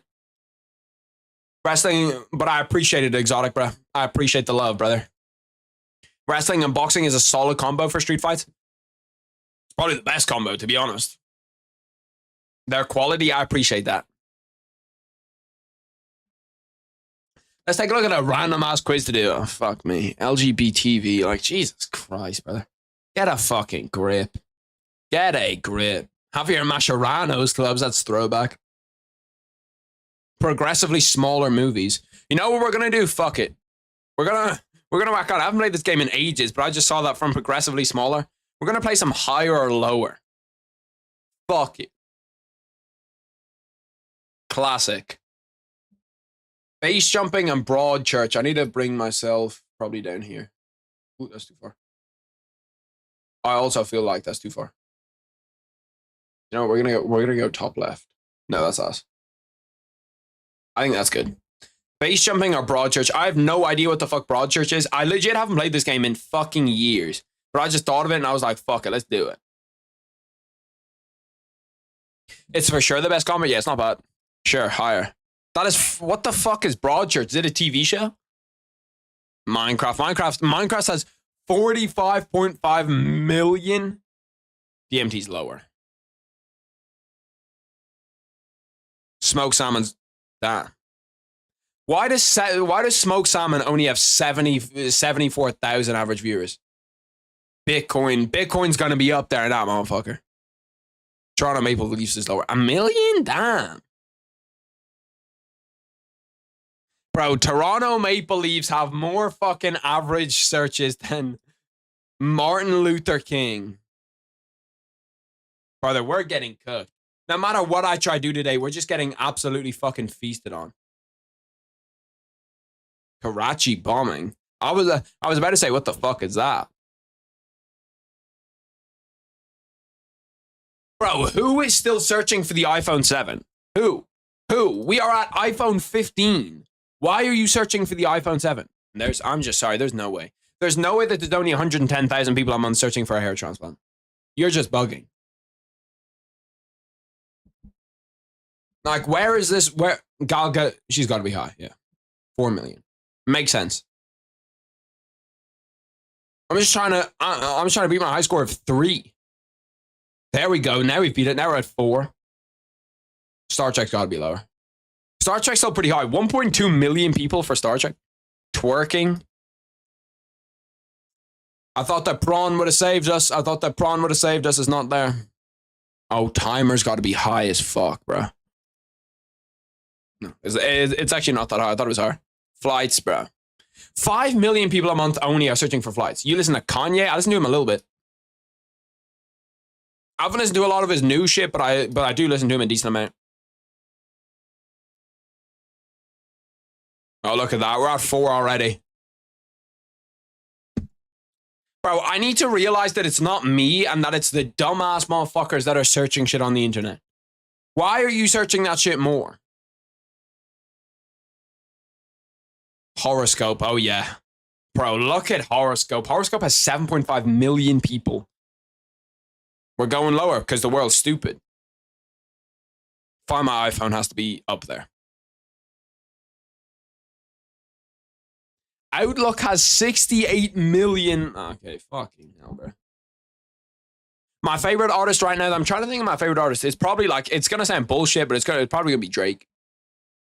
Fuck higher or lower. Higher or lower is a bitch game for bitch people. Fuck that. Give me something else fucking interesting. Trying to name a game or a quiz or some shit. That would be pretty good. I can't think of any good ones right now, though. Before this Raul Rosas Jr. fight. I don't know why they do this shit with the pacing where it's like, bro, like Raul Rosas Jr. is meant to walk out in 3 minutes and they're taking their time with him, bro. Now is not the time to take time. I wonder if there's strict copyright on like old ass fights.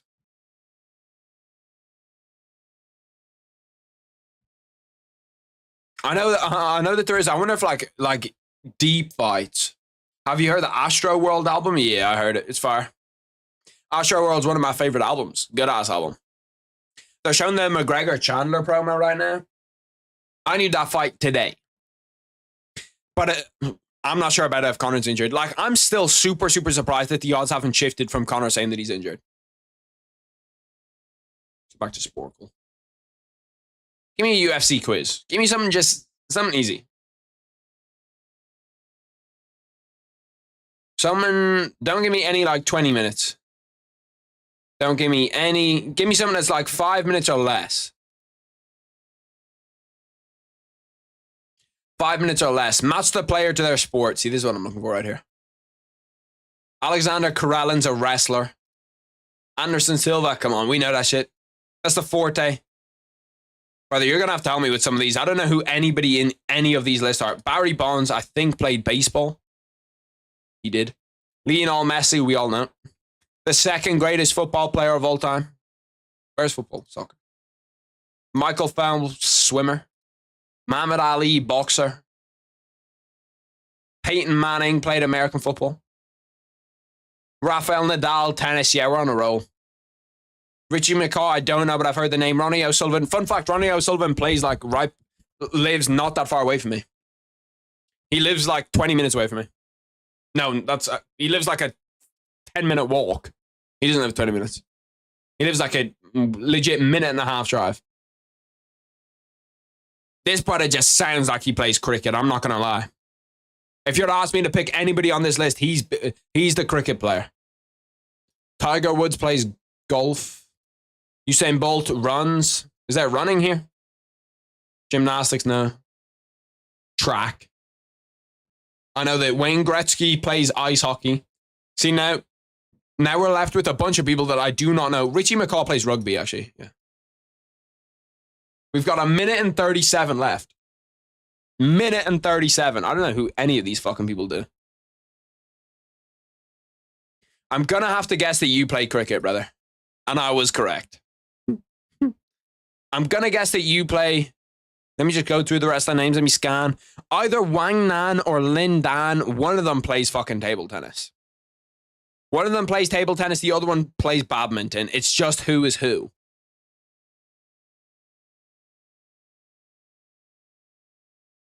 Oh, look at that. Bang. Told you. One of them, you have to, bro, you just look for the Chinese. That's what you do. We've got to go immediately off stereotypes. So we know that none of these, we know that has to be a woman that does most of this shit. I'm not going to know any of these guys. Okay, so MotoGP. It's either Greg LeMond, Herman Meyer, or Bill Shoemaker. Bill Shoemaker has got to be out there making shoes. There's absolutely no way. These are both kind of fancy, exotic sounding names. So I'm going to say one of these two. I have 27 seconds.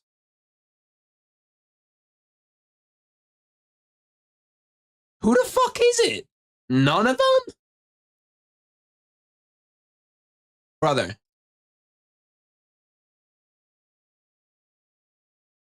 Valentino Rossi is the MotoGP one? How the fuck are we talking about Valentino Rossi? Okay, I got the ones that I should have got. What do you bitches do? Bill Shoemaker's a horse racer? Fuck out of here, Bill, you bitch. Bill, you're a fucking pussy. Stop horse racing and do something good with your life. The other ones, I was kind of correct on what they would do. You know what I mean? Handball. Like, what are these bitch sports, though? Volleyball, skiing, horse racing, field hockey, gymnastics, handball, and cycling. What kind of fucking pussy sports are they? UFC roster post 302. Can you name the entire roster? Yeah, you're bugging. The entire UFC roster? Like, you've got to be fucking off the good stuff. I don't want to name them. I just want to click them. Most of the stuff is just like, can you name the opponents? Can you name the opponents? Can you name the opponents? Typing challenge. Jesus Christ. It is all, can you name the opponents? Look at this shit. All UFC opponents. Missing word. UFC fighters. Like, fuck. UFC title holders 2009. Yeah, fuck off.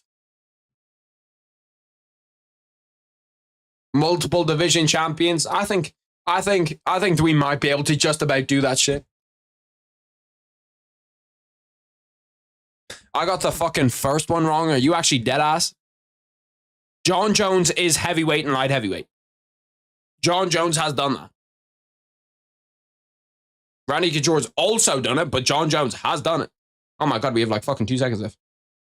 GSP, welterweight and lightweight is BJ Penn. Lightweight and featherweight Conor. Look at that, 80% I got more than most. Bro, what the fuck is that bullshit? Him and DC are both heavy and light heavy. So is fucking Randy Couture, though, who was the actual right answer. Rules of UFC. Can you pick the UFC champions that were not born in the United States or Brazil? Yes, sir, I can. Joanna, yo, J-Check, give me that. That were not born in the United States or Brazil. I think that Stipe wasn't born in the US, right? Conor definitely wasn't. Andrei Arlovski definitely wasn't. I nearly clicked that, bro. The Brazil one's throwing me off. Bas Rutten's from the Netherlands. I just knew that is not a Brazil or... Where is Jermaine Durandamy from? She's from somewhere in Europe, isn't it? Or is she from Germany or something? Bisping, no. Khabib, no. So we've got 2. GSP's from Canada. Carla Esparza. Is Carla Esparza from like fucking Mexico or somewhere? Stipe's Croatian. See, the born makes a difference. I don't even think you were a UFC champion. You're US, Brazil. US. Could be anything. Probably Brazil. Don't know. Brazil. US. I thought it was Carlos Newton. Damn. Where was Stipe born?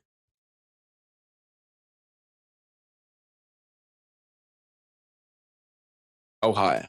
Of course he was fucking born in Ohio. Damn, I thought for some reason that he lived somewhere else. I thought for some reason that Stipe like did some shit outside, you know what I mean? Did some shit outside the US. I just had that in my head.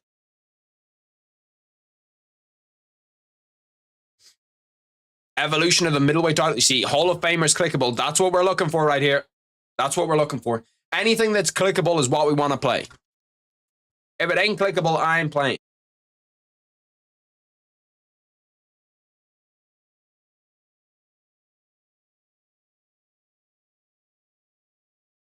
Low-key, bro. Seen the power slap odds, bro? Put power slap on the early prelims. It would deadass be better. Load the early prelims up with the shit ton of power slap and just go from there. Damn, there's a lot of fucking names here. Joe Rogan's in there. Is Anderson not a Hall of Famer? Am I fucking bugging? Anderson Silva's in the Hall of Fame. This must be old as fuck, because I swear to Jesus, Anderson Silva's a Hall of Famer. GSP. GSP's a Hall of Famer. We're like, what are we doing here? What are we doing?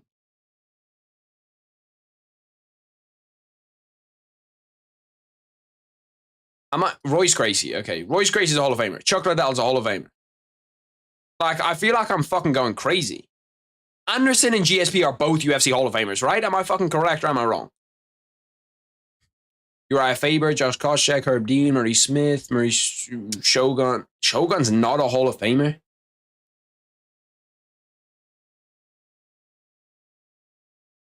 No, Matt Serra. I think Matt Serra got inducted like 2 weeks ago, but I'm not going to put him in here. Frank Shamrock isn't a fucking Hall of Famer.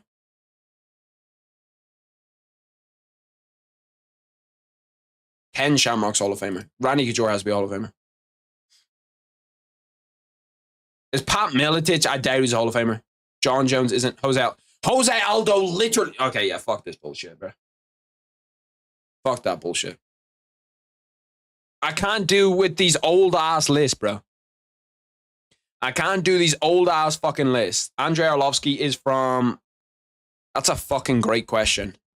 Where is Andrei Arlovsky from? We're going to skip that one right now. Anderson Silva, Brazil. Valentina Shevchenko, Kyrgyzstan. Joanna Jacek's from Poland. Robert Whittaker's from the... Where the fuck is... Oh, Australia. I was looking for it. I was like, where the fuck is it? Israel Adesanya is from China. Lol, Nigeria. Ronda Rousey is from the United States. Bas Rutten's from the Netherlands. GSP is from Canada. Zhang Weili, Russia. Khabib, Russia. Bro, how the fuck do people get 90% on that? Who do they fuck up? Belarus, only 75% of people get Belarus. Come on. Be fucking better. Be better. Play Would You Rather? Shit, I got you. I'm just waiting for this fight to come on, bro. They are playing so many fucking promos, it's not even funny. Like, they're just torching my time here.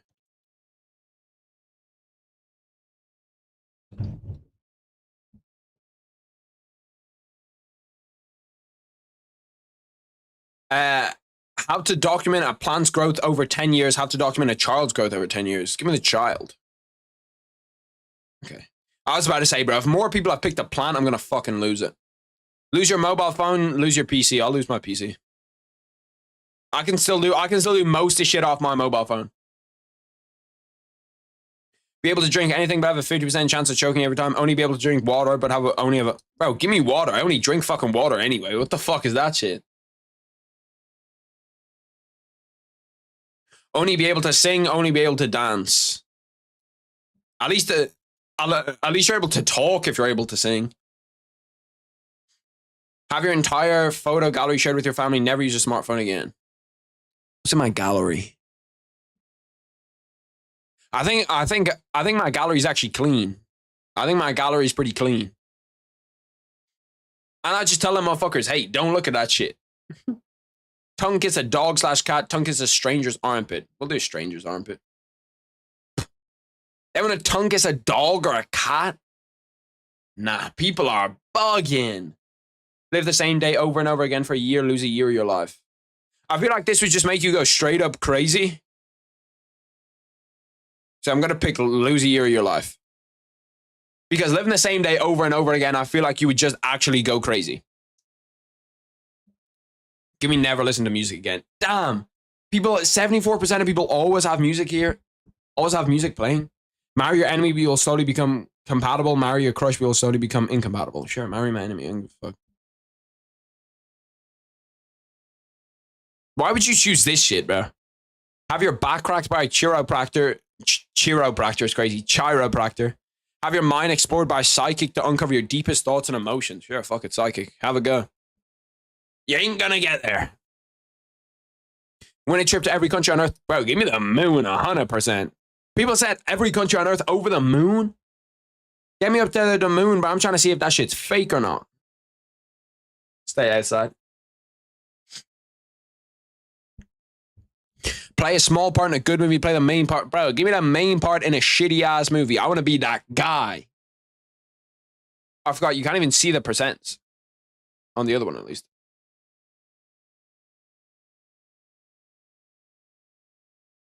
I had you guys out here fucking doing quick math.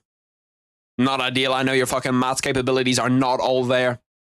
The moon is made of cheese. It's fake. I've been there, bro. That's what I've said for I don't know how long. Be known for your intelligence over your beauty. Who's picking beauty, bro? Some selfish ass motherfuckers. Have your mind serve as an iPod so you can listen to music anytime, be able to watch your dreams on television. Give me my dreams on television 100% of the time, bro. My dreams are fucking crazy. My dreams are actually crazy. Be stranded on a desert island with someone you hate. Be somebody I hate. I don't give a fuck.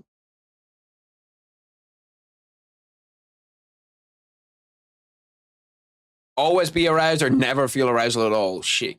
Give me the always. That's pretty much how I live anyway. No bullshit. Live underground or inhabit an isolated mountaintop. Bro, that's pretty much like what the fucking Dagestanis do, and they're UFC champions. Let me just be a UFC champion then. Yeah, give me law over doctor, I'll be real. Doctors are kind of pussies. I'm not gonna lie to you. Live in a kid's park or live in a school? School's indoor. Give me the school. Why the fuck would I want to live in a park? See the future, change the past. Seeing the future would be cooler. Change the past is also pretty dope, though. That's actually a really tough one. See the future or change the past is tough as fuck. I don't know. Ability to heal yourself and not others. Ability to heal others and not yourself. Give me to heal myself. You get there and snap somebody. Have been born 10 years earlier, have been born 10 years later. Give me 10 years earlier. Fuck it.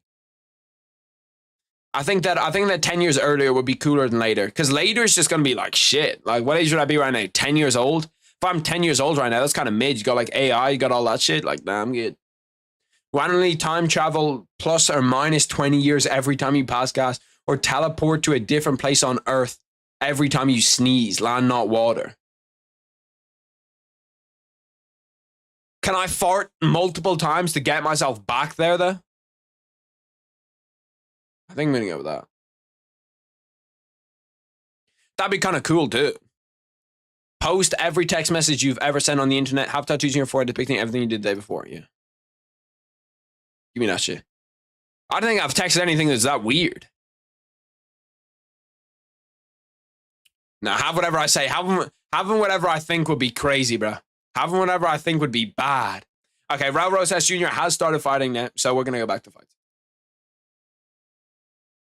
I'll actually whack timer on for this one, fuck it. For however long it lasts. Ricky Turcios low-key isn't bad either. Like, he's pretty good, so. This one could at least last some time.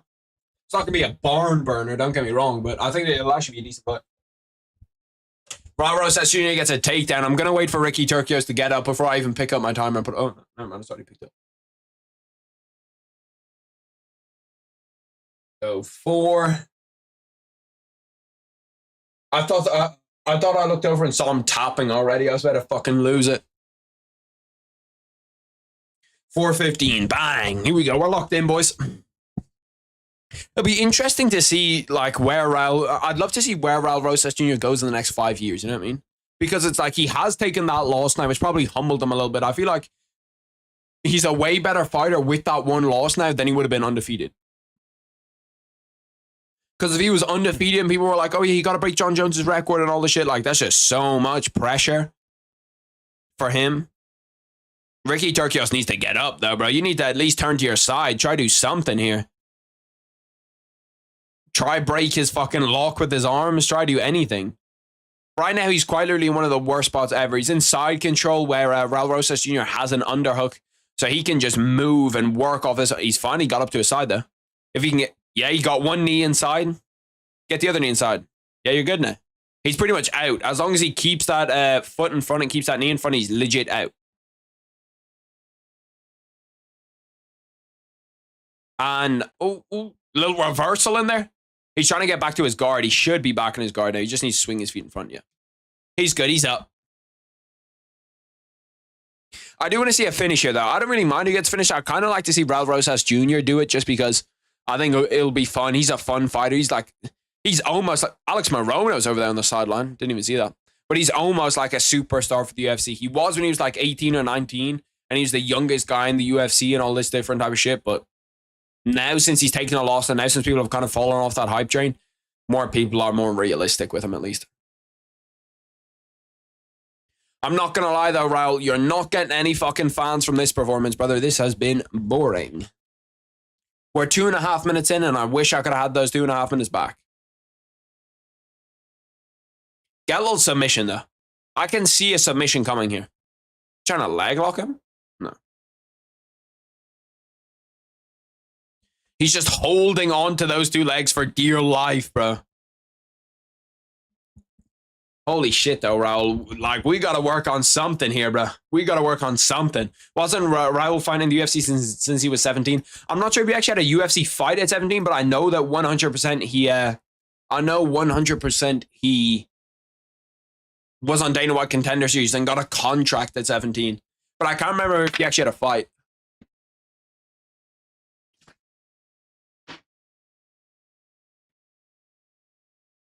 But technically, if you count Dana White's Contender Series as fighting in the UFC, then yeah, he has.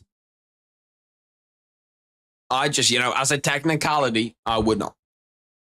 I really hope that Imamov Cannonier doesn't go 5 rounds either. I say this every time, and I can't remember the last fight night that we've had that actually had a finish. I feel like they all go to fucking decision.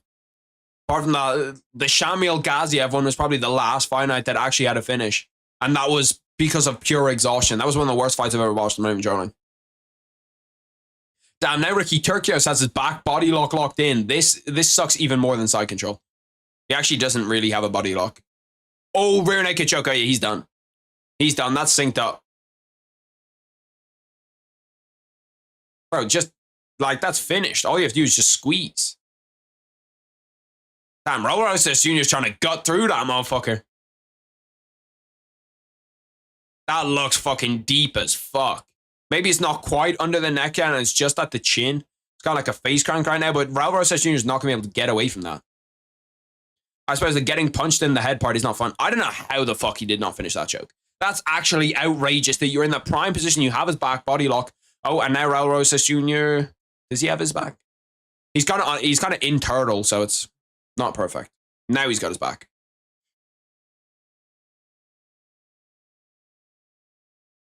If Raul Rosas Jr. now gets a rear naked choke after 5 seconds left in round 1, it's been a decent round. I have no idea how Ricky Turcios does not finish that choke. He legit has everything that you need to be set up. He has the arm under the neck. He has everything perfect, and he just doesn't finish it. Like, all you have to do at that point is squeeze. But instead, he started getting hit by Raul Rosas Jr. He just started to freak the fuck out and did not squeeze and let him get out of it. Like, that was as bad of a position as you can be in.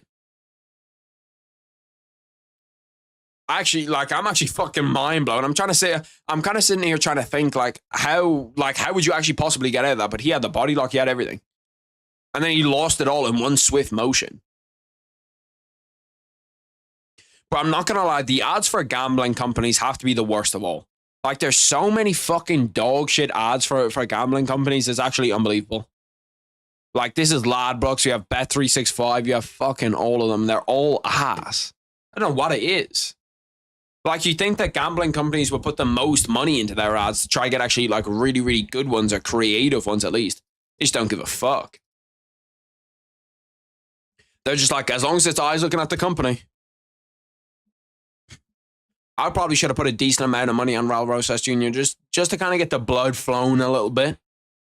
Or put a decent amount of money on either. I think he was a big favorite coming into this fight. Does anyone actually know? Can anyone remember? Was he a big favorite coming into this fight or no?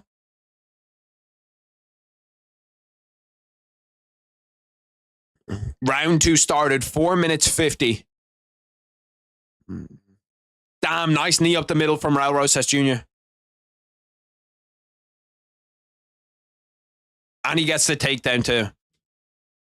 This is a good position for him. If he can try swing his legs over, get into mount, and Ricky Turcios is up against the fence, so there's not really much that he can do. He's telling him to not elbow to the spine, and while they do that, Raul Rosas Jr. passes guard. He was a minus 265 favorite. Okay, so it's a pretty big favorite. I need to turn the timer back on. Shit.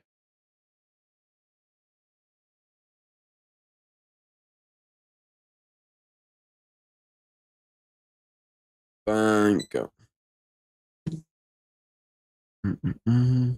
4 minutes left in round 2. Got the body lock. He's got everything pretty much fairly synced up. Raul Rosas Jr. definitely won the first round, by the way. And I'm not gonna lie, for Raul Rosas Jr., I'd go out there not just trying to be fucking win fans. Like, I'm not gonna do anything that's outside of my bag. I'm not gonna sit there and try to strike with someone, but you've at least gotta try to get finishes, especially from these positions. Like, I cannot even begin to explain to you, if you've never done jiu-jitsu, how much this position sucks. You're just stuck with him on your back, and he's constantly trying to fight to get a choke. If I was Raul Rosas Jr. here, you're either going to try see the leg that he's using to lock that body lock? Well, you just can't let him do this. But once you're in this position again, once you can bring that leg that you're using to lock the body lock up further and trap his arm with it, and then once you trap his arm, you're good. He's not doing it though. Or at least what you can do is like, oh yeah, that arm's deep and under. He's still managing to fight it. It's not quite in under the neck though. That's the problem for him. He's squirming though. Raul Rosas Jr. is trying to fucking squeeze, bro. You can see that shit is tight. Oh yeah, he's tapped. He's tapped. Raul Rosas Jr. gets it done via submission. That was pretty clinical from Raul Rosas Jr. I'm not going to lie. I was saying that he's not getting any fans from that performance. But in terms of jiu-jitsu, in terms of will, in terms of grit, he showed a lot of it there. Because he was in a bad spot where Ricky Turcios had his back. He had the body lock in. Like, Raul Rosas Jr. just showed him how to finish a choke, essentially. He showed him what fucking Ricky Turcios should have done. Raul Rosas Jr. just showed him. He was like, listen, here's how you finish it. I'm going to need to go back and see that choke because it seemed like there was legit no way he couldn't finish that. Like, all he needed to do was squeeze. Because even I'd say that this Raul Rosas Jr. one was less deep than the Ricky Turcios one. The Turcios one does not look like it's even around the neck fully. It looks like it's just kind of under the neck. You can see his like chin is just down there. Imagine getting a deeper naked choke in and end up getting choked out instead. Yeah, I was talking about that I need to re-see that choke because that was like as deep as it gets. It's as shit of a position as it gets, and he legit like rolled out of it, and it was like after 2 seconds, the position had completely flipped. Like, I don't even understand how the fuck that happens. How after 2 seconds did that position flip? Because that's going from like the worst position in jiu-jitsu to just like you're back at like a normal level. You're back at like a 50-50 spot. I don't get it.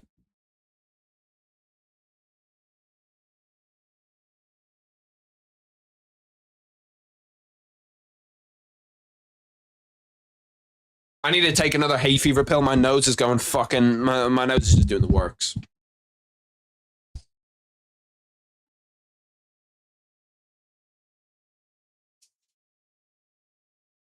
These are the goats right here. These are the goats. The greatest of all time. Citrine, our fucking god here. If you're ever impacted by hay fever, hit up these boys. They get it done for you. They get it done for you nice and quick. 24-hour coverage.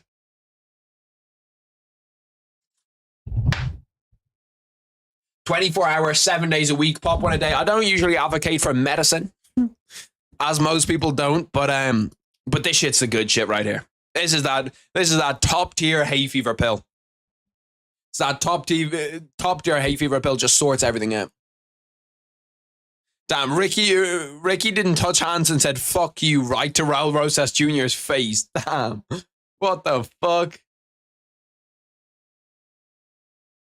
I forgot that this is the fight that got pulled an hour before the card because Raul Rosas Jr. was sick. I let my body fight the virus of sickness, sickness I have. Yeah, I'm not going to try that with hay fever. I'm not going to lie. With normal shit, I will. It'll just be like, it's whatever, it's fine. But with hay fever, no, I'm good. Give me the hay fever pill. I've got that all of these fights are on ESPN. A 23-year-old woman who was mauled to death by a pit bull shared this video 6 months prior. What the fuck? Of the pit bull. I feel like maybe I'm wrong to think this, okay? But I feel like if a dog actually came at me and tried to kill me, I feel like I'd fuck it up. You know what I mean? I feel like we get to the point where I'd be able to like get it on its back or something and choke it out. And then it just wouldn't fuck with me again. Or I'd sell the cunt or put the cunt down or whatever.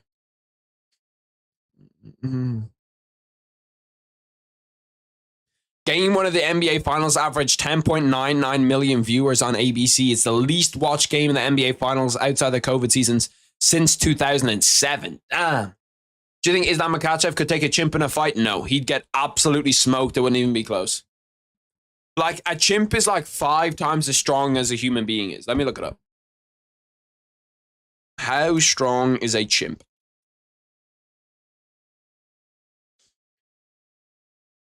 Bro, I swear to God it is. A chimp is like strong as fuck.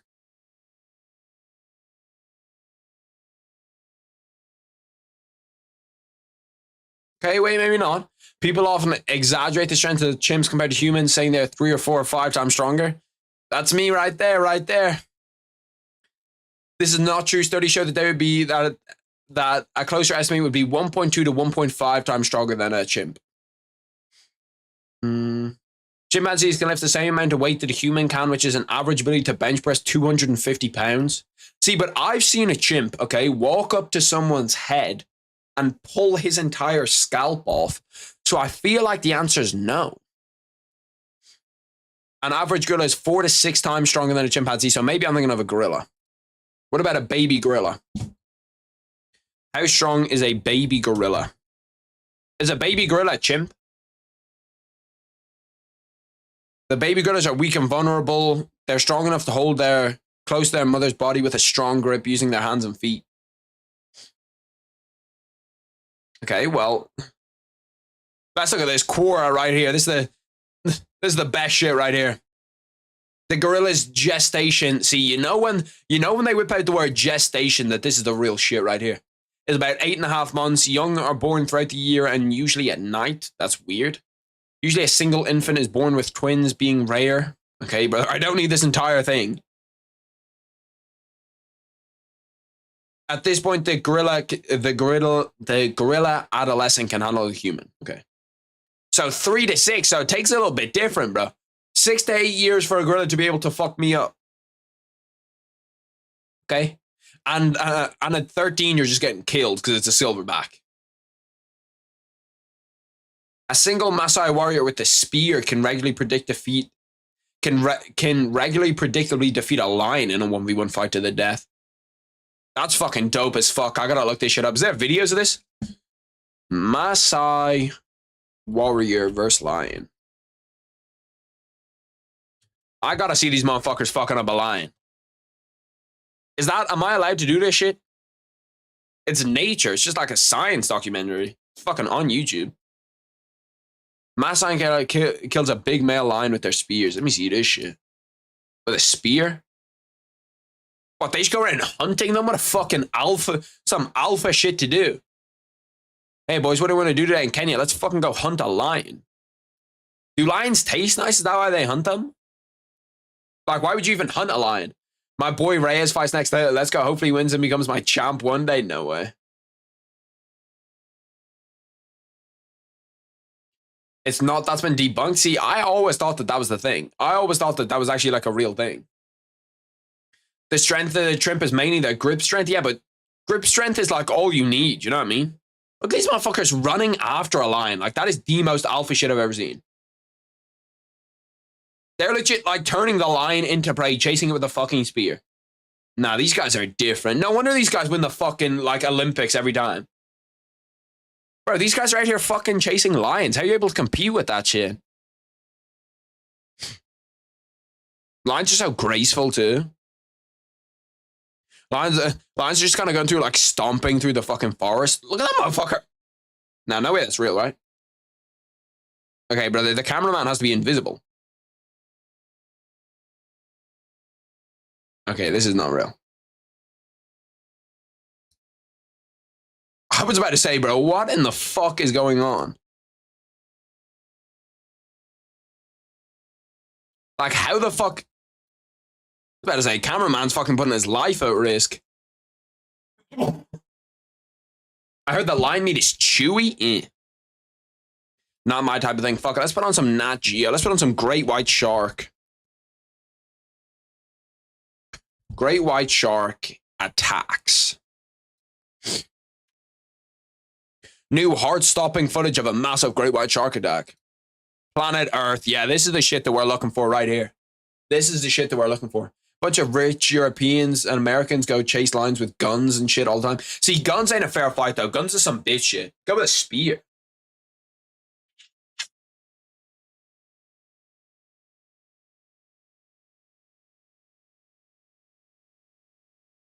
The spear is like some real ass shit, you know what I mean? Like, fucking hunting a lion with a spear is crazy. Bro, the shots that they get to these seals and shit are majestic as fuck. Look at that motherfucker just gliding through the water like he doesn't give a fuck. Can seals breathe underwater? Did I see that shit? That seals can't breathe underwater? And that, like, they can just swim real good?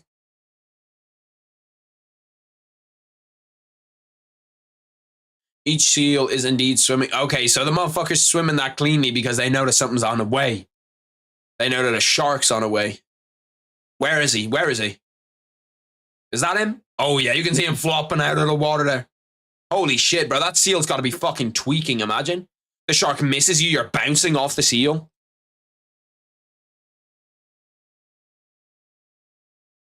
Bro, being a seal's got to be such a fucking shit existence. Because, like, you're kind of chilling, and then bang! Great white shark comes out of nowhere. Look how majestic that motherfucker is. Look at him flying out of the ocean. Catches the seal in his mouth. I'd love to fight a great white shark. Like, in the water. Like, if you have me, if I could, like, breathe underwater and do, like, all, like, the shit underwater, I'd love to fight a great white shark. I think it'd be sick. One of the best comeback stories if Reyes becomes champ. What age is he now? He's got to be pretty old, right? Main card of his fight until now has been pretty fire. Yeah, no, it hasn't been bad. I've actually enjoyed it. Only way I'd fight a shark is on land. I'd take one on underwater. I'd take one on underwater. Dustin Jacoby looks like exactly like this guy that I see at Jiu-Jitsu. I'm pretty sure he actually is. He's either in Bellator or the UFC.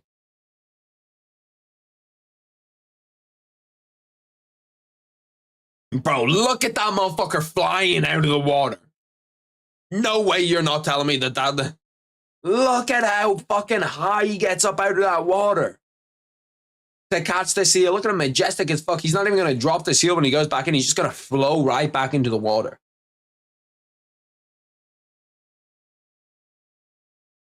Bro, that motherfucker is actually different. Look at him positioning his fucking tail right so he can get right back into the water, start swimming, get another seal. Great white sharks might actually be the most different creature on the fucking planet, bro. Those motherfuckers are diffy. Like, compare that to a bitch thing like a jellyfish, bro. Jellyfish is such a bitch creature. That's like a box jellyfish attack.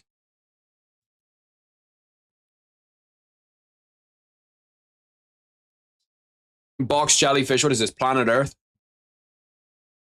They've definitely done a little special on it. They did Portuguese Man of War good enough. Like, look at this bitch-ass character compared to a shark. Look at the shark jumping out of the water. Fucking reaches up out of the water, grabbing the seal, making sure he gets back down. Whoosh. You know what I mean? And then look at this. Fun fact, I got stung by a Man of War jellyfish. They're pussies. Now I've got a vengeance against them. What shark would you like to fight? It's a good question. I feel like if I'm gonna go out to a shark, it's gonna be a great white. You know what I mean? I'm not going out to some bitch ass shark. I'm going out to like a real shark. You know what I mean? Like a great white, or maybe a bull shark or something crazy. Like, look at this bitch right here, jellyfish. Thinks it's the shit, floating around the water. Doesn't even have a brain, sitting around with hundreds of thousands of other jellyfish just all floating around. None of them know where the fuck you're going. You go towards one and bang, you get stung. Like, that's actually quite literally my worst nightmare. I'm not even trolling. Like, there's just floods of them underwater. Like, how do you even reproduce?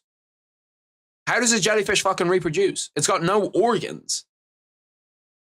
Are they just fucking immortal? So you look at this motherfucker just going through the tentacles. Zap, zap, zap. Like, that looks like a scene out of fucking Harry Potter. With the jellyfish and all the tentacles and all the nasty shit. They're the worst creature on the planet. There's no worse creature on the planet than a jellyfish. Bro, you'd barely beat a fox. I'd fuck up a fox, no problem. Same with a dog. Aren't there jellyfish bigger than whales? I fucking hope not. See, look, this is the bitch jellyfish that stung me. Does Reyes get chinned? Yeah. I think he loses this fight. I think he loses this fight, Loki.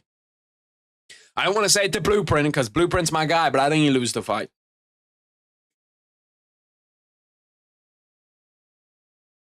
Like, look, you think this jellyfish is majestic as fucking shit, and then he goes and stings you like a bitch.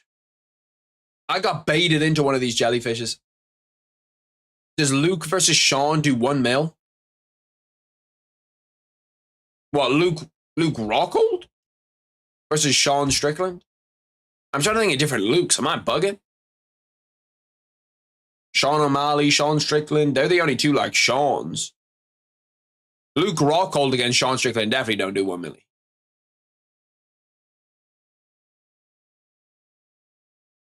And Luke Rockhold ain't even fighting anymore. He's grappling now. Nah, Luke Rockhold versus Sean don't do 100K. Would you fight a 5'7", a 5 to 7 foot shark? It depends. Do I have my natural, do I have my abilities underwater too, or am I just like a human underwater? Because if you like transitioned me into some like, I don't know, Aquarian type person, like an Atlantis person, where like I'm underwater and I can like still breathe and shit, I think I'd fuck up a shark underwater. How much then? I'd legit think we do like 100K. 100K probably. Please, Reyes, don't get stopped and win the motherfucking fight. I don't know, bro. I'm not. Like, look at this fucking bitch-ass jellyfish. Like, jellyfishes are weird, okay? We all get it. They're weird. They're kind of gay. But not that there's anything wrong with being gay, but they are just kind of gay. And then let's compare that to something cool. I don't know, killer whale. Killer whale going out there smoking shit. Killer whale hunting. Or like something cool like a lion or a tiger. You know, something that really goes out there. No way, Nat Geo hit me. BBC Earth hit me with a copyright like that.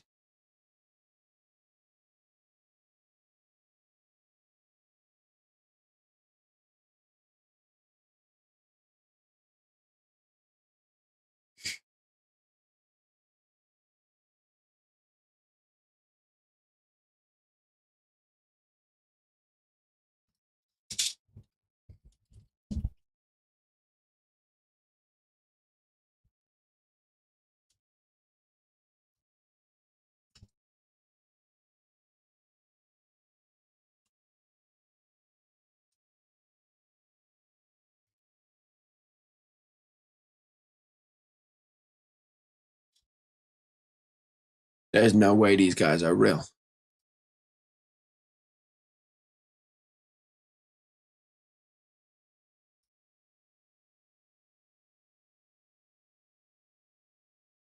I think we're back. I don't know if we're back or not.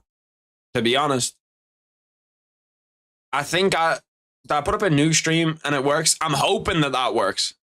That I just whack up a new stream and we're good.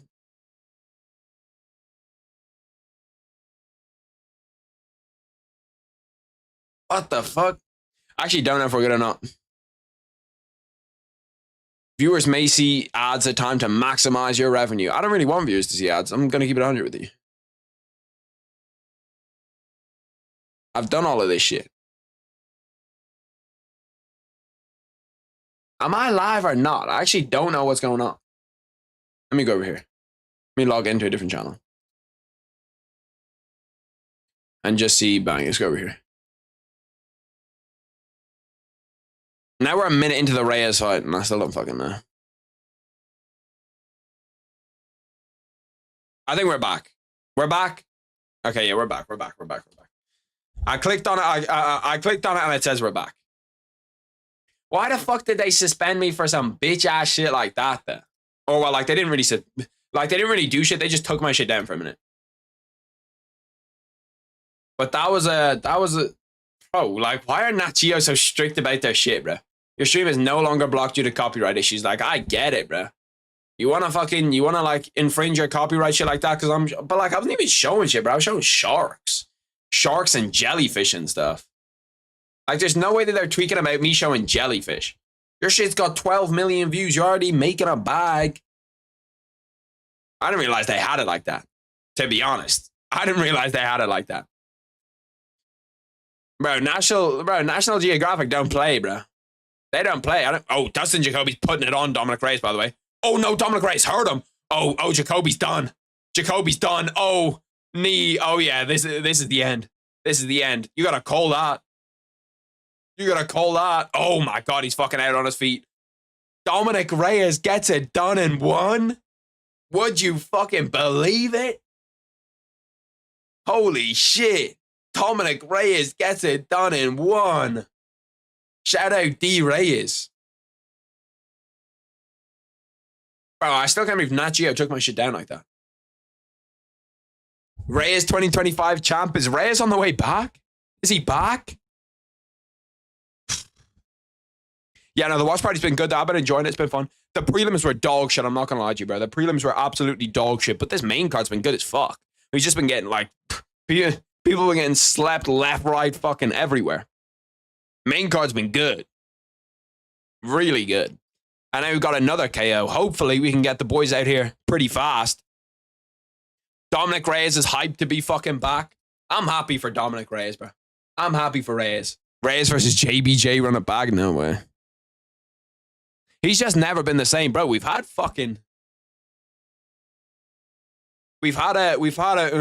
ton of finishes in this main card. Like an actual fucking ton of finishes. Let me see this shit. Let's go over here and look at how many finishes we've had. So finish, decision. But like, look at this. Round 1, 20 seconds. Round 1, 5 minutes. Round 2, 2 minutes. Round 1, whatever, a minute and a half through. This was a KO round 1 between Charles Racky. Like, this card started off slow as shit. I'm not going to lie to you. And I was thinking the worst. I was thinking that this was going to be another dud, that it was going to be another fucking boring ass card. But they came through. They came through when we needed them most with some fucking finishes. With some KOs. Bro, I can't believe that they actually suspended my life for fucking watching jellyfishes, bro. Bro, that's just low-key, it makes me hate jellyfishes more. It makes me hate jellyfishes way more than I used to. Now it's personal between me and jellyfishes. They stung me before. It was what? Maybe 6 years ago, 7 years ago, and I hated them since then. But then they copyright my shit. Now it's personal. It truly is personal now between me and jellyfish. And jellyfish are like fucking impossible to kill. Let me show you how to kill a jellyfish, bro. Let me look it up. How do you kill a jellyfish? How do you kill a jellyfish. Look at this shit. Remove it from water, dry it out on the beach, then douse it in gasoline and set it on fire. That is how you kill it. A jellyfish is not an animal. It is a colony of microorganisms. Shooting it or hacking it to pieces will do nothing. The pieces will remain alive and grow. Brother, like, that's actually disgusting that they're that good. Jellyfish, including immortal ones, are prey to other animals. That's why I love turtles, by the way. I love a turtle because they'll go out there and snack on a jellyfish, no problem. Damn, I want to show you a turtle eating a jellyfish. I'll look it up. We'll see if I can find one that ain't. Turtle eating. Look at the turtle go through here and just farm this jellyfish, no problem. Nat Geo, fuck you. The dodo. Sure. Please don't copyright my shit. It's gonna have to be quick. Sea turtle shares his jellyfish with a diver. What the fuck? That's pretty calm. Look at him just munching on that shit. Look at him. He does not give a fuck about no tentacles or nothing. Shout out to turtles. They're the real OGs. They're the real winners in this situation. I fucking love a good turtle. Copy strike number 2 coming, bro. I got off that bitch fast because I was worried about it. I'm not going to lie. Crazy how one fight changed his career. Jon is probably the GOAT, but on that night, you lost to Dom. Happy to see him get a dub. Yeah, no, it's crazy that like Dom's downfall came from then because he was meant to be next up at 205. And Dustin Jacoby was putting it on him and just got absolutely cracked. That was a big left hand. Got beat to the punch, and from there he was done, bro. Look up different ways animals can murk you by National Geographic. Bro, Nat Geo just strike the shit out of my shit. I ain't doing any of that. I wonder if Jon Jones is going to put out a tweet being like, good shit. Good shit, Dominic Reyes. Because Glover put out a tweet. If I was Jon Jones, I'd, well, to be fair, he doesn't need to put anything aside. Everybody's pretty happy about Dominic Reyes getting it done, though, which is cool. Madden NFL 25 cover got leaked on Reddit via GameStop listing, and it's Bengals QB Joe Burrow. Joe Burrow on the Madden cover is kind of low-key dead. That might get copyright strikes because I just put that there. Why did I do that, bro? I just want to get fucking striked, don't I? Fuck me, bro. They already took it down somewhere else. Obviously, they're going to take it down here. Nobody saw that. GameStop, you didn't... No, nobody saw that, bro. Nobody saw that. Didn't happen. Bro, there's only been 8 spinning back elbow KOs in UFC history. That's fucking crazy. Casual geographic, lol. Finally, he wins after the judges fucked his career. He finally comes back. Yeah, that's another huge what if in MMA, bro. Imagine if Reyes gets that decision.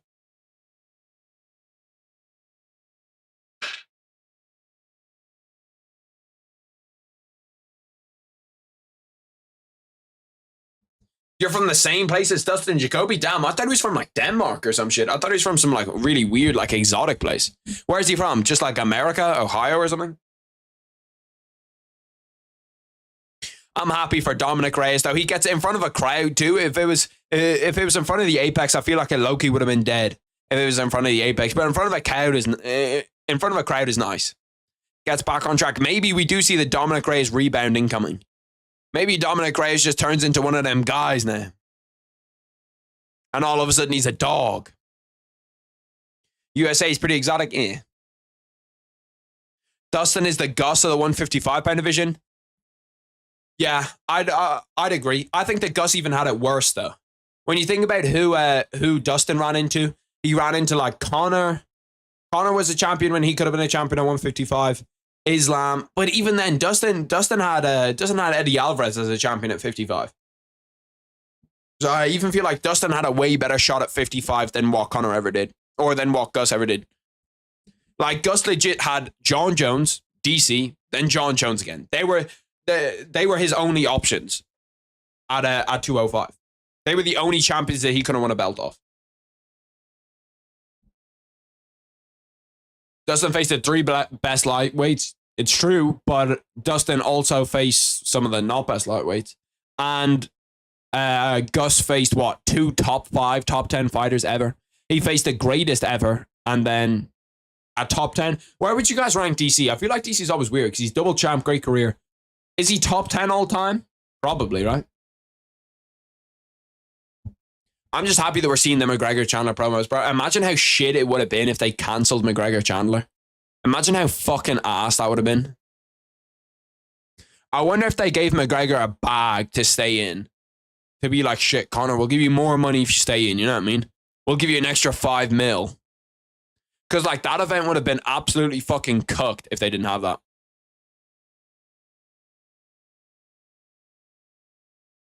DC's probably number 6 all time, you think so? I think 6 all time could be high. Volk would have stepped in short notice, bro. He actually fucking would have, too. He actually fucking would have, too. He would have stepped in short notice, got KO'd, and then his career would have been fully done. We would have been like, bro, Volk, why did you fucking do that shit, bro? Please. Like, just stay out of the sport for 2 minutes. Just don't do anything. I still don't know why he took that fight, bro. Why did he take this makhachev fight short notice? It just makes no fucking sense. Get these guys walking out here pretty early. I don't really want to watch any promos. Get these guys walking out here nice and fast. Hope you all know if Mike KO's Conor, the second fight will headline the MSG card. What do you mean? The December one? I don't think that they give Conor Michael Chandler again if Michael Chandler beats him. Do you think so? I think that if Conor loses, that they'll give him someone else. They'll let Chandler do his thing. If Jones didn't exist, he'd be top 4. Bro, he could be top 3 if Jones doesn't exist. Think about it. If you look at his record and his resume and take away those Jones fights, like, fuck, bro. Because nobody like GSP, Anderson, Khabib, none of those guys fought anybody that's like really at that level. You know what I mean? Like GSP didn't fight anybody that's even half as good as he was. Anderson Silva didn't fight anybody that's even half as good as he was. Or half as good as like Stipe, who's probably DC's next best defense. Imagine an alternate timeline. DC wins those fights and DC's the GOAT.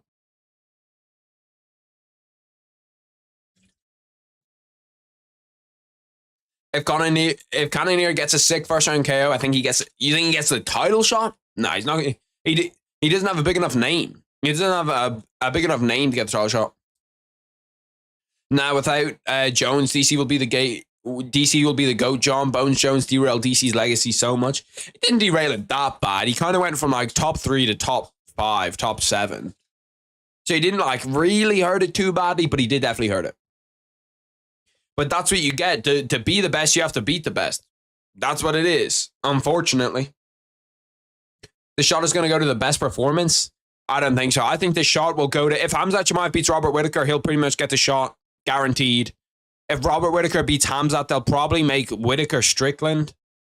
They'll either give... I wouldn't be surprised if Cannonier goes out here and has a really, really good performance, they'll make Cannonier Strickland. They'll make Cannonier Strickland for the number 1 contender.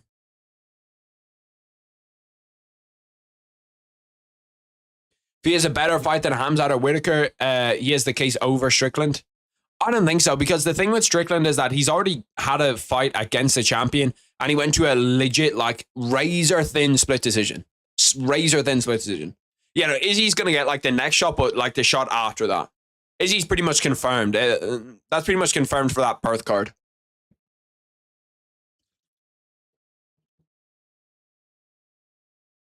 Cannonier kicked his ass. Yeah, but that wasn't even the same shot, and that was a short notice one, wasn't it? I'm pretty sure that was a short notice one.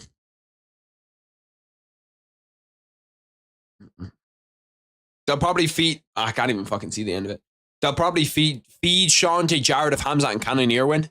Yeah, that's what I was saying. That I think that they could... Well, if Hamzat wins, he'll get a title shot. He just will. That's just how the sport goes. They want to push Hamzat. I don't know why, but they just really, really, really, really, really want to push Hamzat. So if we get to that point where they just want to push the shit out of him, he'll get there.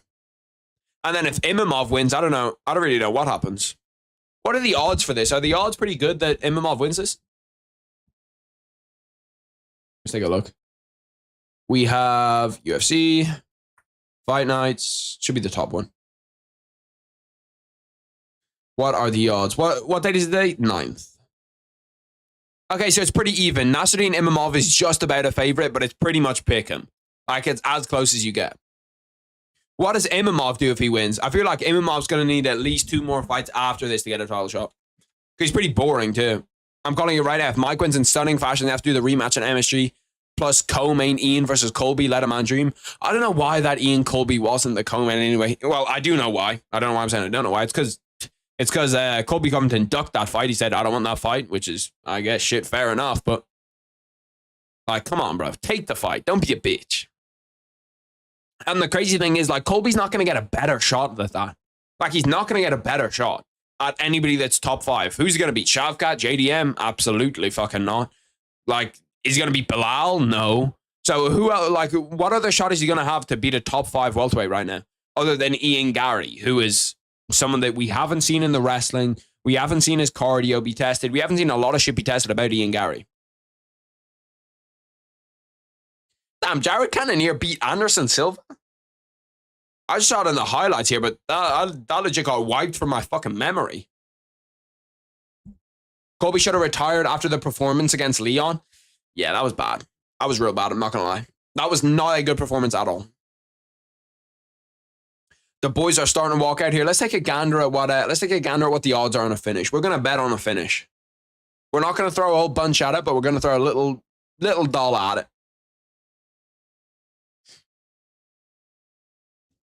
Let's go UFC, and then we have, bro, why is there a fucking football team called UFC Sading? Nasruddin Imamov walking out first. Where is it? Cannonier Imamov. What are the... To go the distance, damn, it's evens to go the distance. Oh, boys, we could be here for a minute. We're going to throw 15 on it to not go the distance. No. We're going to throw 16. I want it to equal up to 30. So we're going to throw 1636 on it. 1636 on the fight to not go the distance.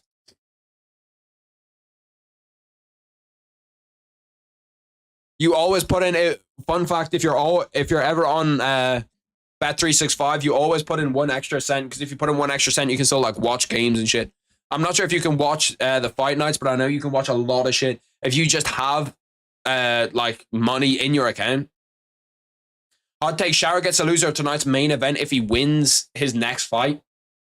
I think Shower gets cooked by either of them. I'm not gonna lie to you, because he can't wrestle, and these guys are both well rounded. Damn, I didn't realize Nasruddin Imamov was born in fucking Dagestan. He just represents fans.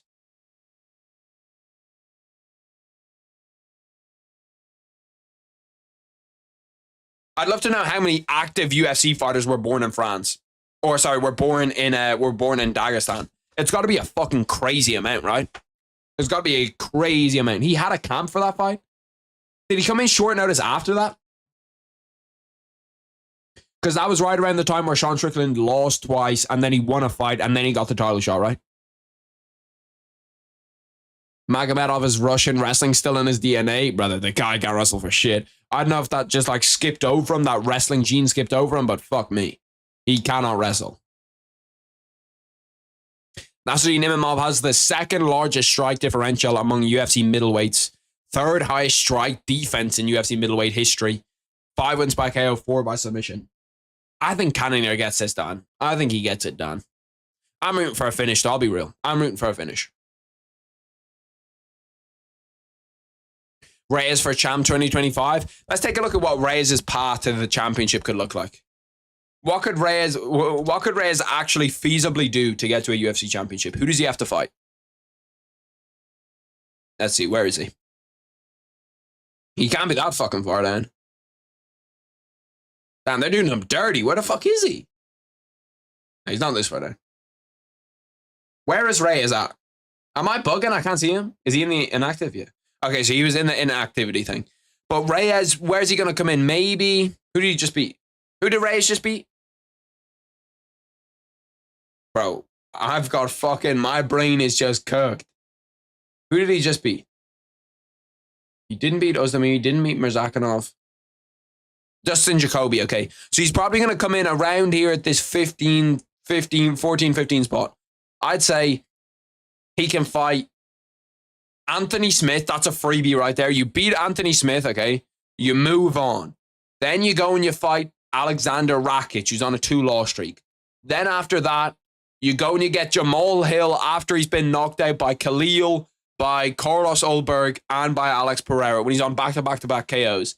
Then after that, we move up. We're going to go for a championship fight after this, but it's not going to be Alex Pereira. It's going to be Magomed Ankalaev, and it's going to be a masterclass. He's 4 fights away. He's not too far. He ain't too far from that title shot, boys. I'm telling you. Rakic is a hard fight for Reyes. I think he could KO him. Because Rakic doesn't really have power, you know what I mean? Is Roberts wrestling defense better than Khamzat Chimaev's chain wrestling? No. Khamzat Chimaev's chain wrestling is way better, but the thing is, like, can Robert keep it on the feet for long enough? And when it gets to the ground, can he survive? Damn, bro, there's 19 active UFC fighters that are aged 40 or older. Is that not crazy? Is Conor versus Chandler still on? Yes. I'm pretty sure.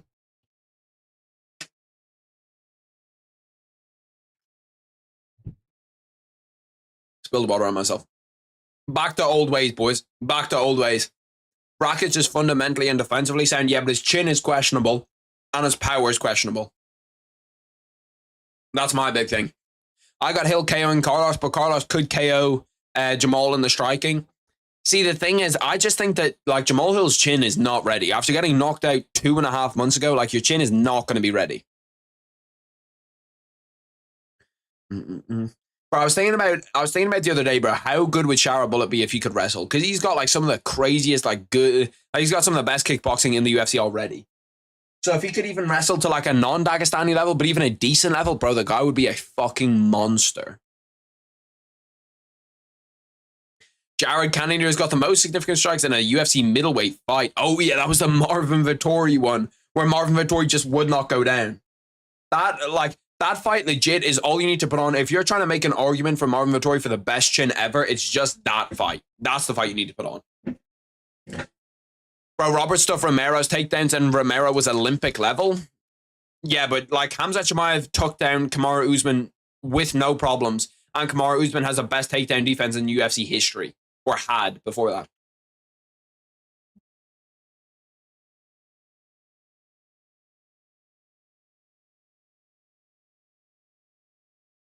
I'm not going to lie, though. Izzy's tips did not do that well, bro.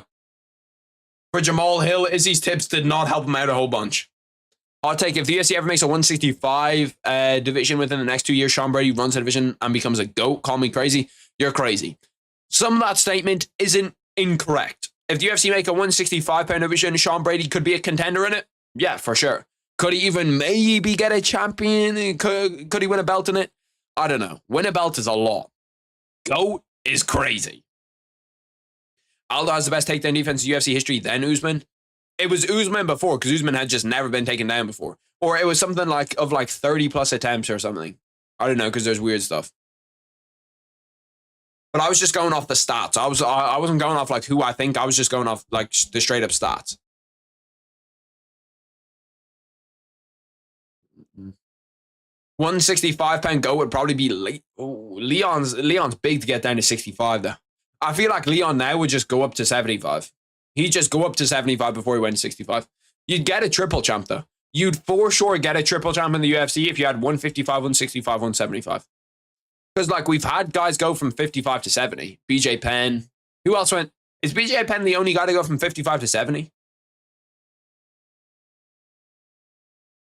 Colby would have been 165 GOAT, no question. Colby would have been a monster at 65. He would have been a monster at 65. It'd be interesting to see if Shavkat could cut to 65. We're about to fucking get it started. I was going to say Colby, but he's old now. Yeah, Colby in the past would have been a dog. Charles would be a dog at 65. Just because he doesn't have to cut as much weight. Islam, obviously, we all know Islam would be super fucking good at 65. Trying to think out there. Gilbert Burns would be really, really good at 65. Damn, Nasty Nimmov's 13-4. I thought his record was a little bit good. I did a whole video about 165, 175 and who I think would be the champions of both divisions, where I kind of like talked about it and talked through all the guys that would get better, all the guys that would get worse. It was fun to do. I might do one again for like the, what was the video idea? Oh yeah, the BMFs. Let me write that shit down. Let me write down the BMFs of every division. Write that shit down.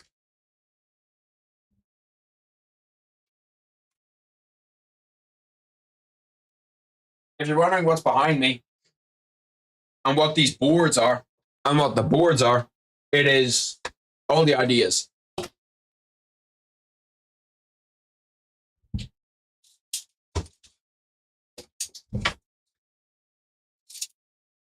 The BMFs of each division.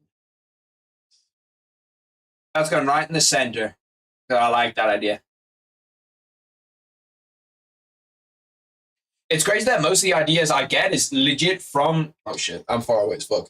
But it's crazy that most of the ideas that I get is actually... Oh, fuck.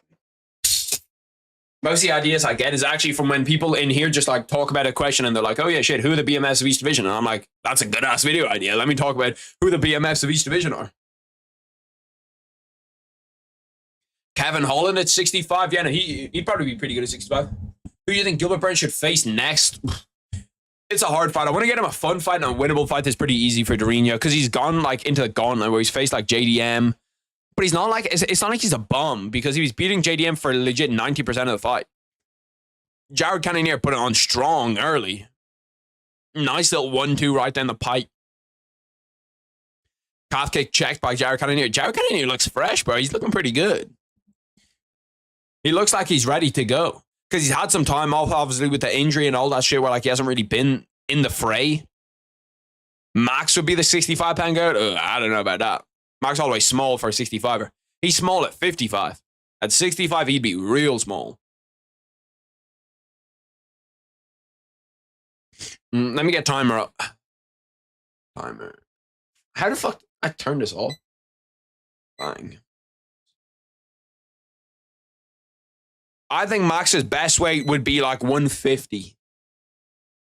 If he could get up to 150, or if there was a 150-pound division, that would be where Max Holloway would eat. Because he does have, yeah, you're right. He does have the frame he does have the frame to get to 55 and to be competent at 55. But at 65 is a jump, bro. 65 is another jump on top of that. He could go to 85 if nobody was weight cutting. Yeah, of course, he could go to 85. But with the weight cuts, it's like, nah.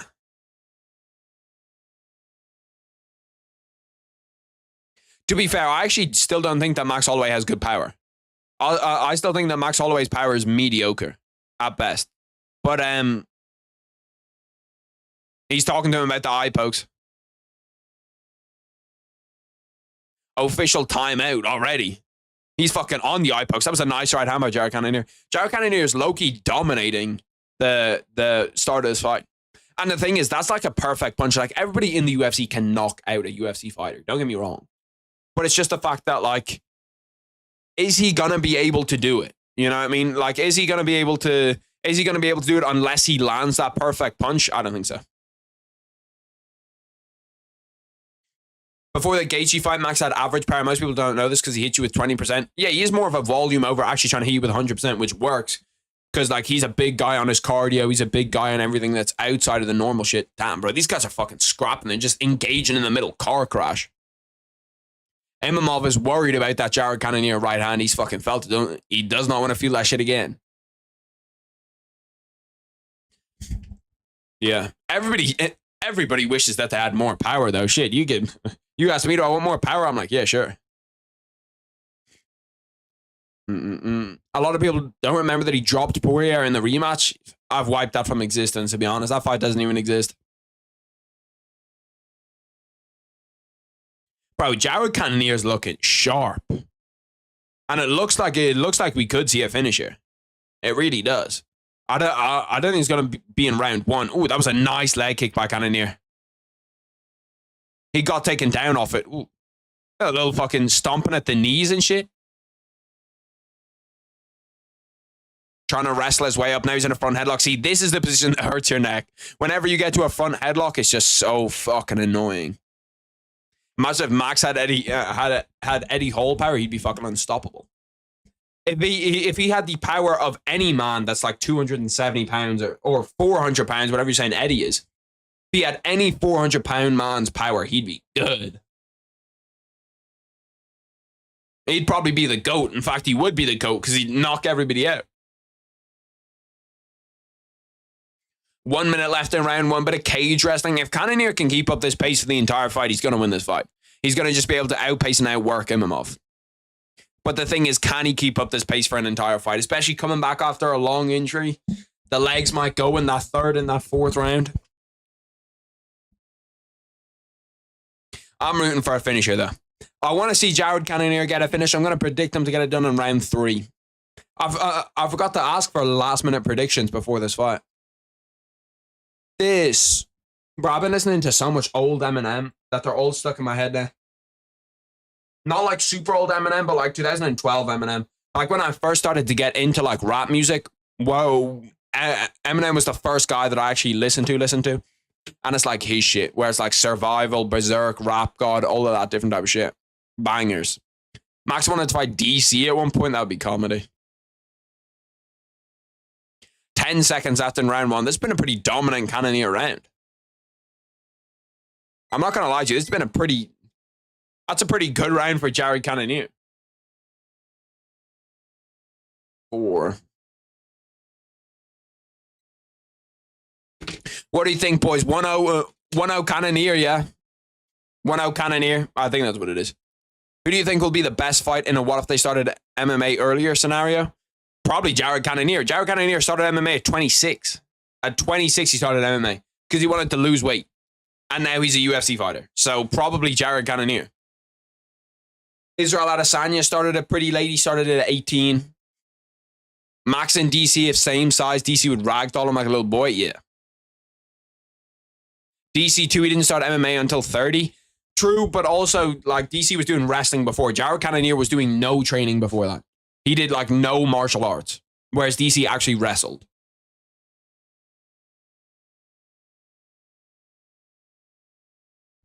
Islam Dulatov is a 6'6", 170 pounder. Okay. You have piqued my interest. The guy must be a fucking, like, he must be legit skin and bones. 6'6" at 170? Damn, he doesn't even look that skinny.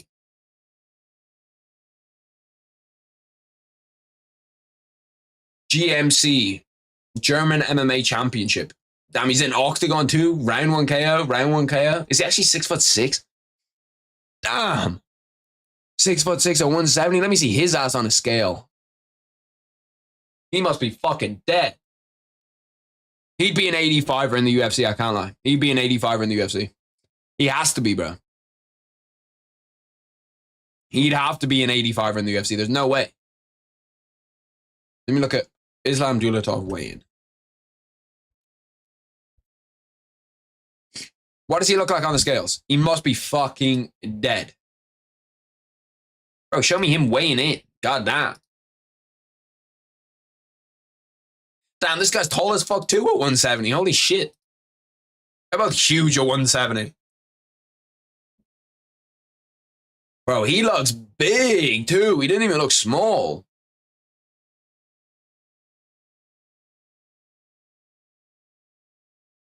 Holy fuck, bro. He's huge. Guy's a fucking monster for 170. Yeah, 6'6" at 170 is crazy, bro. Leon's like 6'2". I thought Jared Cannonier hurt him for a second, but I don't think he actually did. Bro, this pace that Jared Cannonier is putting on is fucking inhumane, bro. Like, he's putting on a crazy, crazy pace. My hay fever is actually killing me right now. I'm not even trolling. Like, I'm battling through because, you know, I'm a real-ass soldier. But, bro, this shit is not fun. Bro, Sebastian Fundora, bro, is crazy. You watch him fight, he legit looks like 2 foot taller than anybody else. Is he 6'6" too? I thought he was shorter than that.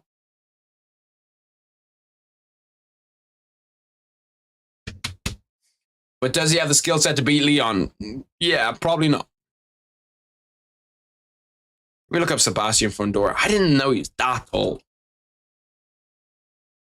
And he doesn't look like he fills out as well as Islam Dulatov. Like, you can see that he's a little bit skinnier. Whereas Islam Dulatov looks like he's just fucking big. Bro, but look how much bigger he looks than anybody else that he's fighting, bro. Look at this shit, bro. He legit just looks 3 times the size of anybody else.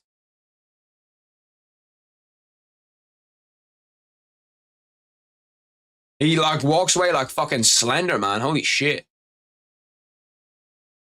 Like, how are you even meant to fight against a guy that's that big? I did not realize he was 6'6", bro. He's so fucking big.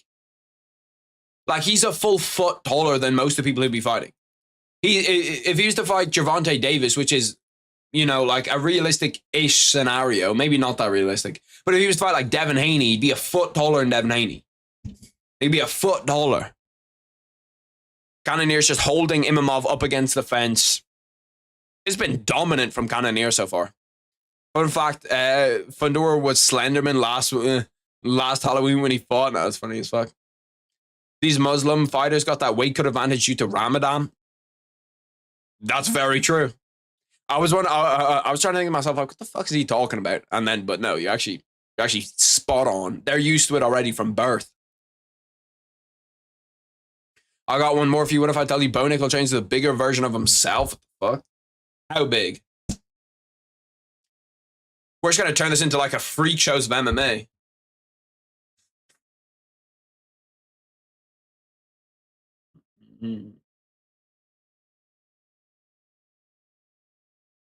Why'd they stop it? Oh, his gum shield came out. Okay. 1 minute left in round 2.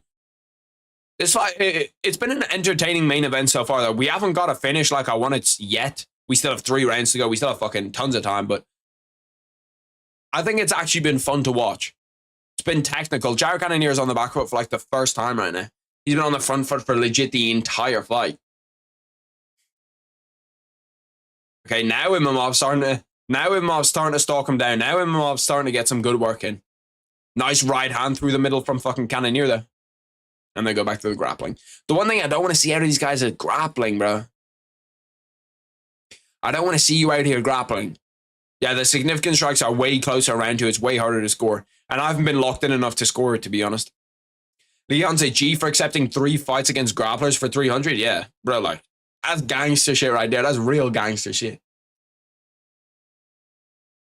He's just like, fuck it, give me him, and him. I don't give a fuck. Give me all of them. I'm smoking all of them. Anthony Cassar, let me look him up. Anthony Cassar.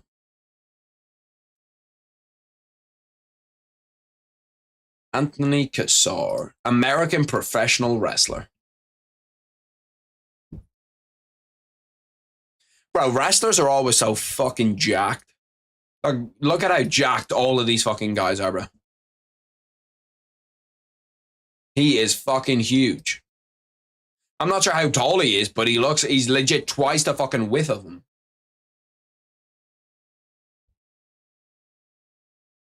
Going from unranked in high school to an NCAA champion in college is wild, bro.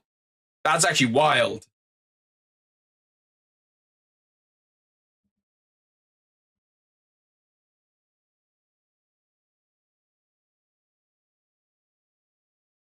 Penn State wrestling room works absolute wonders. It legit works absolute fucking wonders.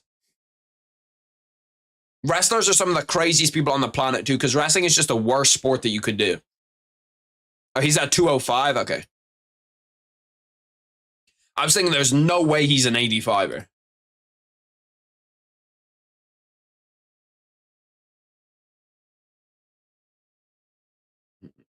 Round 3, nice one, too, by Cannonier again.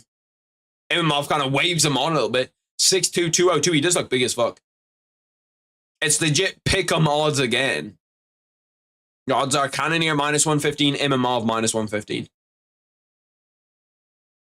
Because Imamov looked good towards the end of that round, but when we look at like who was actually fighting well up until then, it's Cannonier. Cannonier seems to just be able to get out of the way and read all of Imamov's, like, read what Imamov's going to do before he even does it. Okay, Imamov gets the body lock, drags him down. Most people have it as Imamov taking round 2. How did you boys score? Did you boys score for Imamov or Cannonier that round 2?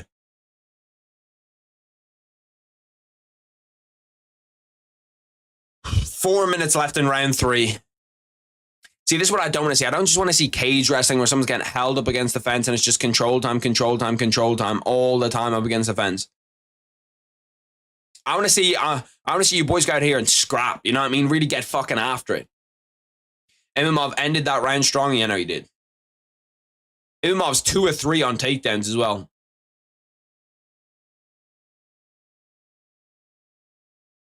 Bro, who the fuck is that in the background screaming, bro? I'm just looking at this guy screaming his head off at one of them. Holding a phone up as he's recording, legit screaming his head off. 3 minutes 15 left in round 3. I need to do timer.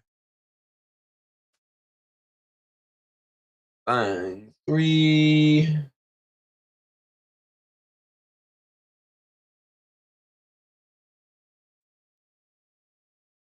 And we're good to go.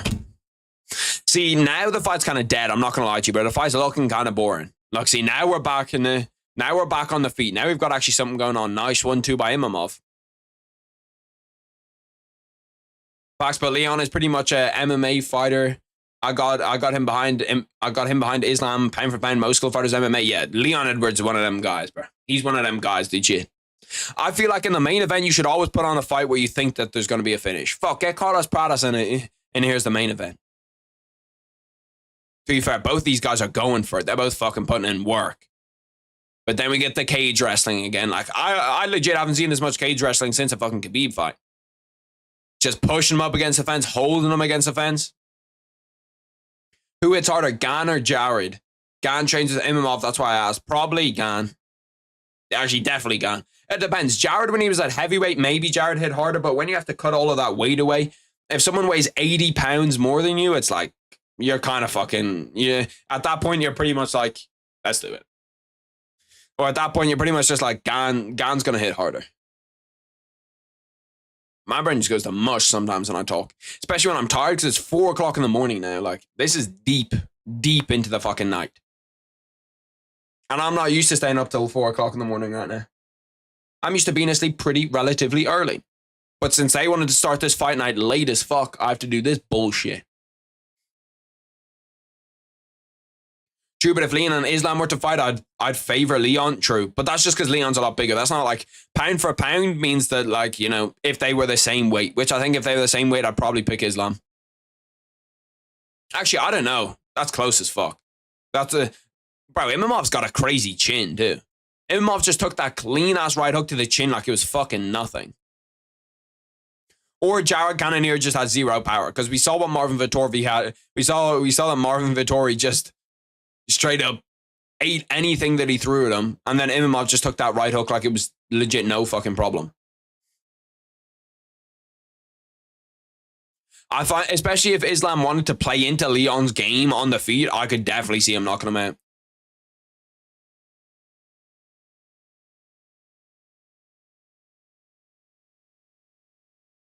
Bro, the UFC, bro, deadass the UFC. It's like every weekend, bro, I'm sat here watching the UFC.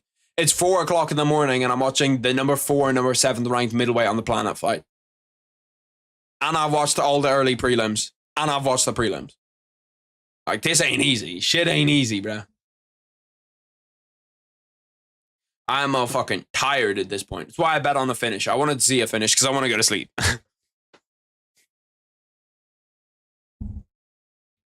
Okay, now they're swinging a little bit. Ooh, head kick from Imamov. Nearly clipped them at the end. Round 3 done. Now we're going into round 4. Get the timer ready. Who do you think Piotr Jan should face next? That's actually a good question. I have him either down to fight. Is he booked? I think I'd have him down to fight. I wanted him to fight Corey, but he's not going to get that Corey fight. I'd probably say, I don't know, maybe Cheeto? Maybe Piotr Yan gets the winner of Umar and Corey. If they want to fight again, but if they don't want to fight again, there's not much you can do. Cheeto's fighting Figgy. Yeah, see, that's the thing. I actually really like that fight. They were the two fights I was going to pick out for Yan, was either Figgy or Cheeto. But I actually really, really like that fight. So I don't want to give him either of them. You can't give him O'Malley. You can't give him Merab. Corey and Umar fighting. Who else is in and around that mix? I don't even know. I don't think that the UFC would ever buy the PFL, because the PFL, one, give out shitty contracts that the UFC wouldn't give out, and two, they're not really competition to the UFC yet. Like, they are in terms of they're both in the same industry, but the PFL is still pretty small. Unless the PFL starts to like buy a shit ton of UFC fighters, which is what I do. I'd be like, Izzy, come here. Alex Pereira, come here. You know, like Tom Aspinall, come here. Jon Jones, come here. I'm actually going to look at 135 and see. Who could he fight against? Because we've got more wrestling here. Holy fuck, bro. As someone who does jiu-jitsu a lot and actually can appreciate some of the wrestling, brother, can we fucking stop this shit? It's every fucking main event. These guys just wrestle. I suppose that might show you what the best base in MMA is. He could fight. Yeah, there's not really that many people for him to fight. Maybe Henry. Jose Aldo would be a good one. Jose Aldo, Piotr Yan, that'd be pretty cool.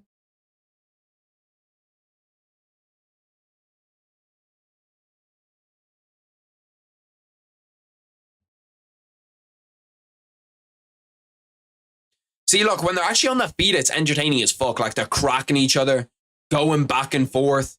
Oh, Imamov hurt him bad. Cannonier's hurt. Oh, yeah, his feet are gone. Bro, go for the kill. Go for the kill. He's finished. Bro, what the fuck is Imamov doing, bro? Oh, yeah, he's done. He's actually done. Bro, all you have to do is go in there.